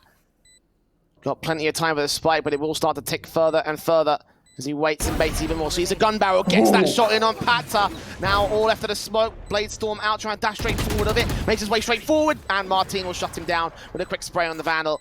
And Luzzer, good effort from him right there to get that 1v2 back to a 1 versus 1, but a little bit too much to handle. In the end, he will drop, and eSuper will again equalize against Rix. Yeah, and this flank here from Ottom could have been a disaster for the side of eSuper, catching the first 2 players, but this beautiful kill able to get rid of them before. And the confidence that you're seeing here on the side of eSuper, they left the operator on the ground. They have no interest in playing that weapon on the attack. Maybe they'll pick it up in the defense, but they're saying, no, we wasted 5,000 credits and we're going to make it stay on the floor. Try and use the advantage we have. And the Rolling Thunder didn't hit a lot, but Bobby's made sure that it didn't matter that it didn't hit a lot of people and was able to push it through. But Luzzer's got a really nice little position here, down in wine. Try and see if they can catch any players unawares as they push through these smokes. Nice aggressive setup from Luzzer here towards the wine position. It's Hitch to open things up on Ottom, however, actually punishing him for getting a bit overly aggressive. Luzzer also goes down, and Pata won't be able to deal with Latex and everything, so Rix picked apart by eSuper again. These rifles just doing so well. Apart whatever defensive elements they can find, and with a 5-on-2 situation, the spike plant can be secured here. RCK will try put some sort of impact in, but not going to happen. And the Sheriff of Fry, 1 man versus 5, does find the head of Bobby's. He wasn't ready for that position. And a second kill, okay. Won't get caught by the vault line, but probably should get forced back out position from this position here. The smokes will go down, and Fry just continuing to press forward, hoping to catch some sort of secondary kill. If you can make it an expensive round, that might be decent enough. A clutch might be off the table, I think, however. Yeah, dealt with by Pata, there you go. Yeah, and we saw Mazzarini had run all the way back out with the Brimstone, preparing the well-known lineup for the Molotov, which would have been able to get back on top of the spike. It pretty much just closes out the round as we do go into the final round, and Rix GG not in a great position. They're on a forced buy in the final round. We're seeing Sheriff, Stingers, and 1 Phantom on the board, but eSuper have just played out these rounds really well. They've made the most of this weaponry advantage, and I do have to pick out Bobby's on this raise. The paint shells that they have been chucking have been inch perfect and created so much space. They've not wasted them. And you saw even in that round, they made this beautiful, aggressive throw into heaven, and it chunked out RCK before he even got a chance to get onto the bomb site. And we always love a good duelist raise, but I also love the support raise where they're able to land this utility in these perfect places to make space for the rest of the team to push into.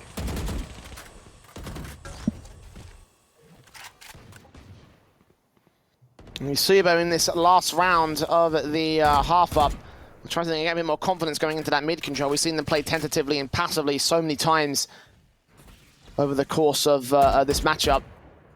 But now pushed up so far as to get to the short control, looking down into the top of mid position. And Rix, they're the ones being passive this time. They're the ones that don't want to take too far of a forward face. They have been punished several times over the course of this match for going too aggressive, though. So it makes a lot of sense to just go back to the sites and just hold the passive positions. 3 players on A as well, so they've got a pretty decent setup against the Suba, who are going to execute here. And Suba have a good amount of ultimates available. The Killjoy lockdown is just going to be dropped now, so we know where the attack's going to be going. They've not faked any of these pushes yet, but we also have the Showstopper from Raze, and we have the Hunter's Fury available for Sova as well, and that's going to make it incredibly hard to push through, as a fault line's going to remove most of the health of Lattice in a horrible position, and he gets detained. Well, could have got anything, could have got worse. It was an absolute disaster for that round for Rich GG, and the Suba are going to own this bomb site. An absolutely clean house. Yeah, Artem with the most impossible retake clutch scenario, and Hitch is going to shut him down for it. 7-5 to close the half. Suba, well, I mean, for a team that I personally haven't really seen too much of and haven't really heard too much of myself, they've actually been able to do quite an amount of damage to Rix. Yes, it's only one half. Yes, it's in a best-of-1 context. But again, as we were talking in the pre-game, it's a very important win for them because it could secure themselves that second-place position in this group stage and try to put some distance between them and that third-place squad. So, you know, for Suba, they're on the right track to a pretty important upset here in their tournament campaign. Yeah, and we said we haven't seen much of this team before, but I want to see more of them. I love the way they're playing. They have the patience, and obviously they were overly patient at the beginning of the game in the pistol rounds when they did lose those first 2. But these later gun rounds have been so good at the way they've coordinated these attacks. They've put the utility in the right place. They've known that they can trust each other to have each other's back, as some of these pushes with these crossfires have been set up to a beautiful position to trade these ones out, and they've punished Rix GG in a position that they haven't been in the right place. But a huge amount of damage is going to hit from that shock dart. Most players down below 30 or 40 health. That's a huge shock dart to hit to start off this round. A huge chance to fix the Rix side. 2 kills for Patagod as Suba start things off, stacking up and shutting down that mid control. Recon darts to also gain some information back. Latex completely walking past the CT defensive. 1 more kill for Martin, and well, there's not much that RCK can do. Doesn't get the spike plant at least, but shock darts into his position. Taps up, can't do any damage, can't get any kills, and there it is, an 8th for Suba. And now it's starting to look a bit dangerous here for Rix. They could start to lose some serious control. Yeah, you'd expect them to lose this one and likely lose the next one, but obviously getting the spike down does give 300 credits per player, so it's 1,500 across the team. It's a good position to be in, but they're going to prioritise the Brimstone ultimate with the defuse. They're going to try and get to that orbital strike as fast as possible just to have the ability to prevent some of these pushes on site. We're going to see some change up of weapons, get some frenzies, ghosts onto the players that had classics, but that mid hold was so good. They just Patagod and Hitch just stopped any attack coming through, and they were able to get those early frags. It just completely blunted the attack of what Rix GG were trying to do, and it was a pretty even thing. But I do have to pick out that shot dart from Hitch. It caught 3/4 health, at least 3 members. It was inch perfect to hit those first 3 players, and it basically opened up the round for Suba and shut Rix out a lot of the game quite early on. I think as well, 2 of those players on the initial duel towards that mid control actually were the ones that were tagged up by that shock dart as well. So all in all, when they impacted around it, basically aided them from getting the easy control back. Kill back on Bobby's takes Autumn down, kicks things off well enough for the Suba side. That takes good reactions there towards the mid and market areas, but Rix only taking this part of the map successfully in the second round. All down to the pistols, to the fact that Suba aren't really here. Flashes in towards the A aggression. Bobby's and Martin will get those next 2 frags. 1 trade is good here for the attacking side, but a 4 versus 2 still favors Suba heavily. And for Rix, well, just being caught off, tagged down, given no chances to work here. Yeah, and just seeing the weapon advantage of Stingers of Spectres versus Classics. We do have a Vandal in Hanama Zini, but I don't think it's going to matter. You just saw Bobby's able to get that early kill at range, and Marazini Mazzarini is just going to clear out the Lazu as he pushes in, and it's all up to Latex. He's going to get cleaned down with a beautiful headshot from long range, and we expected it to come through, but a 4-0 finish in that round is huge because it means you're not throwing away any of your eco. You can buy back Bobbies in, you can make sure all of your players have these rounds, and you can take a bonus round out of this as well, which we see they're going to do. But we're seeing rifles now coming in from Rix GG. This is the round they have to win. They have weapon advantage now. Not many times we've been able to say that a lot of these rounds after eSuper started to get rolling, but it's the first chance they have to win. They need to make it work. They need to punish this lower amount of firepower from eSuper and try and get back into this game, because 10-5 is a long, long way behind. Autumn will try to kick things off with an aggressive face, but Shock darted out to 35 points of health. Hot hands to get their healing together. Fortunately, he has that in his back pocket, but now Hitch is going to take that chance to aggress, see where players are coming from. They know that that Hot Hands player is there. They know that the Phoenix is out of position, seeing a second player as well. Catching off information in a lot of cases here for eSuper. Full back out position just for the defensive line. A bit more passive, and this passiveness to start has really worked out for them. It's Rick's the one's got to force the issue, and they've been struggling to do so here in this half. Yeah, they just haven't been able to find that foothold that you hope. They spammed through mid to try and find the Killjoy utility. They actually dinked it once, but the alarm bot is still there. Enough health to survive a single shot from the Vandal. And although Ricks are in a position where eSuper don't know where they are, and you have 3 players stacked to 1 and 2 versus 4, it's still not a good position because they're not in a great position to hold any of these sites. If they do get any utility usage, it's a beautiful flank from Hitch. Is going to get the first opening frag. Getting information back, RCK and Loza with 2 kills to return back to the B-side defense. Suddenly a 2-for-1 trade and a 4 versus 3 scenario, but despite that can go down. 30 seconds to get it here. Ricks are going to waste no time in forcing the issue back on eSuper. Retake is incoming now. 1 player getting tagged off, information going to get gained. RCK takes that kill. Bobby sets a frag back, but RCK lines up 2 ball, makes it a quadra in this round, and a huge round for Ricks to take. Yeah, they knew it was essential to take that one. It allows them to build up a little bit of their own money. This 4K was beautiful. He gets rid of the first player, but then these long-range shots able to clear up the last 2 players. Crosshair placement at its very finest, plus also now has the Hunter's Fury available, the first ultimate to come online this half. And one that's going to make it really hard for the side of eSuper to ever do a retake, so they need to be much more careful with how they do these plays. We're now seeing the full buyout from eSuper as well. Rifles across the board for every single player now, and a much tighter round this one because it could go either way. Well, 3 rounds separate them. eSuper trying to defend their lead at this stage. Ricks could be on to equalise off the back of the ecos.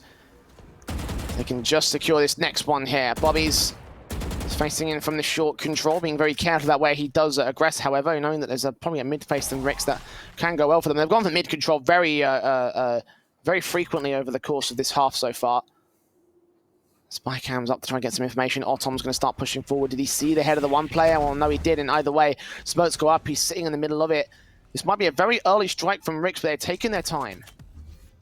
Yeah, I think that Autumn was actually seen by a jumping Brimstone, which meant that the smokes went down and the Hunter's Fury is going to come in. Jet's going to dash on side. They didn't see the Jet going, but they also haven't found this player hiding in the cubby. They're going to get the first opening kills, but it's not going to matter. Ricks GG are going to flood the site with a good flurry of kills. Yeah, 4 versus 2, shot dart to the standard spike position, but of course Ricks completely avoiding that position, flying to the back wall instead.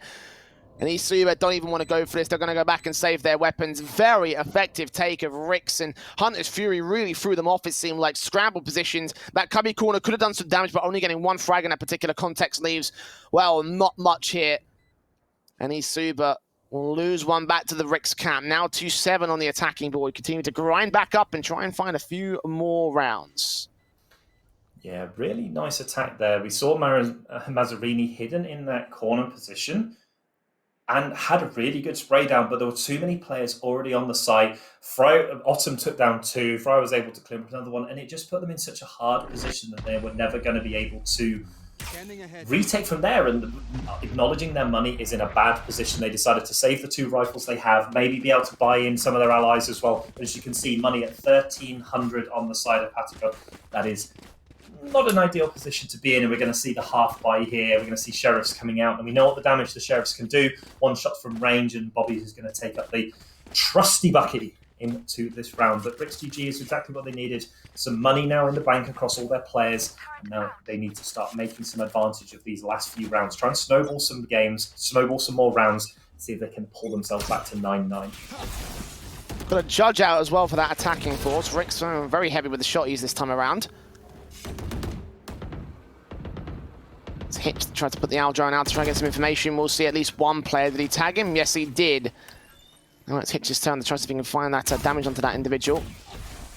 Close, but overshooting the marker by a little bit, so no damage done overall to the Rick's side.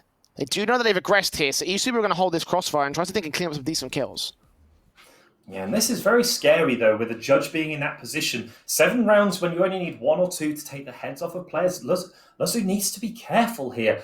Yes, they have a Vandal in hand, but that can go down very quickly to the sides of the judge. And Mazzarini is also playing aggressive, but the Aldrone is going to try and suss that one out. He's going to get really helpfully killed off. Paranoia's in. Orbital strikes down, but it's going to be found before it has any real effect. It's going to split the team in half, but it's not going to matter as the run it back comes in. And Hitch can deal with it very effectively, but that's not going to be a kill. He knows it. Back turn towards the stairs area. We're going to focus on the platform entrance. 1 player out. Headshot's got enough for 2. Forced on the reload. Otom can take it back to a 3 versus 3, but Hitch so ready to take it back to the man advantage for the defensive line. Spike plant in hot hands. Outlaws are waiting for players to make their way up. Takes out Bobby's. Smokes back here towards the bench position. The workshop area. Spray through on the second player, trying to make it a triple band spray, but he also runs out of ammo. Pistol in play, knowing that there's only 1 player left in Patagon, and he's basically got no chance of this one. Cyber Cage off the block in, and yeah, if he makes his way forward, he's going to be a dead man. 20 points of health. This is not going to be a clutch for him. But any damage that he can do now is going to be helpful. But shut down in there, Brian by Fry. I was going to say any economic damage they can do in that position when you know you're likely to fall down is probably all you can really do. You need to try and force them to make these buys despite the win. This was such a good start, but only 9 rounds in the magazine. He wasn't able to connect that last single bullet onto the head of Otom. Such an unfortunate position, never able to have a chance to reload the weapon, and just Luzza just in a beautiful flank lurk position, never gave them a chance to get back in, and then we're going to see the spray down here to close out the rounds. And 8-9 Ricks do trail, but it has given eSuper the chance to buy now, and it's going to be a much more fair round, hopefully, across the board.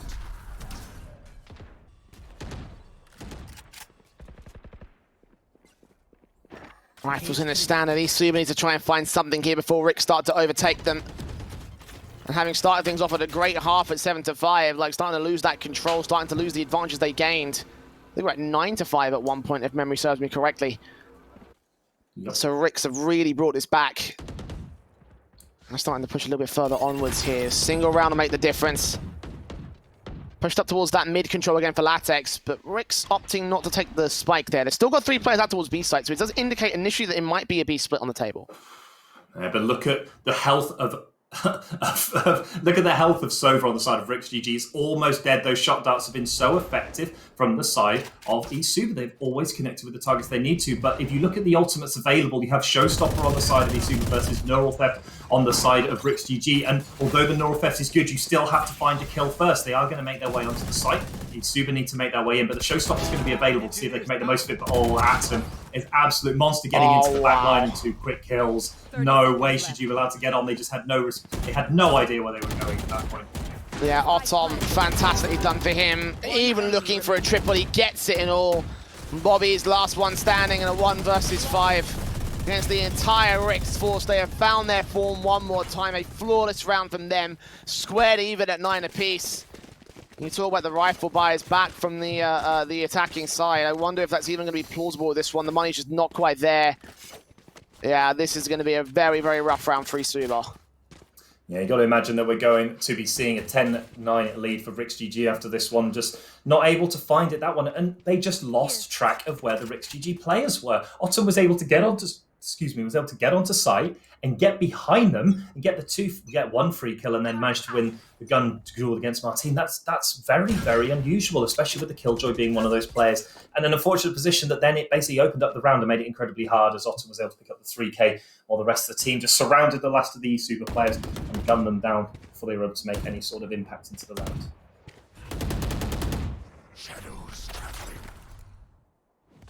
Dark can wrap the Latex into that mid control.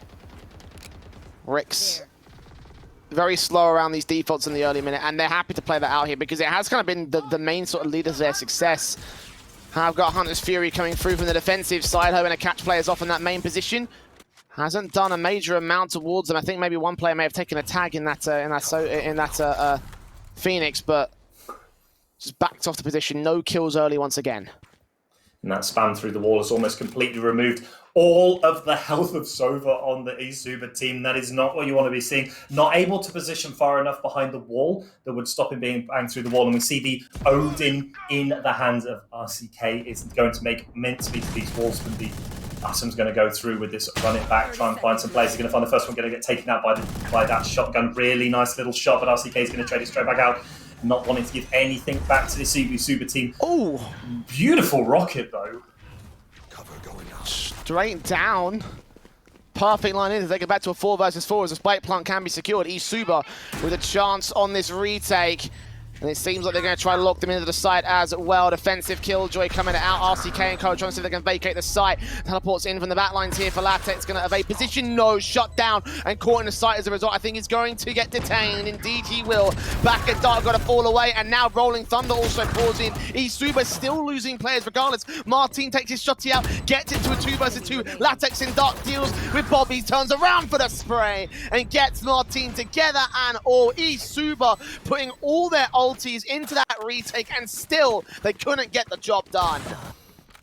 They just couldn't find this Omen underneath heaven, despite the fact that they were able to detain the player. They had no idea where they were, and they punished them for it. A beautiful, beautiful post plant there that was looking like it could have gone really, really sideways for them. The Killjoy ultimate followed by the Breach Rolling Thunder, and they were still able to pull back, and I'm going to put that on the back of Latex. That lovely position, just managing to hide before the Killjoy lockdown completed, meant that they were able to take that round out of nowhere from a position that could have been quite dangerous. A huge, huge follow-up for Rix as well to continue their hot streak in this one. 5 rounds in a row for the Rix side. Bobby's pressing in. Oh, Paranoia. Trying to catch 2 players off. Martin and Bobby still got his skills together. Fry trying to run it back. Bobby's holds down some sort of control, but Lazar finally responds to the 3 versus 2, regaining the control back out and now left alone as the only player left. He has lost Autumn. Smokes up to the site, trying to force the issue, but a bit of a gap that Mazzarini can work with. And in the end, we'll take a 10th back for the eSuper side. That aggression from the defensive line works out well for them. Rick's caught so far off guard.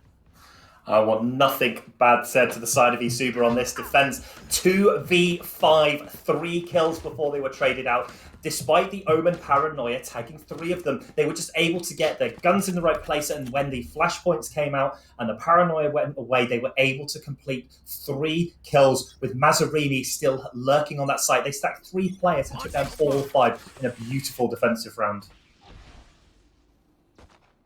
The Super back in the thick of it here, squared even one more time. Can they take the lead back from Rick? At this very late stage in the game, this could be the deciding factor. This round right here could be everything to both of these teams. Sprays through, flash forward, and Patagod lines them both up. Autumn and Luz are caught so blind. They had no idea they're about to get shut down. That's a big, big sequence for eSuper, one that might turn it to their favor. And the patience to wait for them to kill the turret, then allowed the flashpoint to come in from Martin in a perfect position for Patagod to get the 2 spray down was beautiful. Bobby's waiting in the wings patiently for these players to push in. The spike is making its way to mid as the players go into the A site to try and get some information and try and get a play, because at 5-3 is not looking good right now in this individual round of the match. Latex the kill back for the Rick side. Finally their first kill in this round of 40 seconds to make the site hit happen. Spike slowly rotating out from mid and into the B site play.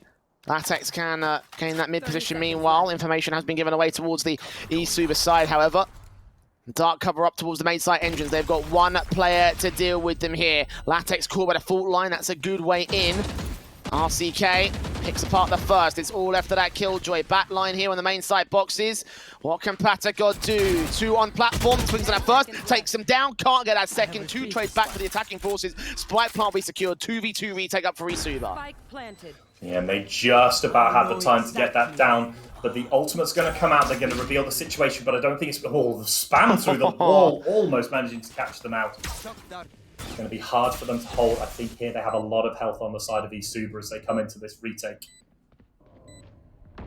Yeah, time's running short. Rix have Fry in the backlines to be their main concern, but Latex still finds an angle to work with 3 kills to his name, all left on Mazzarini. Looking towards stairs, coming in from platform. Time is short. It's rid of that tripwire. Recon Dark will reveal his position. Turns away, flick back and forth, but couldn't land any of the shots. 4K for Latex in that one, as he secures the 11th for Rix to take the lead back from Isuba. And again, set themselves up on victory road, just only a couple of rounds away from winning this match. And I must pick out Latex in these last trio of rounds. The last 4 rounds, Latex has been the player to take this Rix GG team over the line in a number of these rounds. That is another clutch situation where they're able to get the critical kills, also picking up 4 individual frags, shows you just how impactful this player is on this Omen. And they've not let the enemy even have a sniff of a chance of getting back into this game. But the attack's already going to hit. They know the enemy's down on money, and they're going to try and get these early kills. Look at aggressive Loza wants to get right up towards the market entrance, and Shoyapavakor dealt with by Latex. Instant access to the B site. No defender here to try and defend any further. It's going to be retake mode for Isuba, and they've got all the time to play with here, Rix. Spike plant to be secured. And where do Isuba go from here? Bobbies will try and fire back with the Sheriff, but doesn't see anything, doesn't catch any kill. Catches information, but that's as far as it goes. Hunter's Fury back in from the defensive side, trying to think they can force their way forward. Ottoman try to get those kills together, however. And well, Isuba just falling to pieces at this stage. 2v5, not a lick of damage done towards Rix at this stage. And, well, it's just picking them apart pretty easy here. Mazzarini, last player left. Loza deals with him. And now it's match point for Rix GG. And oh, how the tides have turned this game. Rix GG have absolutely nailed this half of the game, giving themselves match point already. They just took apart the defensive side in one go. A beautiful teleport into the back of that boathouse by Latex. Unfortunately, Patagon just could not get there in time to counter the ultimate. Was lost the trade out. Bucky versus Rifle is never going to go the way of Bucky, unfortunately, and it just puts them in a bad position. Isuba have to win out the next 2 rounds to go to overtime. Rix GG have given themselves the opportunity to close this out and take the preferred top seed, the thing they want, the drive that's going to get them to the end of this, even as we hit a quick pause in the rounds. And I think that Latex has been the difference maker in these last couple of rounds. They have really shown their abilities on this Omen to be an absolute nuisance to the side of Isuba. They cannot lock them down, and they've just been the clutch and the difference between these two teams in these last few rounds to just be able to close them out and give Rix GG this 12-10 lead. No, absolutely, I agree with you. Like you're bang on the money with that. Latex might not be the top fragger in server, but he's not far off. And again, as you mentioned, in the last few rounds, he has been the difference maker. It's not the flashy player that wins you these kind of games. It's usually the players that are doing the small things and having significant impact, considering what they've been able to get so far. And right now, he definitely fits the bill for that. 12-10, Isuba. Need 2 in a row, and already Rix are going to get Loza straight up and out to that mid position, gets that kill. Now Latex will back him up as he rotates away, and they look towards the catwalk in short positions. Flashes in from Isuba, will try and get a little bit of vision, a little bit of map control back, but Latex is so ready, they can swing and a hit. Sees a shoulder bait, turns back in against the next man, but he does go down. Martin takes that frag, Fry and RCK respond, and Loza will clean up the last player on that short control. All left to hit to the 1 versus 4, and it's looking like this one's over. Isuba gave it their best bet, their best effort in this matchup, but it looks like it will not be enough as they're falling to Rix here in the group stage. That will put their position in second place a little bit more off kilter. But for Rix, they were the expected victors, the favourites in this matchup, and it looks like they'll take the win for it. Yeah, and I think I'll let you close out the last this round. It doesn't look good in a 1v4. They're going to be found out in this heaven area. They're going to get killed out by Loza, claiming the 3k. In a beautiful closeout to this game. And Rix GG 13-10 against Isuba. It was close for a long time, but you just saw the class coming out from Rix GG at the very end of that match to close it out in the end, 13-10. Well, Martin becomes the MVP of the matchup despite the incredible efforts from the Rix side. But as you mentioned, some serious props are due to certain players that probably a little bit further down on that list. Latex in particular was the difference maker in the last few rounds. Loza and Ottom, however, their duo sort of like their sort of like duo performance, I think, is what led Rix straight into the victory. And again, Isuba, they gave it their best effort. Like it wasn't like it was a simple sort of affair from the Rix side, even though on paper it probably should have been. A lot of us had them pinned down to be the victors in this matchup. We thought it would be a one-sided affair, but again, some great performances put up by the Isuba side. I didn't know them coming into this matchup, and I think I do know them now. I think they might have a promising little future. Not probably to win the whole championship, but definitely to make a deep run in that playoffs bracket. Yeah, and I think the key thing you did pick up is that you want to know them now. They had some really exciting players, potentially just a little bit of need to go back to the drawing board on some of the more macro decisions. But across the board, they really showed up in a game that we didn't expect them to show up in so much. And they really took the fight to RixGG. And the fact that they were leading in the first half and led for a lot of the game does tell you a lot about the game and how they were able to take that initiative. They played aggressive. They punished the mistakes from RixGG. And we will be honest, there were a number of mistakes from the RixGG team. They made some aggressive plays they potentially didn't need to, got punished by some beautiful utility usage, and it brought it to a very tight game. But the class of individuality and able to take these bomb sites, the amount of times that they hit a bomb site and the Super team had literally no idea where they were, just became a little bit too hard to deal with. Autumn made a couple of beautiful flanks, and obviously Latex in those last few rounds, a couple of 4Ks in each, was just so clean to finish out that match. Absolutely. I think clean is the right sort of way to describe it. A very good sort of performance overall. And again, for Rix, it's a very well-earned victory. And as well as that, that closed out the group stage for the most part. I've got a couple more matches set to finish before we can define the final sort of standings in those playoffs. But for the most part, basically every single match is done. And I don't know if you have that particular page up at this stage, JP, but is there any sort of outlines that you think may be able to make it into that playoffs, or maybe some teams that you wouldn't have thought to be in that coming out of that group stage today? Well, we're just having a look at the group stage at the moment. Obviously, the main one we're seeing is in Group A. We're seeing Powerhouse has really struggled to find their way out, the 17th seed. Looks like South Shore's made a bit of a run-in, but obviously the two top teams. Generally across the board, the one that does come across is the IPOM team Horizon Reapers. The second seed coming into this game looks like they may not be making the double elimination bracket. They're currently sat in third place in their group, and that's not the position you want to be. You want to be top two, and it looks like they might be finding their way out of this one. But across the rest of the board, we're seeing the top seed sat at the top of each of their groups, as you would likely expect. But some of these groups have been very close. We're seeing multiple teams on 12 points, a couple of teams on 15 and 12. It's been a very competitive group stage. None of the teams have just rolled over and just let the opponents walk over them. There have been some free wins early on, but a lot of teams have really made it difficult. They've gone, we're not going to be a free win for any of you. We're going to make it difficult. And it looks like, unfortunately, Yusuba might have been pushed out by Enrage. Enrage, I think, were able to pick up a win in their final round to go 4-1. And they will be going in second place in that group, obviously, with RixGG taking up that top seed. And that's, as we spoke about, why this game was so critical. Yusuba were on a winning in essence, and unfortunately weren't able to close it out. And RixGG take that lovely coveted first place.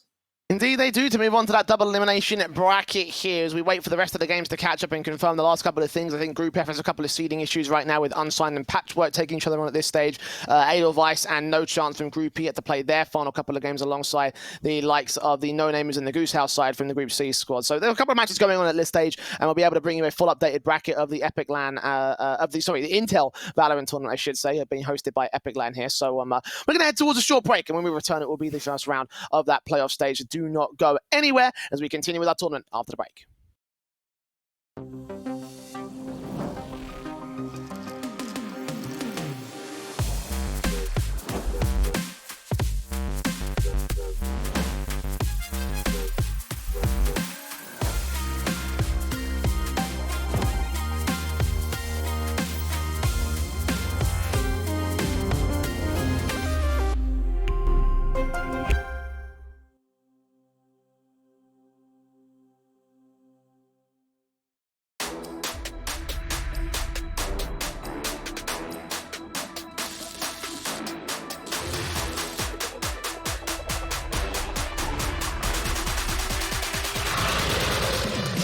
Hello, Overclockers. Welcome.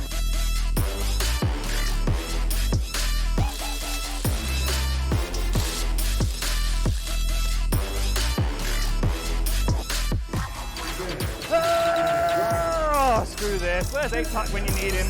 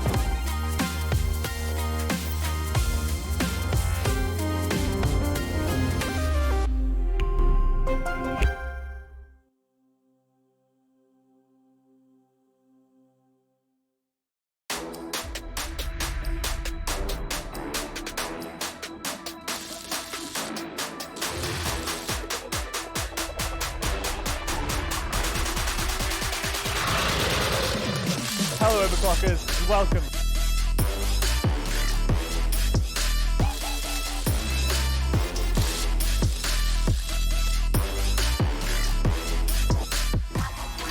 Oh, screw this. Where's ATAC when you need him?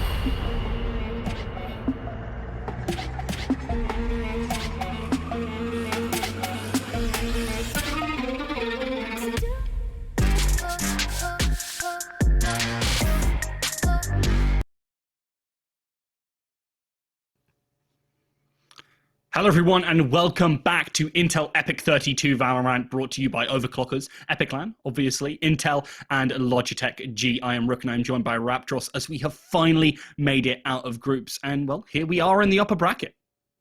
Yep, absolutely. We've got that entire group stage process done, and now we get into business here in the upper bracket. It's the, well, if one of these teams lose, it's not the end of the road, but it's going to be a better time heading their way through the upper bracket. Yeah, it really is. But there's still some very scary teams in that upper bracket, obviously, these teams themselves included. And lower bracket is only going to be more fraught with dangers when you're on that elimination point. You've got to be ever so careful. And a lot of these teams will be very plucky in trying to keep themselves on in the tournament. So our first matchup that we're going to be streaming today is Vitality versus Patchwork. Yep, it absolutely is. So it's going to be a bit of an interesting one here. Of course, we saw Vitality a little bit earlier on in the group stage, having an absolutely fantastic group stage game and a group stage period for them as they came top of their group and get the best seeding possible heading into this upper bracket. But of course, Patchwork, they actually finished second in their group. So a little bit of a tougher time for them through the first couple of stages of this competition, but still looking forward. They've booked their slot here in the upper bracket, so there's a chance they can maybe pull off the upset here against Vitality and continue on in that most efficient route possible into the grand finals. Of course, it's going to be a very, very big ask for them going up against a very well-known team here in Europe, and well, they've got some accolades of their own as well, at least on the Spike GG rankings. But yeah, this should be a very interesting game as a result. Our first best of three for the entirety of the Epic32 Intel Valorant tournament. I certainly can't wait for it, and we're waiting for those vetoes.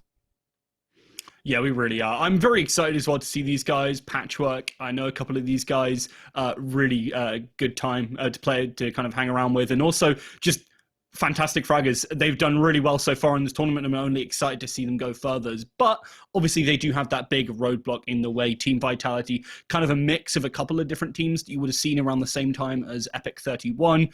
Machina, obviously, from Purple Cobras, is one of those players that really can stand out. And I mean, this whole squad is stacked full of players. A lot of them, I believe I think at least 4 out of 5 of these players did play in Epic31, albeit on different teams, if I remember correctly. But, I mean, they've each individually proven themselves. I think they were all top 4, or at least top 8. So this is a squad that is looking to go to the very bitter end. And obviously, since getting picked up Vitality, they've only proven themselves more and more as time has gone on. Of course, Vitality placed 15th in the Spike rankings right now. Meanwhile, Patchwork all the way down in 61st. So very much the underdogs coming into this one. But if you're British, like me, and want someone to support, then of course Patchwork are going to be your guys. Of course, a couple of names, especially from the Counter-Strike side of things. Of course, that's what we've usually seen here on Valorant. A lot of Counter-Strike players coming over, and that's, has happened in its fullest effect in the NA region. But of course, it has happened here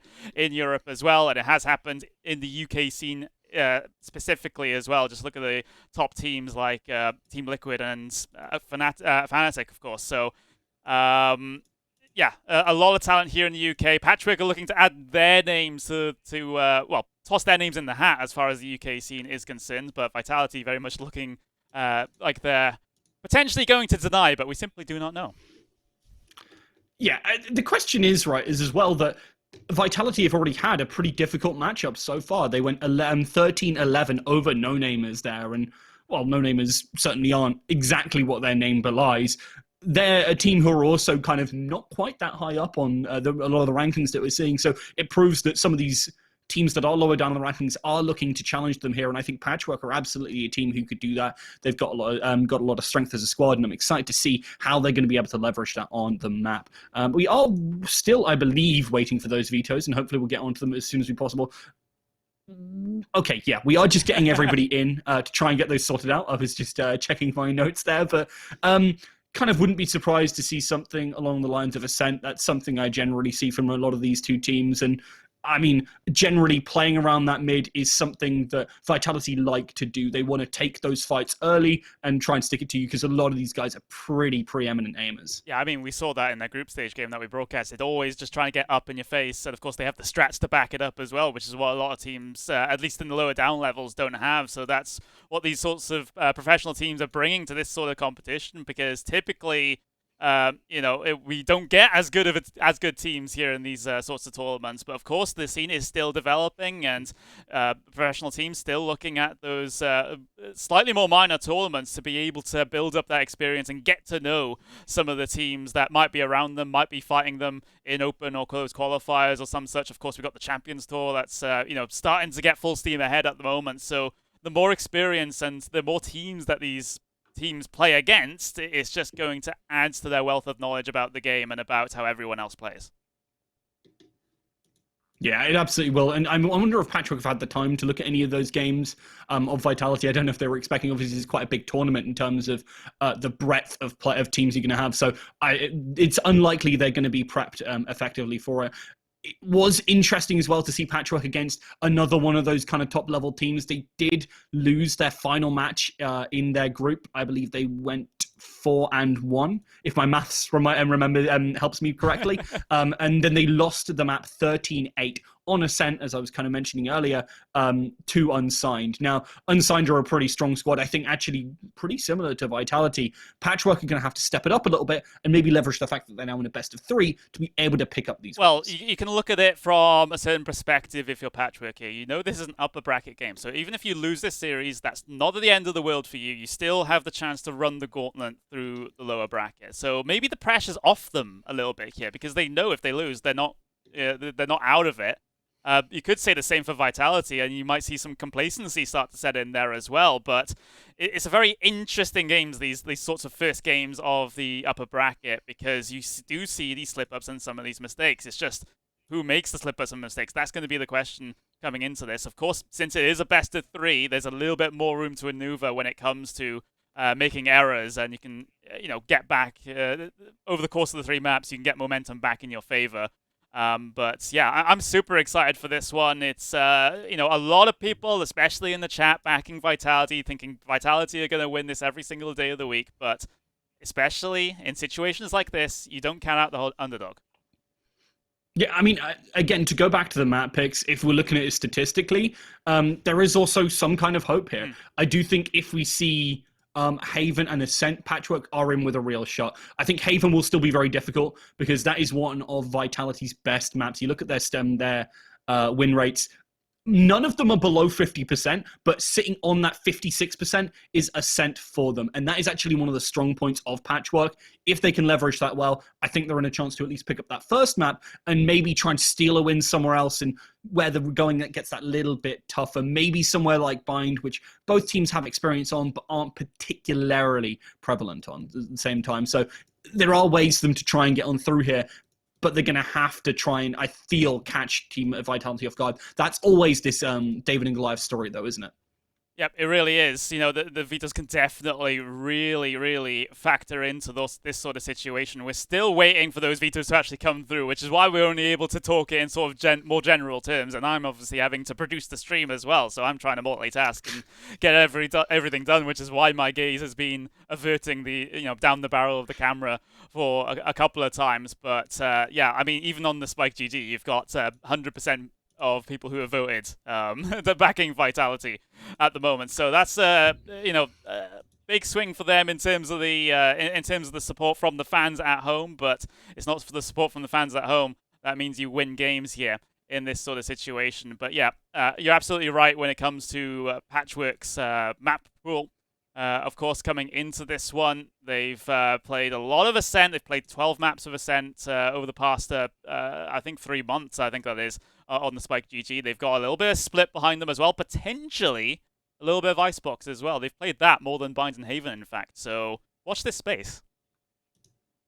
Yeah, it would be interesting to see some Icebox. I would be a little bit sad to see it. It's always one of those weird maps, and I think if you've done any prep work on as Patchwork, you're banning away this Icebox every time. You yourself have played it a couple of times, not as much as you played the other maps, and it hasn't gone the best. I mean, it is literally their worst map statistically. So they might feel happy on it. They might disagree with me. I might think, oh, we'll chalk that up to some difficult games. But at the same time, you kind of have to be realistic about this and try and take away what is one of the stronger maps from Team Vitality. It's either that or you take away Split, because Split and Icebox are both maps that Team Vitality are absolutely fantastic on. You've got to be constantly careful. They love to play these cheeky side maps. And for the most part, not many teams are properly prepped on them either. You look over to Split, and that's the second worst map for Patchwork. So I think they really have to play this pick and ban well. I think they might end up with one of them just from the way the pick and ban is going to work out, the veto and map veto. But kind of chalk that one up to sometimes that happens. That's exactly how these vetoes often work. And look for an opportunity in that third map. Well, we've got them. Let's take a look. As that is the pick and ban process. So Vitality banned out Ascent first. Patchwork, or Patchwork as it is there. Not sure what that's about. Maybe the text is cut off a little bit. But Patchwork have banned Icebox, and of course Vitality actually picking Haven as our first map to go on here for this best of 3. Patchwork decide to go to Bind actually as their first map, and they've only played 3 maps on this, at least listed on the Spike GG website. So this is going to be a bit of a curveball thrown by them. But if needed, our third map will be Split Rook. Yeah, I think Split is going to be very difficult. If you are Patchwork, you need to win this in 2 straight games. Otherwise, Vitality really will be coming for you. And I can tell you that Split is not an easy map to play against them. Vitality picking up, so banning away the Ascent. They've obviously done their homework. They've done that little bit of research, and it makes a big difference here. I think Patchwork are in for a really rough series. They definitely have it in them to maybe pick up this series, but it is going to have them really performing to their limits to be able to take down Vitality here, because they are one of the titans of Valorant now. Obviously not quite the top couple of teams, but top 16 for sure, and I think they're only improving every time I see them play, and I'm always excited to see them because they provide a very electric performance, constantly fragging, constantly looking aggressively, and playing around each other well in that aggression. All right, it looks like they are about to head into Agent Select here. So we head on to the first map of Haven, which is Vitality's map pick. Should be pretty comfortable for them, but if Patchwork really get out of the gates fast here, then it could be a very different story. So we are loading in now, and we'll head into the actual Agent Select situation. So here we go then. Patchwork are going to start themselves off on the defensive side for this, and Vitality will have to be attacking first, as we'll see those hovers come through. And, well, Vitality has already locked in the entirety of their roster, nothing out of the ordinary in this situation. But over on the side of Patchwork, they've brought out Sky there, which potentially is a pretty interesting point, and a change of Sentinel as well when it comes to Killjoy versus the Cypher. They've been playing a bit of Sky recently. I think it's really interesting to see.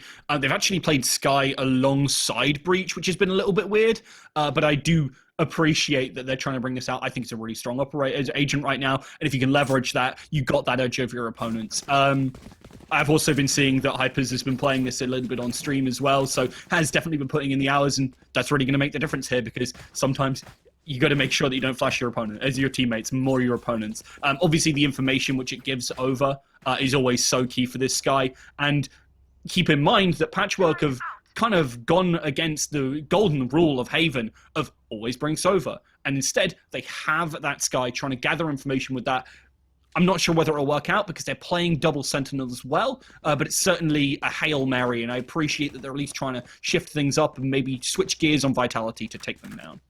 All right, so we are about to head into the start of the game. Patrick on the defense, Vitality on the offense. What's the initial setup here for this first pistol round? Vac trying to get quickly in towards short A. Breach on the, Brimstone on the other side of the archway, and Bensky just completely and utterly domes back there. Meanwhile, Vitality, change of tack. That was more of a decoy towards A short as they now try to collapse on towards the C side. Zin here trying to tap away with the right click of the classics, but really can't get anything done as Vitality have been able to secure that C site, but Patrick still a 4 to retake. Yeah, brilliantly done by Vitality. Instantly going, changing tack onto the E tack and looking straight for the C site. Get that spike on down. Now they've got a lot of control. They took a lot of damage entering, but Machina holds strong, takes down 2, and now it's Patchwork who are really in that difficult position. They're going to get given away. The tag is coming through. Does manage to take down Machina here. It's 1 versus 2, but unfortunately couldn't quite finish off that Cypher, and Sender easily capitalizes on it well. So Patchwork, they started off that first frag, but don't pick up that first round. Vitality starting off the pace well and playing the macro game. Yep, fantastic stuff there for Vitality for the first round. Beku, getting 2 kills on that Cypher. Machina putting in a good innings in that round as well. So they'll be able to carry the weapons advantage coming into the second round. We've got the Stingers out there, which is what you usually see.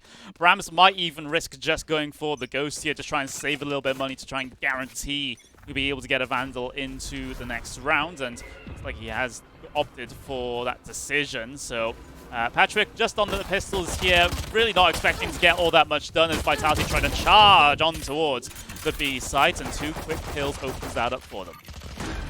I love it when teams try to brute force this B site. When you have that weapon advantage, it's just oh so easy. The smokes go in, and it's very difficult to push you back. Vac trying to get that spray, expecting maybe someone to push here, and PQ even watching that flank. Monstrum not able to get a thing. The right click does come in, so Hypers finds something, but unfortunately Vitality are able to put a stop to that and puts them in a difficult spot now. Patchwork are going to be able to buy up in this round finally, but this is going to be such a key round for them. They haven't got really enough frags in the last couple of rounds to amount much more than this. They are going to be down to bare bones.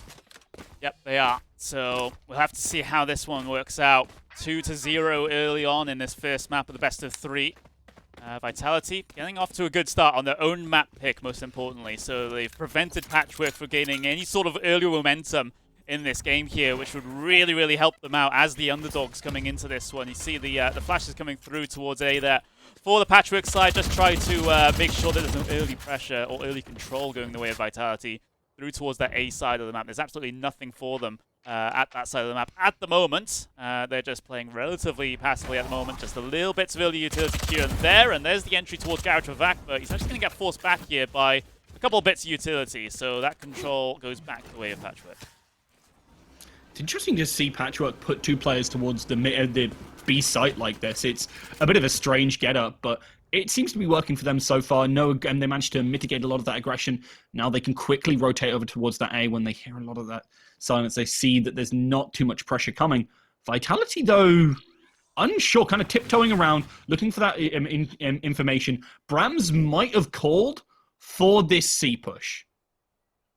That would be interesting to me, because that's not something I would expect to see them just raw go for here. They do obviously have these flashes. They should be able to play it well, but it's going to be ever so difficult. Position's going to be given away. The spray could be there, but Bensky only finds 1. Sender is now going to start on moving on in, but Zin, waiting at the back, could find these frags. Takes down Vac, takes down Brams, and he's now looking for the spray. Finds the 4K in Patchwork. Pick up an all-important 3rd round here. What a round from Patchwork, and what a round from Zin as well towards the back of C site, but holds strong for his team to get the first round on the board. A quick 4K with the spray transfer onto the 4th. What a play from the Killjoy, and that's the injection of hype that Patchwork needs coming into this first map. And also it's the injection of money. They only lost 1 player. That's something to really keep in mind. Their money was bad. They found 2 frags over 2 rounds, and it was looking really dire. The fact that they did that so cleanly off the back of Zin there is almost key, to be completely honest with you. That going to be leading the charge with these knives here could be that big kind of opening for Patrick here, as they are going to... Sorry, for Vitality here, as they are going to get rid of some of that utility and maybe bait some rotates. They're happy to play this slow game. Yeah, they are seemingly happy to, as they'll have to just reset a little bit here, just get up behind the smokes and see if they can make a play through, actually.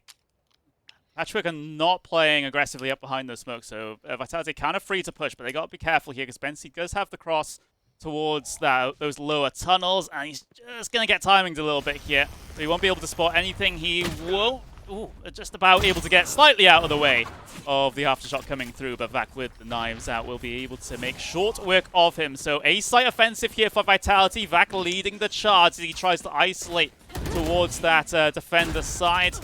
At the very back of the site, he'll hide underneath. A lot of utility coming through, though, from the Patchwork guys to try to deny plant, but the plant already gone down. And look at this, back up close and personal inside his own smoke, and the rest of his team will clean up the situation. Clinical round and a well-worked AE execute for Vitality.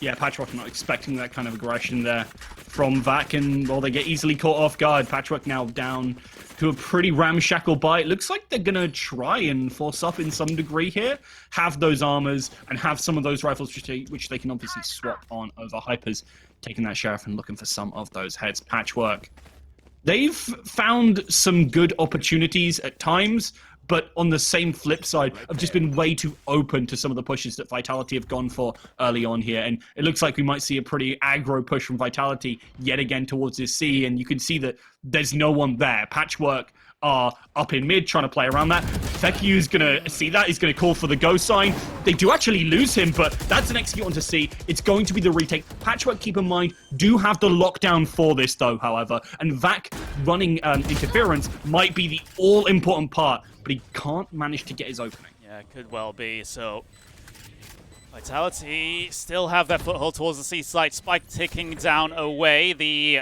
lockdown is available here for Xin, and he will place it down inside a garage to try and force a response here from Vitality. And what a response it is. The Rolling Thunder through towards garage, and the flank from Machina as well has really stunted Patchwork's progress. It's still a 3 versus 3, and somehow they've been able to find a way towards the C site. Bensky and Monstrum have really given their team a huge advantage here. Spike is being held. No one's watching short, though. Machina could have done so much from that position if they didn't react fast enough, and that's the second round on the board for Patchwork.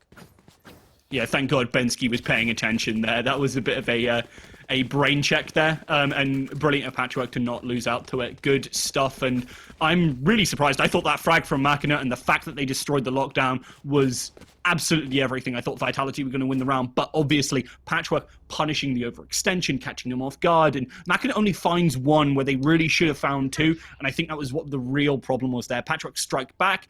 They still have a very Patchwork buy, but they should be able to leverage it well, especially because we've been seeing them play some really big off angles.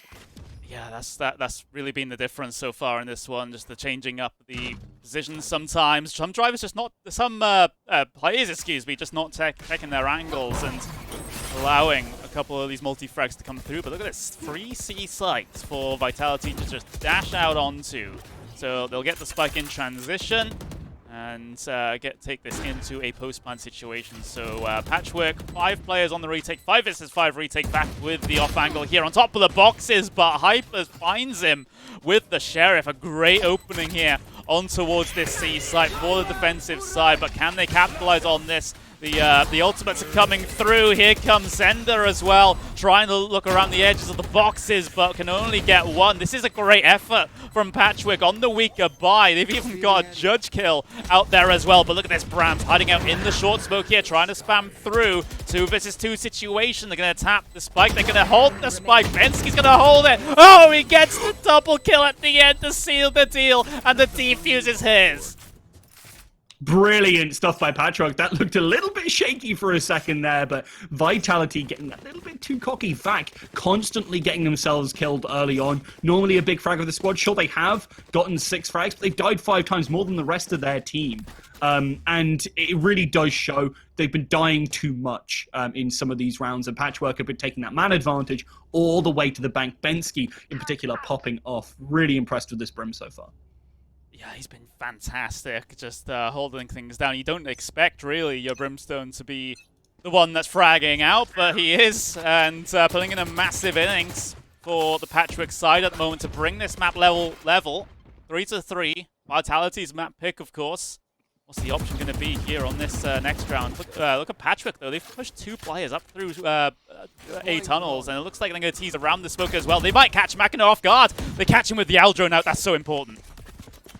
Yeah, he wasn't expecting 2 players to push that. And it seems like the buddy system is in full effect for Patchwork here. Zin playing really passive at the back here. I actually really like it. Does trade 1 for 1. In fact, yet again, overextends, gets caught out. You see the neural theft coming out now from FQ to try and get some info, to try and buy some time and know that they can go for this spike one. It's 4 versus 2, but Vitality are big fraggers. You cannot count them out. And Brams is in a pretty weird situation where he's so far up. Great usage of utility there. Patchwork very aware of the situation, using all of it very well here. But Fiku very happy to spray him down in the same situation, but it's not enough. Patchwork pick of the round, and it looks like his defense has been really strong for them so far. And I've actually seen this from a couple of teams. They have been picking this defense first on Haven because they really started to feel that they've got a lot of control on it. And I think this double Sentinel as well for Patchwork, I mean, it's working wonders on this defense. Yeah, it's really fantastic. Of course, you know, the main thing about this site is that the defensive side is spread thin between those 3 sites, but if you have very defender-orientated agents, you know, like the Killjoy and things like that, and of course, you know, with their comp, it's really working out for them just to be able to secure those sites and try and delay. That's the main thing. They've got a lot of delay out there as well. Just to be able to get those rotates in, and the rotates are here on Haven are relatively quick compared to other maps, so that's really going to benefit them on the defensive side. And now they hold the lead here coming into this round, and you know, I don't think they would have expected that quite so quickly at the very start of this one, considering how the opening couple of rounds went for them. But Vitality have plenty of time to recover this and get the win back in their sails. Absolutely, you. Patchwork have got that momentum as well. That's something to keep in mind, and it does make a big difference here. Flash gives information. Patchwork know that Vitality are around that mid area and could easily execute anywhere. That's why they're putting the Brim over towards this A, very sensibly responding to a lot of these plays. Now, it looks like they're going for this B execute again, but they've still got 3 players pushing up and into A. Spray comes on in from Brams and gets a lot of damage, but this execute is coming right on into A. It was a complete bait here, and you know now that that Omen is up in heaven. Is actually the one with sorry, I thought he was the one with Spike. No, he's not. It's actually the Sova. But Vitality are just happy campers in this position. This is going to be easy frag here for Brams. Loses that Modstrom, takes down both of them. Sure, that gets one onto Zyla there, but Vitality now find themselves in a very difficult position. Their positions are completely given up, and Hypers punishes Machina for popping out, trying to find that utility usage, but it just all seems to be falling apart right now. Good stuff from Fiki to find that frag, but it's too little too late, and Patchwork pick up their 5th round. Yeah, simple trades at the end there for Patchwork as they get that spike defuse in and get yet another round on the board here. They're seemingly quite comfortable on the defensive side on their opponent's map pick, and this brings a lot of confidence now, maybe coming in towards the end of this first half. You can see on the score tracker, in fact, that Vitality have been able to get the spike plant over the last 4 rounds. They haven't been able to convert any of those rounds, and at least some of those rounds were attempts on towards C site, where they're basically giving it for free, but Patchwork were just so damn good on the retake. Placing swamp grenade. Yeah, I've been really impressed with this retake, and actually it's not something you'd expect from double Sentinel. They really shouldn't be that great at retake. It's very difficult. Normally they want to be sitting in place and playing that, but they've been really solid so far. Bensky is just winning these duels, and I think that's a key part of it. That, alongside the flashes from Hypers, what a stellar support player they have been. Bensky, less on the support, more of the fragging, as he really has been leading the squad in that regard. Position going to be given away. Brams, and Sender do manage to dispatch both of those players on site. And now this is going to be a bit of a test for Patchwork. They're down a player. Can they make these retakes happen without that player advantage? Now, obviously, it's going to be big reliance on Hyper, who has those flashes and has all that info. But Zaita loses that first duel. Fat gets the double spray down, and now it's 1 versus 3. Yeah, this is going to be tough here for Hypers. 3 to find, and well, Sender's blindly readjusts onto the second, and now, where is that Omen? He's wondering. He might have just spotted him towards short. I don't think he realized. Oh my god, this is an easy kill now for Brams as he just rounds the corner. I think Hypers just did not quite see the brief moment where that Omen was standing in that short corridor. genuinely one of the best Skies I have seen play outside of maybe the top of VCT and top of like First Strike, ex-First Strike teams. This is really impressive stuff from Hypers, and constantly using those flashes in a very interesting and ingenuitive way. I love what they're doing. Yeah, it's absolutely wonderful. You love to see a Sky main out there doing oh so well. It's not the most popular of picks in the universe, but still can do some amazing work. Here comes the offensive towards the B side then, and well, Patrick had pushed one into that cubby, but they're just falling, all of them, on this B side offensive that Vitality have basically shoved in their faces. They will readjust and head their way through Garage to get the spike plant onto C. It is the safer option instead of breaking the wall, and getting towards B is a relatively simple side to try and retake here in this situation. Oh, Hypers again with the Sheriff headshot, and well, VQ basically just trying to play aimbots at the moment and try and tap some heads, but not finding all that much success. Hypers 1 versus 2 now. Ooh, he's making some short work with that Sheriff. Can he land the shots into the Cypher? No, but there was a universe where that could happen. This is way too close to comfort Vitality. Patchwork are getting every single one of these rounds very close. Even the ones where Vitality start off, get those 2 frags, and consistently, Hypers has really been performing in these last couple. As I said before, very impressed. Vitality, however, have started to find their groove, and it's a real question as to whether Patchwork can start to keep up with that tempo that we know often befits one of these top squads here in EU. Possibly. 5-5, all things level. It's been a great game so far, at least in these early stages, but still inside the first half. What's the plan of action for Vitality? It's a charge towards the short side of the map. Bensky with another opening pick here, though, for Patrick. He's been finding those time and time again, and it's caused a bit of a problem for Vitality, but back leading the charge onto the A site. Of course, that is his job on the jet here. Zaita looking for some aggression, but he has to be forced back because of the Bolt revealing his position. So Vitality get the plant on towards the A site, and Patrick looking to get the retake going, which they've been oh so good at. They already have. Vac is going to be potentially out in the open. Is going to have to re-smoke that, I think, very sensibly. You see the lockdown going on through. This is a way to try and open things up, but there it is. Hunter's Fury will pick that one up. Destroyed. And Zaita, position given away here. They're trying to play really aggressive. They managed to trade out, and now it's 2 versus 2. This is Patchwork again, putting position where they can really win this. However, with Zin completely given up on the map, Machina is just going to find that as easy pickings, and Vitality pick up this 11th round here. Only 1 more left in the half, and I mean, historically, this has been attacker-sided, right? Yes, historically, but of course that sort of ebbs and flows with the updates that come through here on this one. It's a never-changing game, this one, Valorant. So we'll just have to see as it how much it evolves over time, because again we're still involved in the early stages of the scene here. So lots of things to try and work out. Vitality hold the lead by just a single round here into the final round of the first half. Is Bensky going to go for this aggressive peek again? He's certainly tempted by it. He's going to try and beat the Owl Drone out, but I think that was more of a bait for Vac to get a kill. Yeah, well played there by Vitality, just calling out that aggressive play, saying, we know what you're going to do. It's kind of obvious at this point. Bensky, they've been playing well so far, but you have to know that you're going to get caught out like this. Machina just pushes through. That's unfortunate timing for Zaita there, and now Patchwork down to 3. They don't really have the best of weapons. Monstrum and Hypers both fall, and it's an easy spray down for Machina as well to finish things off. Vitality take the half, 7-5, but it's only a 2-round advantage. Patchwork could have, well, obviously find themselves even in a split second. They just need to win this pistol. Yeah, they need to be able to get the win back in their sails for the second half as they go on to the offensive. It was a good run of rounds there for Vitality in the dying moments of the first round. They figured out Patchwork's tendencies, shall we say, when it comes to those retakes, and are able to get on top of them. But now as things change, as things get swapped over, maybe there's yet more in store for Patchwork. What can they do when they get on the offensive here? That's the question. So a couple of seconds away from getting this pistol round underway.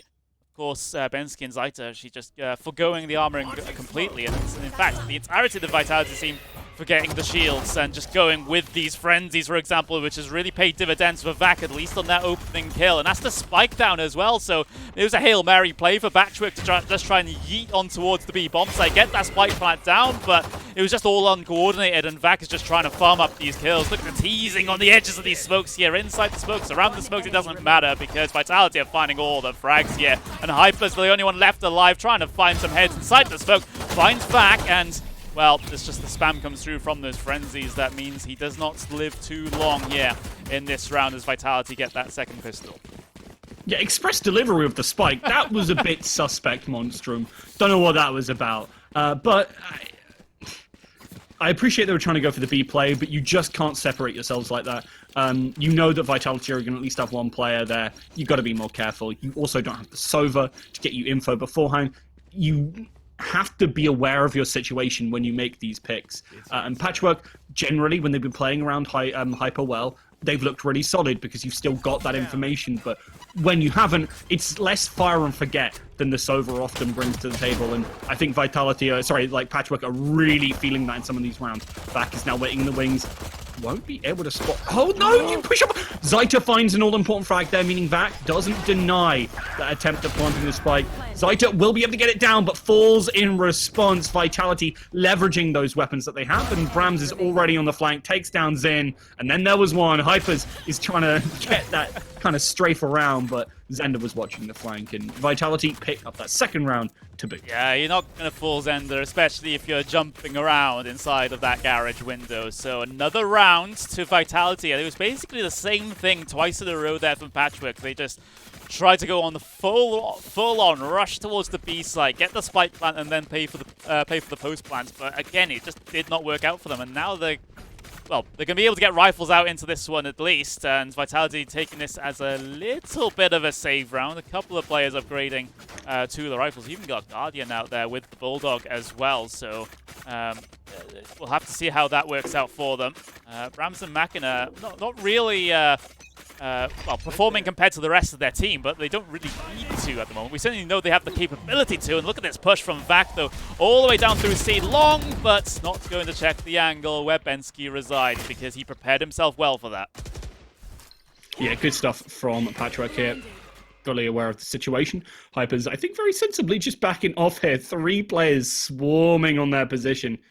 With a little bit of backup, maybe they can hold this, but Patchwork kind of pincered right now. They are completely pigeonholed into the position. You don't know where Vitality are going to be. Sender takes that frag away where they really just shouldn't have. They will at least catch Brams on that flank. The nade will force them out, and that will be a kill onto Sender. And with the rest of these coming on in, Patchwork do clean up the round, taking that rifle round in pretty due course. Yeah, absolutely. Clinical stuff there from the... Patchwork's side, I should say. It's the first round they've been able to get here in the second half, so looking to continue on that good progress here in this situation. It's a long time coming. They haven't been able to get around since those run of defuses they were able to get on that defensive half. So it's good to see them back in the game here in this one. Again, 6-9 though. Vitality still hold the advantage here in the second half. Vac gonna go for the peek here and towards those A tunnels. Not gonna find anyone just yet. He knows one is towards that left side here. It's a battle of the shoulder peeks here. Vac trying to land a shot but misses. He goes for the re-peek as well. This is a very greedy play here from Vac, but with a player of his quality, can you blame him? As he'll take the one shot to get rid of the utility, and well, that was just bait for that player to get out. Yeah, good stuff there. Patchwork paying the price, not wanting to lose a player for that situation. Now they're looking for the spike plant. I think they're a little bit too over-eager on this B push, especially with Rolling Thunder coming in. Things could be ever so difficult, but Fiki was just trying to get that spray down, and that's not something you can find in this position. They're going to get forced out. Sender is starting to round the corner and easily takes down Zita, who's just a little bit pushed up. Patchwork are down to 4, and it's 4 versus 4. Brams, however, will absolutely reap the rewards of Patchwork not putting that utility in due course. And now Monstrum and Hypers, it's definitely a clutchy duo, but it's going to be hard to pick this up, especially when the position is just such a pinned one here. Monstrum is going to be able to make it out, and they do have a little bit of time to play with. I expect to see a rotate here, maybe push towards that A site, but they're just going back for more, looking for second helpings. Vitality have to expect something different. The flash comes on through, the spray is there. Xander will try and finish them off, but Monstrum barely stays alive here. Good nade to try and buy some time is going to force themselves onto site as well. Trying to just go for that spike plant. Bait out the shots, take the flag. If he can find the second one, he runs out of bullets. That is just sad to see as Monstrum loses the round purely because of ammo.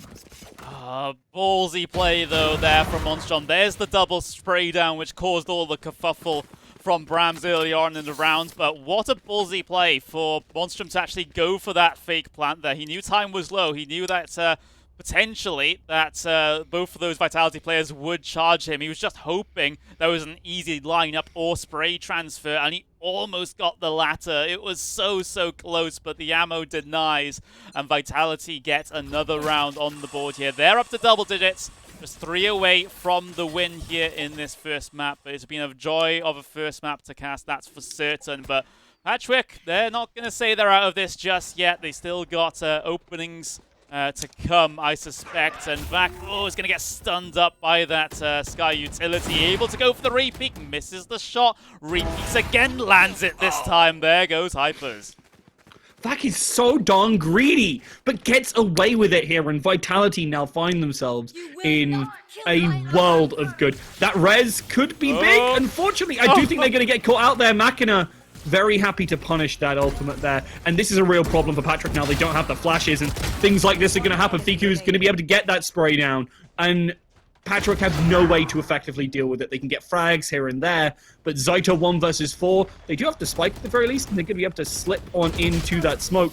But playing at these long angles against Vitality, they're solid aimers. It's hard to win those.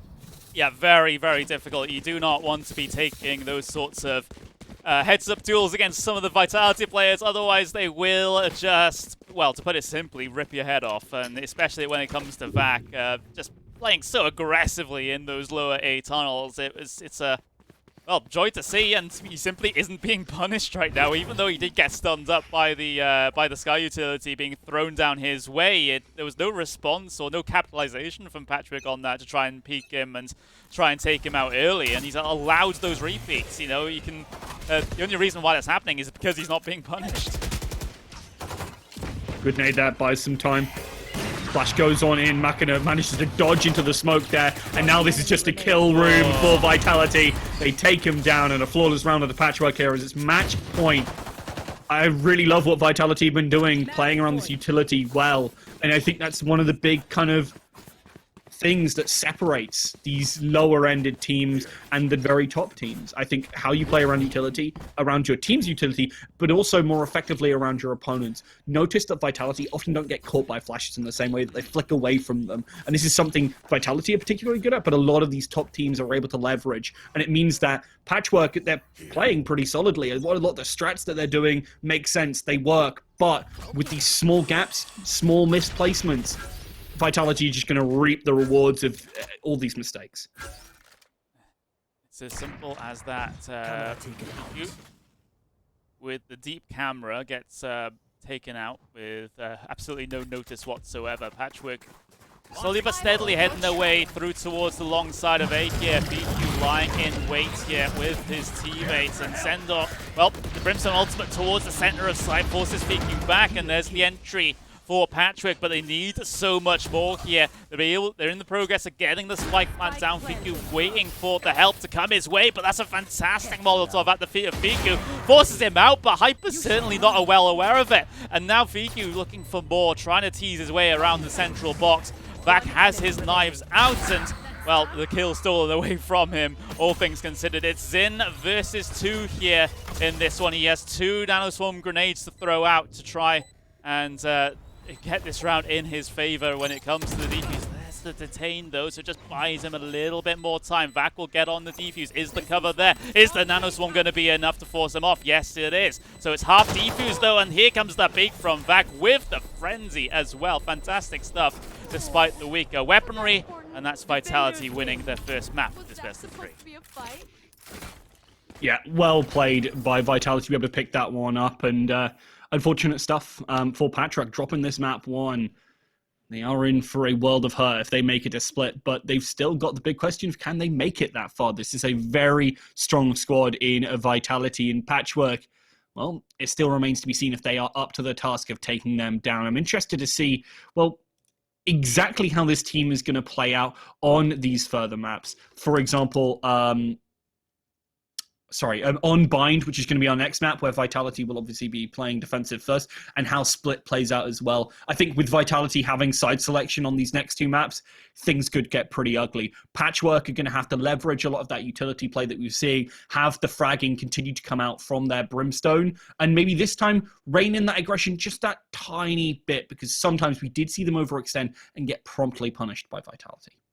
Yeah, it was a great little effort there from Patchwork to be able to show up in this map. And I think, a lot of people didn't really expect that. Of course, Vitality coming onto this as their map pick, but Patchwork really showed what they were made of, and they were able to go toe-to-toe in some instances with these Vitality plays, which is certainly what we didn't expect coming into this one. Bensky particularly just getting up in their faces on that defensive side and really, getting the early advantage for his team, and they were able to convert that on many occasions. It's just that things slipped from their fingers a little bit in the second portion of that first half. Vitality were able to adapt to the situation and get rounds back in their favor. But I would say, despite the relatively one-sided scoreline here in this first map, I don't think if you're Patchwork, you're going to be too disappointed about that, and you should have a lot of confidence heading on to Bind.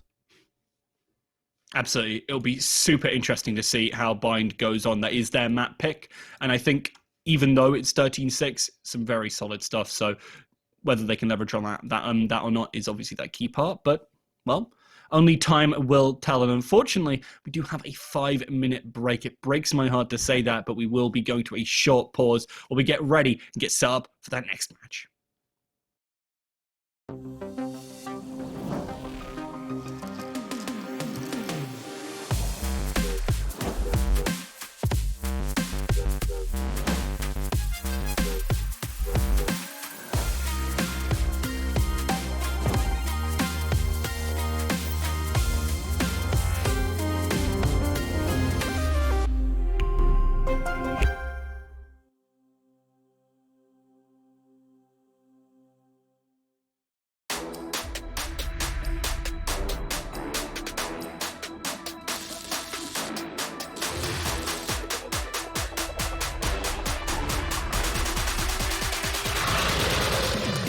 Hello, Overclockers, and welcome.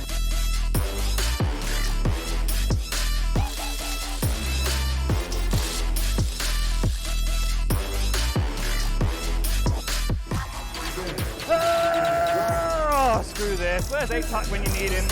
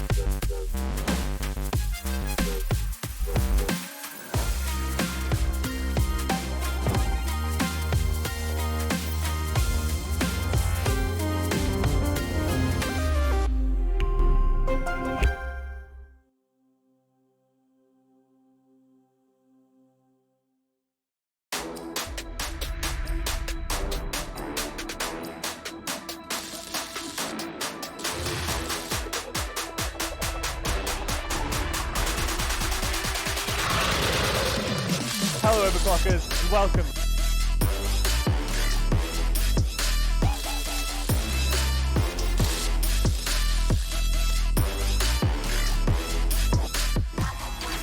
Oh, screw this. Where's A-Tuck when you need him?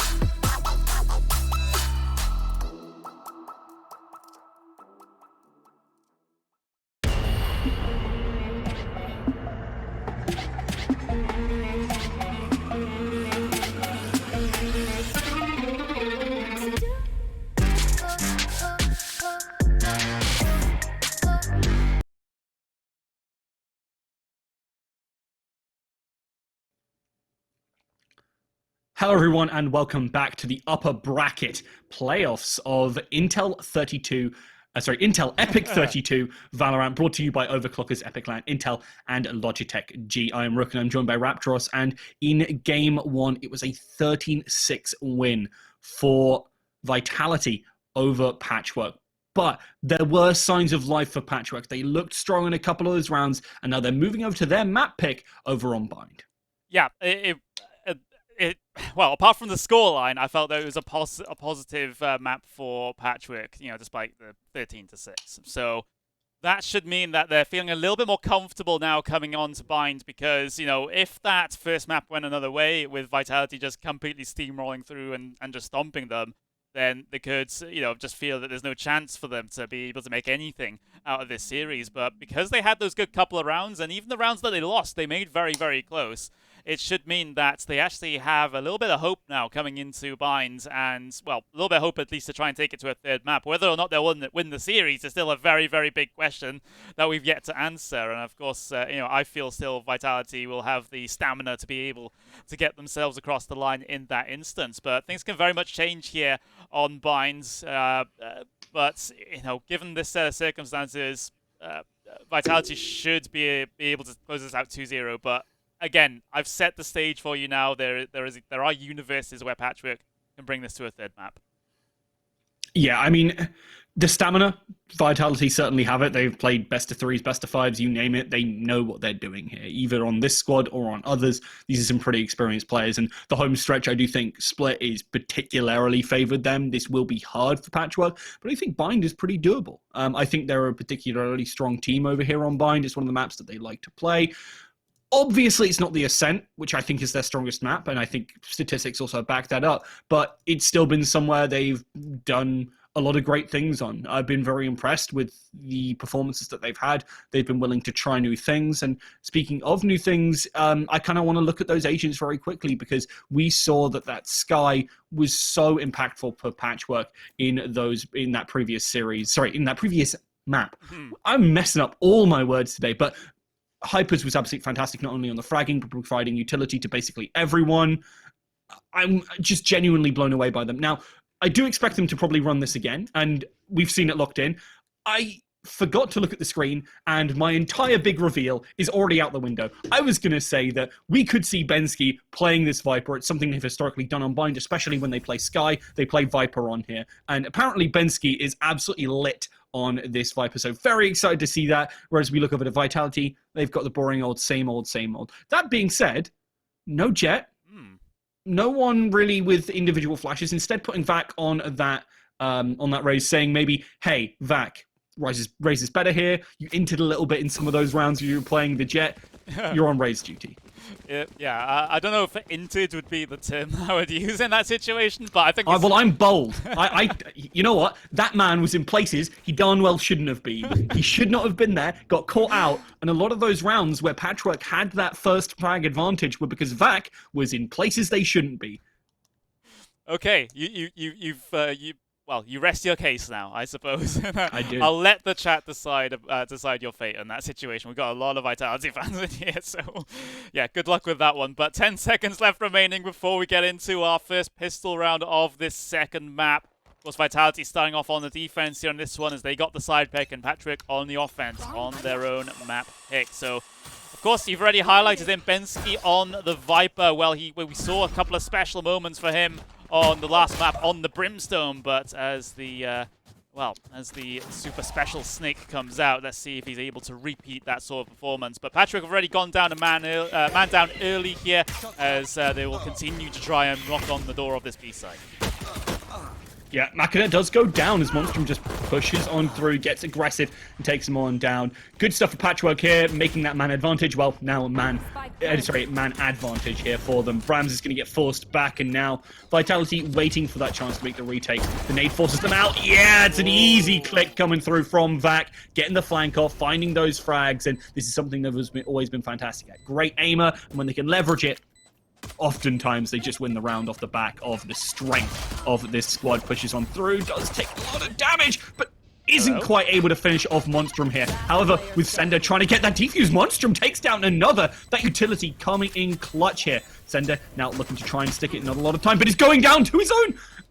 You need to be checking for that. You're taking so much damage. Maybe did some incorrect calculations, but Patchwork picking up the round. Yeah, that's not ideal for them, for Vitality. That's a bit of a blunder, you could say. And look at this now. Look at this buy coming into this round. It's the I love it. Bucky strat, everyone. It's something that we don't see. We should never see, I think, is probably the phrase I'm going to use. But hey, why not? I mean, let's see what they do. They're going with a relatively standard default here. They're not like stacking up on one angle with the Buckies, so at least we have some sanity in this round. Why use many Buckies when one Bucky do trick?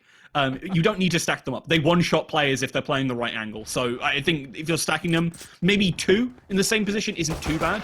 Because obviously you've got a little bit back up and they don't go down instantly. But Vitality very sensibly, just knowing if we play the right angles, these can just win out. All right. We'll have to see. It's going to have to require giving Patchwork a lot of space to be able to work their way in, and you have to be clinical with the crosshair placement as well. Even with the shotguns at those small angles. Look at the jump over! Machina by 2 on the jumping Bucky. My word, Abrams is making his work out as well. Vac similarly so, and it's all just collapsed here for Patchwork. Bensky will try to find the round for them. He gets the 180 shot onto Sender. This is still possible here for Bensky to win this one out, but what in the hell was that? That was the Bucky magic right there, baby. Position, however, given away, and things might be over for Bensky here. He put that utility down, buy some time. Doesn't know that they've slipped on in here. It's going to get a right click to the head and will not be much longer for this while. Brams picks it up, and that's the power of the Bucky. These forces, they work out for Vitality, and Patchwork put a lot of money into that. You can see the Bulldog and everything. Now they're down into a very difficult position, and Vitality are looking to try and, well, drive that point all the way home. All right, I doubted it, but I'm never going to doubt again. So Vitality were able to pick up that one. Machina, what? Just basically whack-a-mole, trying to jump up over above U-Haul there, just landing 2 kills with the shotgun. Okay, don't doubt the jumping back Bucky accuracy, I suppose, in that one. But yeah. It is terrifying. It is particularly scary. But Patchwork, they gotta make sure that they're not too spooked about that round as they work their way through towards Hookah, out on towards the B site. Sender being forced all the way back as that utility comes flying in. But the Cypher Vitality still in a little bit of an awkward situation. Here comes the push through from Machina as well. Fantastic stuff. Finds the frag onto Monstrum, and Fiku, he's been lurking in this position for a while, and now he strikes. And a couple of kills going the way of Vitality means that Hypers is left all alone and with enemies all around. Yeah, good stuff from Patchwork. Sorry, from Vitality there, shutting down Patchwork's attempted force there. And, well, now it means Patchwork are even more at that deficit, going to have to be very careful. So it's going to be Sheriffs aplenty, but unfortunately that's all they're going to get. It's going to be very difficult to pick up this round here. And Vitality, sorry, keep on saying the wrong name, are going to easily leverage the fact that they have such a weapon advantage, and they are a squad to give them an inch and they'll take a mile, especially when it comes to those duels. Okay, so I have no doubt that they're going to really take control of this round. That's what you predict, but what's going to actually happen? Sender with the flash through, trying to establish some early control there towards mid, but just going to back off that situation, let it go Patchwork's way as that Raze is pushing up, but checking the wrong angle at the wrong time, and that's an easy kill for Sender to bring his team the one-man advantage. They can continue to push through towards B as well, just checking deep and make sure there's no imminent threats towards that side of the map. But Patchwork, they are in a bit of a scrappy buy here, so not typically going to expect much out of this round, but miracles can and do happen. But Friku will make sure that at least that's delayed somewhat. A bit too greedy to go for the orb as well. Yeah, man, he just wanted it. He wanted to be able to pick up that ultimate as quick as they possibly could. Sender was waiting for someone to push, but there it is. The ring of roses as Patchwork push onto the A site. There's going to be a player waiting for them, and Vac likely looking for a multi-man spray down here. It's going to be easy pickings as the 3K comes on through. And this time, I don't think it's entirely because they've been playing the Raze. Sorry about that, knocking my desk. They've been playing a much more measured pace, and you can see it's working wonders for them. 6-2, and they've been absolutely stellar. Caution Yeah, here. brilliant stuff. Let's take a look at the, well, the crucial moment back with the easy triple spray down. All headshots as well, so even if they were on full armor and full weaponry, that would have still been a pretty neat clip in his arsenal. But Vitality now leading 3-1 on their opponent's map pick here. Patchwork still yet to really establish themselves here on Bind. It's tough to do so here on the attacking side in particular. But you at least want a good handful of rounds on the board to make yourself look a little bit better coming into that defensive half. A little bit, slightly more passive here in this situation. A lot of utility being deployed early on for Vitality as well, just to keep them at bay. So let's just see what happens. Oh, we got Vitality actually pushing through B-Long at the moment. They're looking for a timing here on towards Zayta, but Zayta's well aware of it. He was jiggle peeking that angle just to check it. Yeah. I like that they are looking for this information actively. Though sometimes it could be a little bit dangerous. Patchwork playing slowly. Happy to bait players around the map and get that info where they can. Could this be execute? It could be a disaster. Lands the headshot, but unfortunately, sometimes you got to be regretting using that Phantom there, and it means they won't get that kill. Hypers is, however, going to move on through, lose the Jewel. All importantly there, that could have been it. But that is now a disaster, and with Sender just watching this angle, Vitality have completely routed that. It means it's a 4 versus 2. Patchwork do have that site control, but Vac is ready to, well, try and deny anything of the sort. Manages to dodge that utility as well, but Zin can't do the same. Zayta is getting wallbanged. Brams takes him down, and Vitality pick up round 5 here as they really are on a bit of a roll on this defense. As expected for Bind here, but some of these rounds have been very difficult for Patchwork. Yeah, they have. And Vitality, they haven't really been forcing the issue too much. Yes, we've had a couple of slightly aggressive plays here and there. The aggressive trek through towards B-Long in that previous round, for example. But they're really letting Patchwork play their own game at the moment, and they're just playing in a little bit more of a reactive style, and it's really actually working out for them. I think Patchwork coming into this one, we were expecting Vitality to just get up in their faces like that previous map, but it seems like Vitality's taking a little bit of a calmer approach here to Bind and working out for them. Here comes the fast push though from Patchwork on towards the A-bombs, A site. Makina trying to send the spark, the dart through, and he actually does find the kill with the shock dart, a third with the pistol as well. So fantastic work from that Sova. Brams waiting for the timing, played through and adjusts onto the second as well. In and out of the smoke as quick as that, and Vitality another round. As quick as can be. The tempo of Vitality right now is absolutely fantastic, and they really have been controlling the pace of the game. Patchwork tried to push on in there. Obviously, it was pistols, but an easy spray down, easy 3k for Makina. Does go down in the very end, so Patchwork happy to at least get something on the board, but right now they're hurting, and they need to leverage these ultimates they've got to try and find something. You can see that they've got so much value. Obviously, using it can sometimes be very difficult. Some of these ultimates are hard to effectively use if the enemy team is positioning correctly. And don't forget, the opposite team also has a lot of ultimates ready to go as well. So 8 of the 10 ultimates in total ready and waiting for potentially this round. So we might see a lot of them be deployed here. As Vac just briefly flashed off the angle. In a hurry to get away though. He'll just hang around inside a hookah for now. But of course there was no one to try and capitalize on that. Here comes the offensive towards the A side. Oh! My word. VQ is absolutely nuts with that shot. A little bit of delay with the spike in transition from Patchwork. The camera is still up as well, giving Fiku a huge advantage. Here comes the Rolling Thunder, tagging up a whole bunch of Patchwork players, but they're able to hide in corners so quickly, so this might not be too bad for them. There's a response there from Hypers. The trade's available for Sender, though. Sender sends some bullets through the Viper's pit, and Bensky looking to win the round here for Patchwork, but a little bit of confusion on the edge of the smoke inside of smoke. And that'll be yet another round for Vitality. 6 now, but Patchwork are really trying.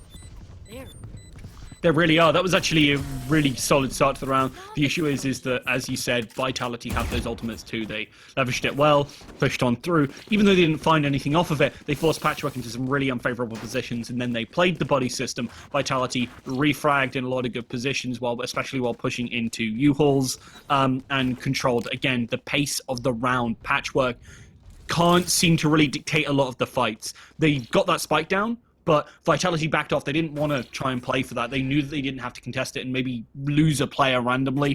Playing a lot more measured here on the defensive bind, and that's how it should be. They know what they're doing.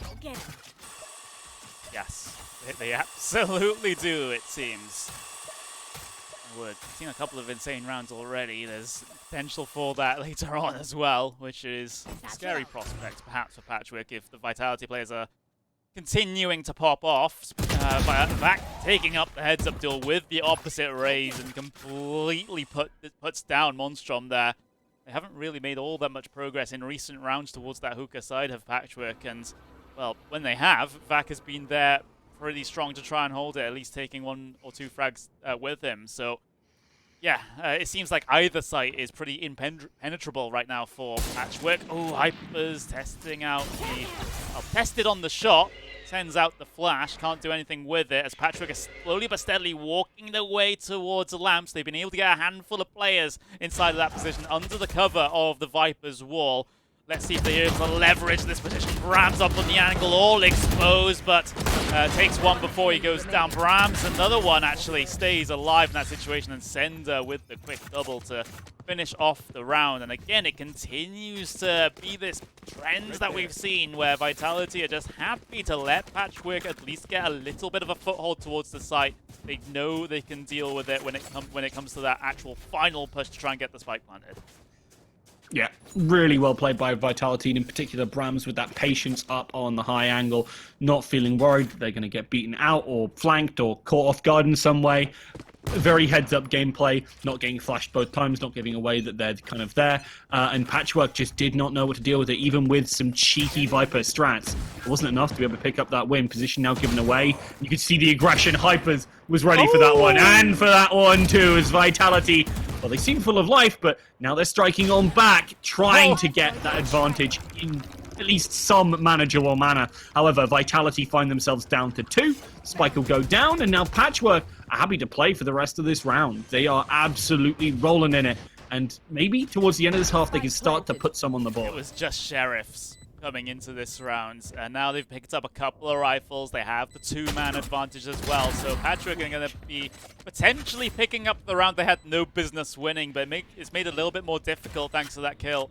Vitality have been able to pick up Piku heading his way through now, looking to get the Cypher ultimate, reveals all the positions, but Bensky will just peek on him and trying to take the duel with Sender as well. Bensky finds his 3rd. The thrifty round for Patchwork finds their 2nd.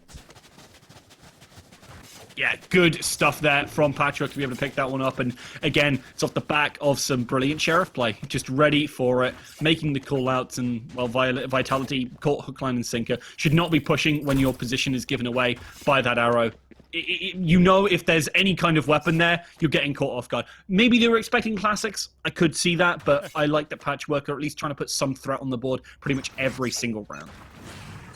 Yeah, you know, they're not making any round easy for Vitality at the moment. They're really challenging them on all fronts. Look at this little stack towards the long B side. They sent one of the teleporters through as well, so a lot of control going towards Showers of A as well. It seems to be a bit of a confusing map at the moment, as the Patchwork team will continue to try and get their progress done towards B, then trying to pull some delay tactics at A as well. Is still very long rotates for Vitality to try and manage here. So there's a window on the B side for Patchwork to be able to get that spike plan in.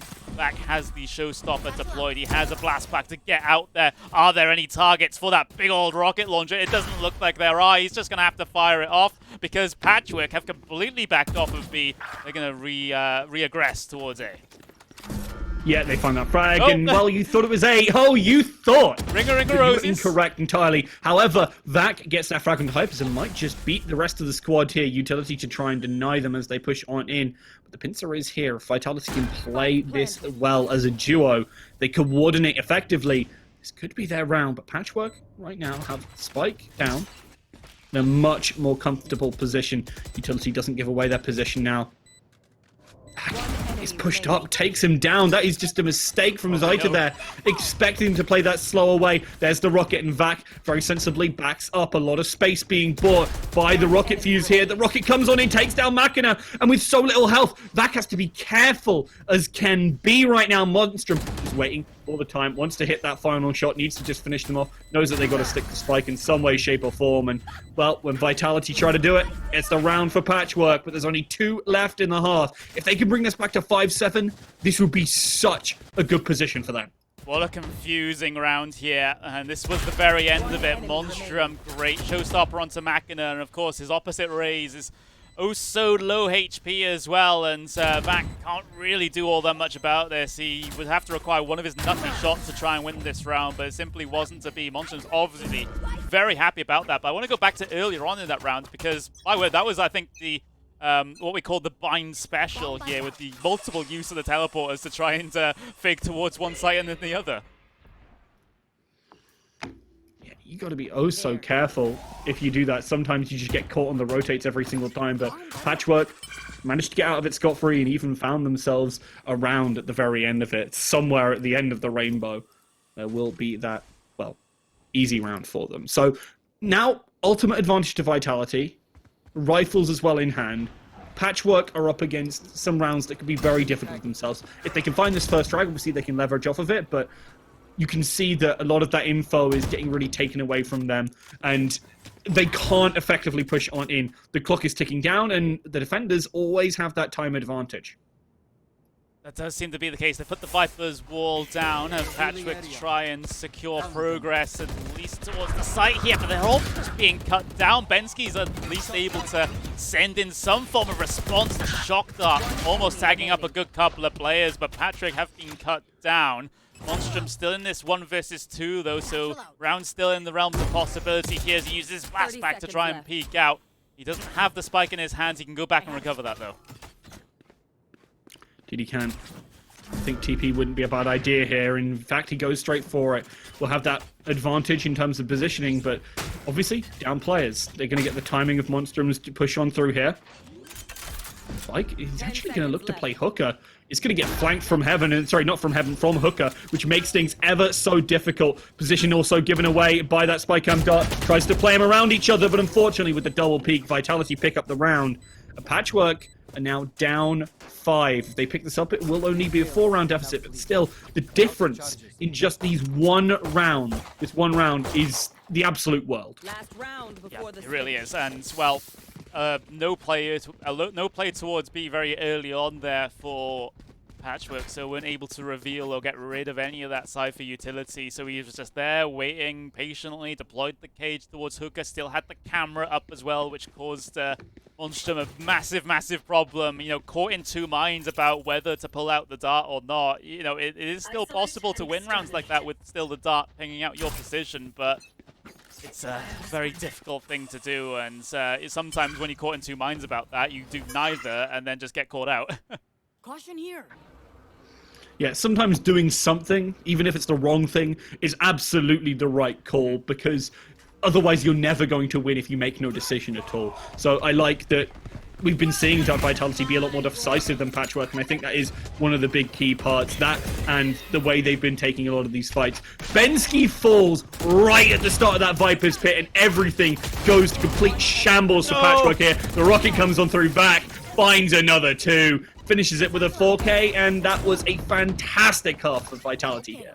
Yeah, brilliant little flourish towards the end there from Vac. That could have even been a 3K with the showstopper as well if aimed a little bit more accurately, but he'll take the double and finish him off with the weapon, as we'll now head on towards the second half here of map number 2. Vitality looking to try and end this series early 2-0, but what does Patchwork have on the defensive side to try to get this to a decider?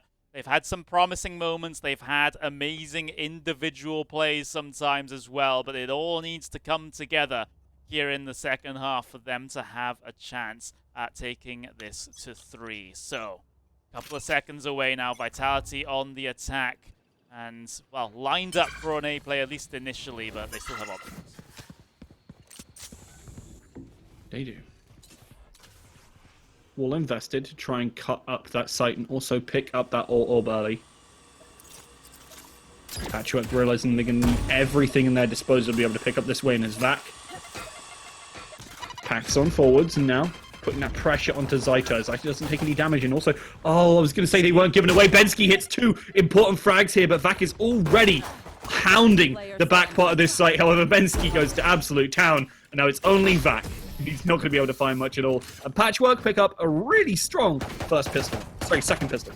Yeah, Bensky, fantastic couple of opening frags to be able to make sure that that A site is secure. Of course, Vac got himself into a little bit of an awkward situation, I believe you would say, on that, in that fight in towards Lamps. He was able to pick up his frenzy, but to no avail. Patchwork were just all over him, so that's exactly what Patchwork needed to try and get a little bit of momentum coming into this second half on the defensive side. Of course, it's a lot easier to do that on the defensive side here in Bind as well, so things are looking pretty positive here. They just can't drop maybe the next 1 or 2 rounds, otherwise it'll be one of the final nails in their coffin and Vitality will be able to get themselves across the line. So the next couple of rounds really, really crucial here for Patchwork, and Vitality going to use the teleporter to head towards B as they initially went through the short A position. Look at that paint shells though. Oh, it's going to cause Vitality a little bit of a problem. A lot of damage done.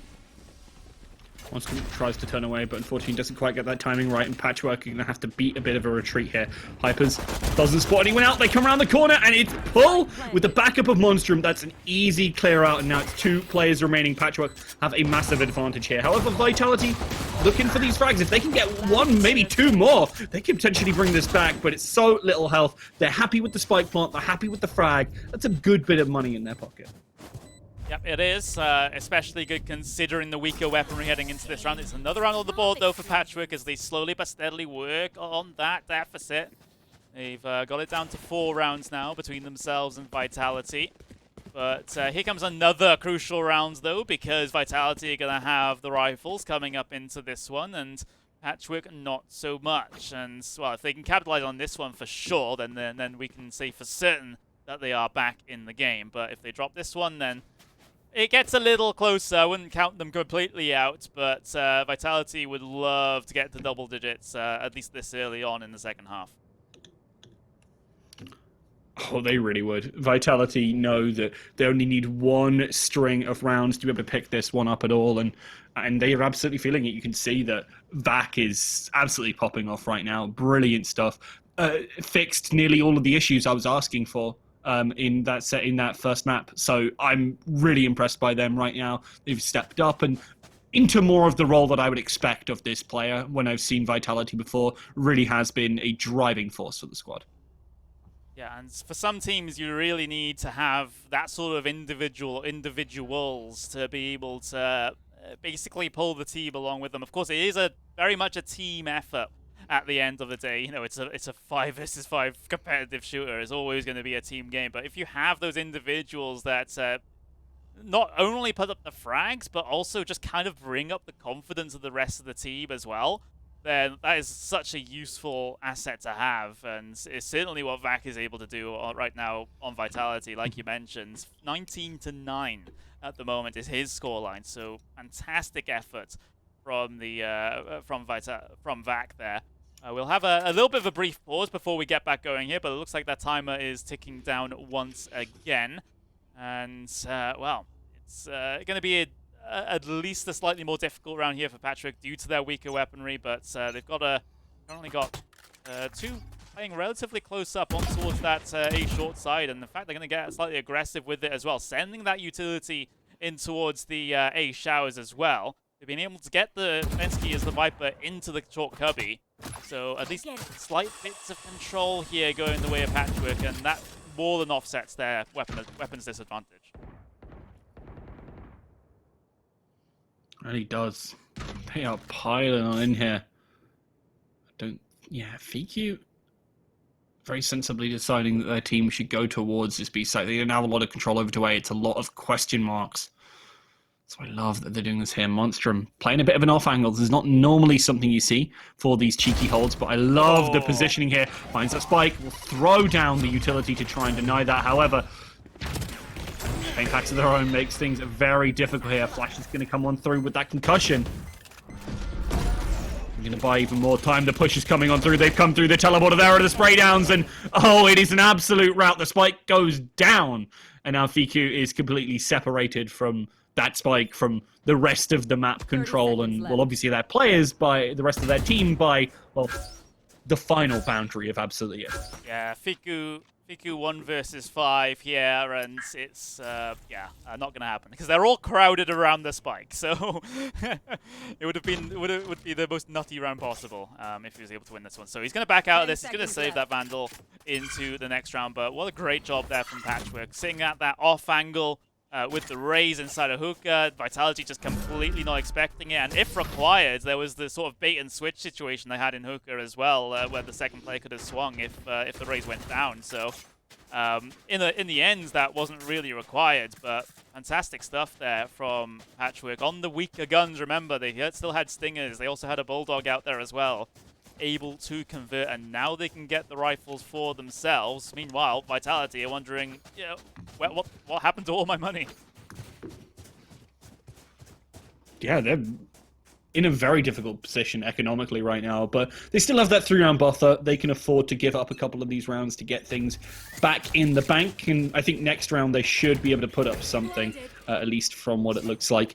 Patchwork, getting that info early from the flash. Obviously, it tells you that there is presence, not exactly how many there are. So this flash could be very ill-advised here. And it is destroyed for the third time here. Fiku takes down Monstrum, and I think finally Hyper has started to realize this is not a position I want to be in. Backs off towards that elbow and tries to use that dog in order to get some more info, but Vitality completely takes side control. They're going to get that point on down, and is the retake, but Hyper's moves too early, gets taken down, and that retake becomes less and less of a possibility as Vitality are staring down the barrel of moving to that double digits and close to taking this series 2-0. Yeah, they've really been able to pull out the initial part of this round out the bag with the weaker guns. The Aftershock through doesn't quite tag up Zaita, just delays his progress in terms of getting on towards this B site, able to avoid the shot line as well. And look at this from Vitality, they're continuing to push through here in towards Defender spawn to be able to find the thrifty round. They respond on the weaker guns just like Patrick were able to in the previous, and they get up to 10. Scoreline 10-6 here up. And with that round, Vitality's chances of taking this one early looking a lot better. Yeah, they've got that economy back. Everything is good in Vitality's hood right now. They just need to find a couple of these rounds off the back of the ultimates that they have, the weaponry they now have. Even if they lose this round, I believe they can actually buy up. That's how good their economy is. They got full rifles pretty much off of Patchwork, and, well, obviously the win bonus is pretty darn solid as well. So they're very happy with this position. You can see Brams wanting to maybe make that push happen, but respecting some of that utility that the Viper puts out. And, well, as I say that, they overextend, get taken out. They at least get the refrag. And that molly is an interesting place to try and stop any kind of push or any kind of hiding in that little corner.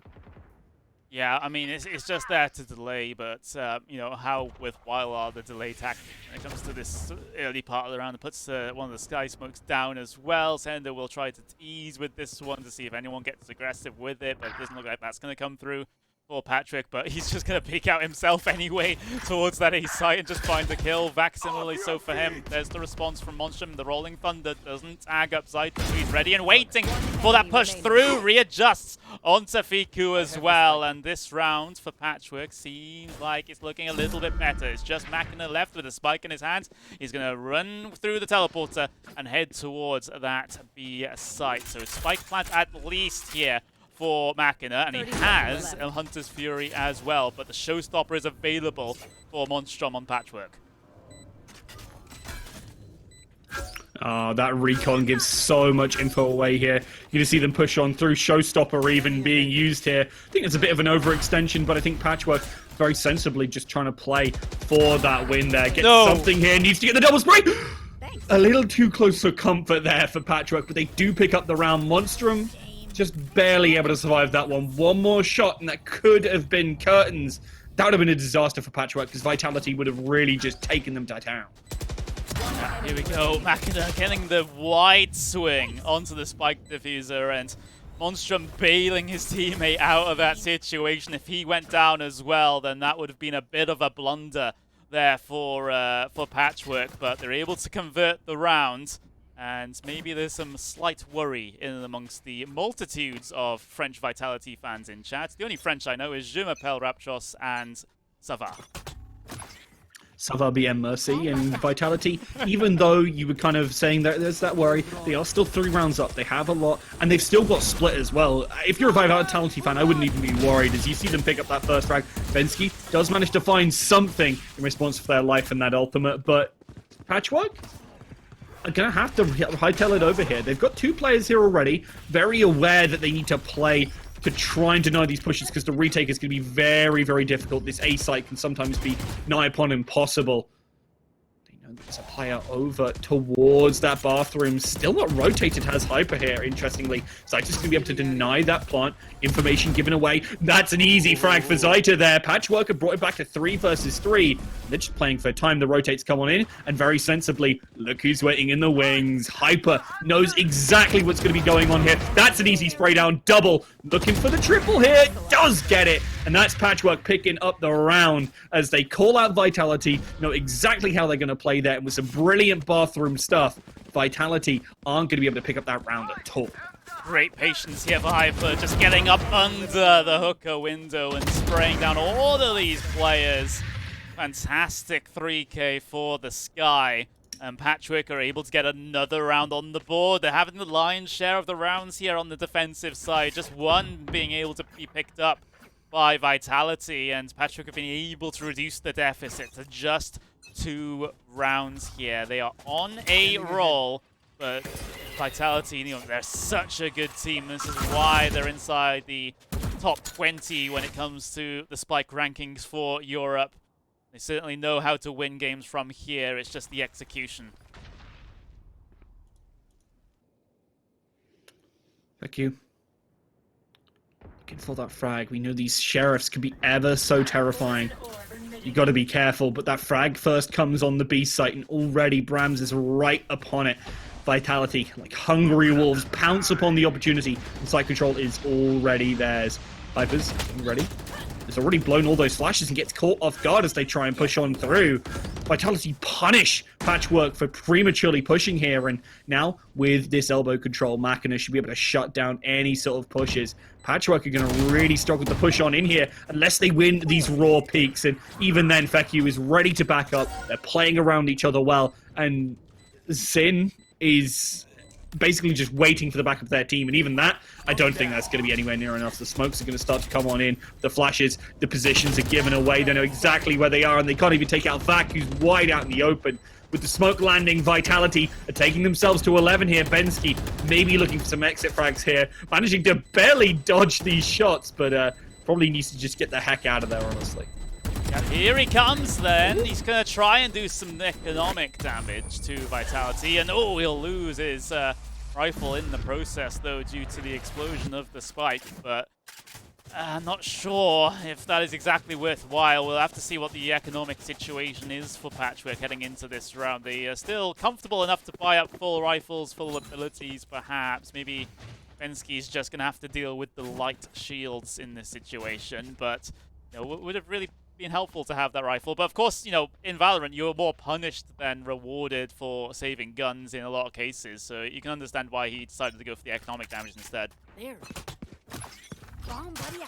Yeah, I mean, I think an interesting decision. Ultimate Viper's Pit invested super early here from Patchwork to completely gum up that bathroom, but I think Vitality very sensibly are just playing the slower game, and we'll notice this. Likely just play more towards that B, and that's exactly what Bensky pushes out, and I was told this guy is absolutely fantastic on this Viper, but going for cheeky stuff as well, that's the kind of thing you see from a Viper there, main there, and Sender really should be checking that someone should be putting utility towards, so you have to sober up still. Try and flush them out effectively. They're now putting that utility towards too little too late. It's 5 versus 3 Vitality. They're on that deficit. Can they make things work? Bensky tries a little too hard to make that happen, and now Patchwork are back to the drawing board as they are even Stevens. Yeah, that might have been even more sketchy for Vitality since it was the spike that went first on the Breach's back, which is not what you would really want. The Hyper's going for this teleport, though. He's just going to chill out in this teleport room, expecting someone to teleport in behind him so he can get the easy kill. So Vitality will have hit that, and they're going to be very well aware of that. So as soon as the door opens, you will see probably these players just do a complete 180 trying to find Hypers. But Hyper's playing it patiently right now. No one's going to be heading his way through that teleporter. His two teammates are actually on the B site right now, so it's a relatively free A bomb site for Vitality to take here. They have 15 seconds left remaining, but should have plenty of time to try and get this one down. No Hunter's Fury or Orbital Strike to use on Patchwork to try and delay this one and win the round. Look at the drive-by! What in the hell was that from Hypers? Like, he doesn't even need to counter-strafe. You know, sometimes better lucky than good, and that was absolutely what happened there. Zin will clean out Vac.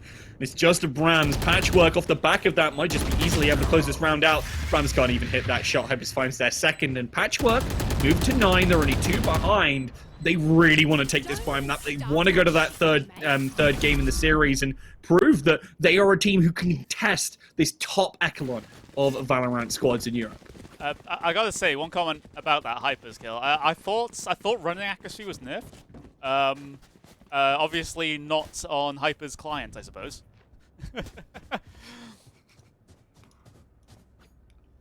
I mean, eventually you're gonna see it happen again. I haven't seen it, to be fair, in a while. I always feel like I'm getting running headshot, but I know that it's often good counter-strafing from my opponents. Always keep that in mind when you play in your right games. Don't get too mad like I do. But Vitality just completely getting caught out there. He knew it was luck, but sometimes you've got to go for those, and eventually you will hit. Patchwork able to pick that up, and to be fair, it was a pretty clinical cleaning of house after the fact, so good stuff from them in general. Brams gonna get caught off guard here, unfortunately. Did port into the back, tried to catch him off guard. Back. Oh! Okay, does get refragged there as Bams just runs on through, finds that opportunity, and that will be a spike plant for Vitality. They even have a player advantage as much as their positions have been given away. Patchwork don't quite have the position to try and capitalize on it well. You know, there's something coming out there. The paranoia hits onto Zaita. There's some kind of opening here, but Brams, wide swings, gets caught out, and it's now 3 versus 3, especially with Machina being forced out of his position, taken down by Zin here. Sender tries to jump out, tries to get something, but it looks like Zin is absolutely on the ball right now, and finds their third for good measure. Patchwork pick up the round, they hit double digits themselves, and Vitality is starting to feel the heat. Yeah, this is a pretty close map, isn't it? Just one round between the two teams now as Patchwork make the comeback happen, or at least potentially happen, here inside the second half with 2 defuses in the previous 2 rounds. They've been very close ones as well. It's not been a guarantee there for Patchwork, and Vitality struggling to get themselves across the line here. Of course, if they win this one, they win the series, and they continue on in the upper bracket to be able to position themselves quite well for that grand finals, of course, with the advantage that the upper bracket has coming into that one. But Patchwork, they don't want to run that lower bracket gauntlet because that is exhausting. That is exhausting. That is stressful as well. And at any opportunity, one of the lower down teams can upset you as well. So it's not a risk that you really want to take. You want to take that in some ways harder route to the grand finals, but in a way, in terms of the amount of games, it's easier. Yeah, it really is. And coming into it fresh, also having that kind of advantage is always a nice way to find yourselves. But both of these teams, even Vitality, one of the highest seeded teams in the tournament, is going to have a rough time in this upper bracket. And if Patchwork managed to take him down, this is the first challenge of many. Obviously, taking down Vitality would do wonders for their confidence and do so much for the team as well. I know that this organization came in with high hopes but realistic expectations. They know that these can be difficult games, and I love how mature the organization has been about that as a whole, and they've given their team players a lot of time to improve here. Zaito manages to just about escape that position. What's going on down? That should be enough for their team to go pick it up. I think it went in, but unfortunately, Hypers is going to get that spray down. Takes down 2, doesn't quite find the third. With the position given away, with all that utility going on in, they're easily flushed out here. Vitality know how to take a player off the board. Back, however, overextends. Xin will punish it, and the Rolling Thunder doesn't quite hit. Zayta does fall, however. They knew they were elbow, and Vitality are just pushing on through Sender. Wants to try and pick up that spike, has to be so careful. Bensky is already looking for that flank. And Sender with knife out, caught running, caught tripping there. And, well, Bensky picks up the round. It's even Stevens, and Patchwork just need 2 straight rounds to pick up the game, take us to map 3, and all the way over to Split here. It will be a hard fight, but they absolutely have proven they have it in them. We will be going the distance, it seems, at least in terms of regulation, but, you know, potential overtime on the cards as well, if given the right set of circumstances, and it would be very, very fitting for this game, which has been incredibly enjoyable so far. If we can get more rounds of it, then I certainly won't be complaining. Maybe my housemates will if we are up too long, shall we say, but right now, Vitality looking to try and get themselves to match, to what is going to be match point for them. It would only be map points for Patchwork if they're able to get to 12 first. Of course, if they win this map, then we still have splits to contend with as our third map, so it won't be the end of the road, but Vitality, they could just get it done here 2-0, and they're primed, ready and waiting inside hookah. Dude, they are. Monstrum. In elbow with backup from Hypers. They often play this angle, not quite able to catch the cross there and want to try and move on through. Vac likely ready with a paint shell, expecting to throw that utility towards it. Zayta's trying to force something out. It's a good shock dart to buy some time. Zayta does go for the cross. 3 players towards the same angle. It's interesting to see. They are going to be able to take down Zayta as they try and push through maybe that more main position. The ultimate finds nothing. They don't deny the spike at all, at least too much. He's still pinned in that position regardless and knows he doesn't want to overextend. Monstrum trying to get that pre-fire of some description as the Hunter 3 starts to come home to roost here. Machina wants to find some damage, find one of these players, but only finds the absence of them. They're likely there somewhere, but with the smokes, it's oh so difficult to get a proper tag onto anyone with this utility. Flash comes on in, forces them out. Oh no! The showstopper finds nothing. Hypers finds Sender, but falls to Vac here. The frags are coming through thick and fast. Xin has to push through his own utility, and Machina was right behind. It's match point, it's series point for Vitality as Patchwork drop the ball on an all-important round here. It's nail-biting at this point. Vitality are able to pick up a round here and there on the attacking side, and, well, in the dying moments here, they've been able to get the match point that they've been desiring for oh so long. It's taken them a while to get to this point, but they haven't won 2 rounds or more on the bounce here in the attacking half, and they would have to do it to try and get this map win and this match win in regulation time. Patchwork have been very good at answering straight back here after a Vitality attacking round win. So they're still primed. They're still optimistic that they'll be able to take this to overtime. There's no reason why they can't if Hypers is landing headshots with a Marshall. Flash gives information. Patchwork still looking for those headshots. We know that, well, Hypers has been absolutely fantastic at hitting these easy dinks. Used that Sheriff to great effect in the previous parts of this map, in the previous map as well. But with this Marshall, you really got to be going for that first shot accuracy. Getting smoked off hurts even more. It's difficult to properly spam through. Tries to land that shot, trying to go for just that, but the push is coming. Machina is in good position. Wait, pushes and Hyper just hits the headshot. That's a 2-player advantage now for Patchwork. They are looking for this overtime. They lose Hypers in the crossfire, but they get the spike down, and it's in a pretty open position. Vitality have to play towards site control here. They know they're going to get flanked, so great call in terms of the plant here. The concussion. Oh, just about skip out. Already watching it. Monstrum backs off that little bit, just a touch, just a tad more. The spray is trying to come through from back, but Sender falls, Brams falls, and now it's just this last remaining player, Vac. versus them all, gets the first, but Zin with the headshot. These Sheriffs are oh so strong for Patchwork as they take it to overtime here. They are not giving up without a fight. They want to stick in it, and we're in that position. We were thinking, you know, we were really missing something about LANs. And the late nights were absolutely part of it. We're past midnight UK time, and over in Vitality, obviously, a lot of these guys are Eastern European or Central European, and they must be working to the late hours of the night. This is going to be difficult for them. I know I said that they're a team that's played a lot of games, are very experienced, but fatigue hits everyone, regardless of how much you've played. Here we go then. We've been live for 7 hours and coming up to 20 minutes here on the first day of Epic32, and we get our first overtime here on the stream in this best of 3 series between Vitality and Patchwork. This is map number 2. We might have a whole entire map after this one if things go Patchwork's way.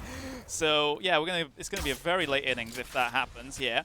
But now, first round of overtime, Patrick on the offensive, Vitality on the defensive. Those will be swapping around relatively quickly if the deadlock isn't broken between the two of them. As Machina looking to try and get aggressive here in towards Showers. The flash going through from the sky. Doesn't quite catch Machina out. He dodges all those flashes and he lines up 2 frags. There's the trade eventually from Hypers, but it's too little too late. And Vitality get another match point. Here they do. A fantastic start for them. We're swapping sides, just 1 round in it. Patchwork, they got demolished in that round. They need to step things up, and this defense is absolutely a place to do it. It is the favored side. We just need to take 1 more to take it back to even, and then from there, well, we can work with what we got. Yeah, but the thing is, both teams have had their stronger sides on the defensive side, so this might be going on for quite a while, everyone, unless someone's able to get those 2 rounds on the bounce to be able to, those 2 rounds on the bounce during a segment of overtime to be able to win out here. Of course, the magic number in this first phase is 14. Vitality 1 away from that on match point right now, but Patrick will pull it back with a round win here, and then we'll go for another segment of overtime. They're all lined up, though, outside of B at the moment. Vac looking to try and be the pointy end of the spear as Vitality try to work out on towards that B site. They found 2 openings, 3 openings, 4 openings here, and I think this might be all she wrote here, Rook. Yeah, Vitality getting the 4 kills very, very quickly here. Zin is going to try as they might, but I don't even think there's a lick of damage on Vitality here. The flash will go on through, doesn't hit that all-important first shot. Unfortunately, there goes for a second. Does take down Vac, but that is all she wrote. Unfortunately, for Quilt Gang, it's time for bed. 14-12. Brilliant win there for the side of Vitality. They pick up the series 2-0, finishing out on their opponent's map pick. Well played, honestly, by Patchwork, but unfortunately, the top teams of EU remain to be ever so stalwart, and it makes things difficult for those of them trying to contend. Yeah, what an amazing map between these 2 teams. Patchwork really taking it to Vitality here, and well, made it a lot closer here in map 2 compared to what we had on map number 1 on Haven. But, you know, it's a fantastic effort from them. They are going up against a team that, at least according to the Spike rankings, are well above their station, and at least in that last map, they almost looked equal when it comes to things there. So, again, fantastic stuff, Patchwork. They're not out of the event. They will drop down to the lower bracket. Vitality will continue on into the upper bracket quarterfinals coming up tomorrow to see if they can book their slot in the grand final. But Patrick, they're going to have to run that lower bracket gauntlet now. And, well, with a performance like that, it seems like that prospect is very, very possible for them. Absolutely is. Very impressed with their performance day, and I think they should be very happy with it as well. Obviously, lower bracket is going to be difficult, as you said, very stressful, and even more games to try and contend with. But I think that's more time to try and polish things up for a potential rematch. I think Vitality will likely be going the whole way, a very strong squad, and to perform like that against them, I think Patchwork are potentially one of the dark horses. I remember Sue tweeting out exactly that, and I think she was right. I'm very excited to see how the squad progresses.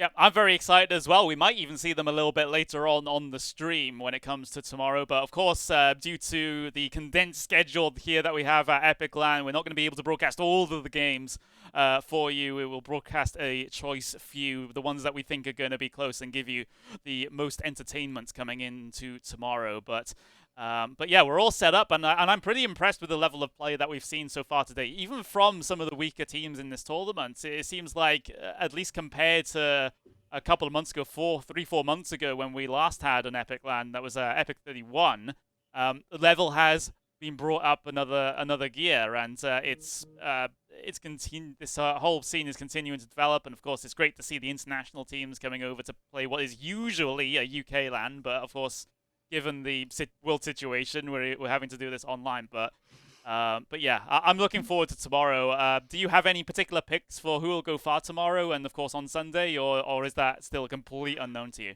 I think the obvious choices to say are Wave and Vitality looking really, really good. I think that's a pretty easy ones to say. Squads are going to go. As I said, I thought Patchwork were pretty impressive on the whole, and I think they definitely could go deep. The other team, I'm excited to see how Volvo Peak perform. They've looked really good as well. And, well, I'm interested to potentially see them on stream. But unfortunately, that is all we have for you today. Thank you all very much for watching. And thank you to our sponsors, Overclockers UK, epic.LAN, obviously, Intel, and Logitech G. I hope you all have a wonderful evening. And we'll see you tomorrow for more Intel Epic32 Valorant action.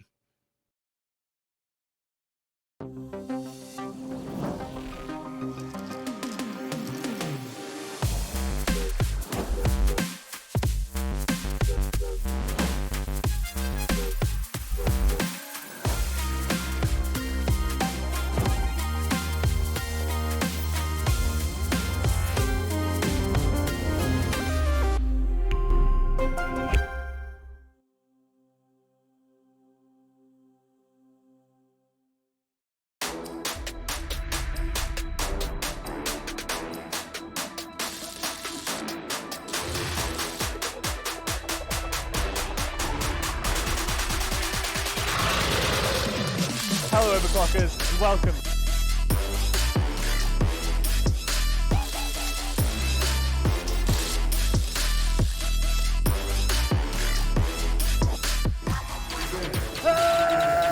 Oh, screw this. Where's A-Tuck when you need him?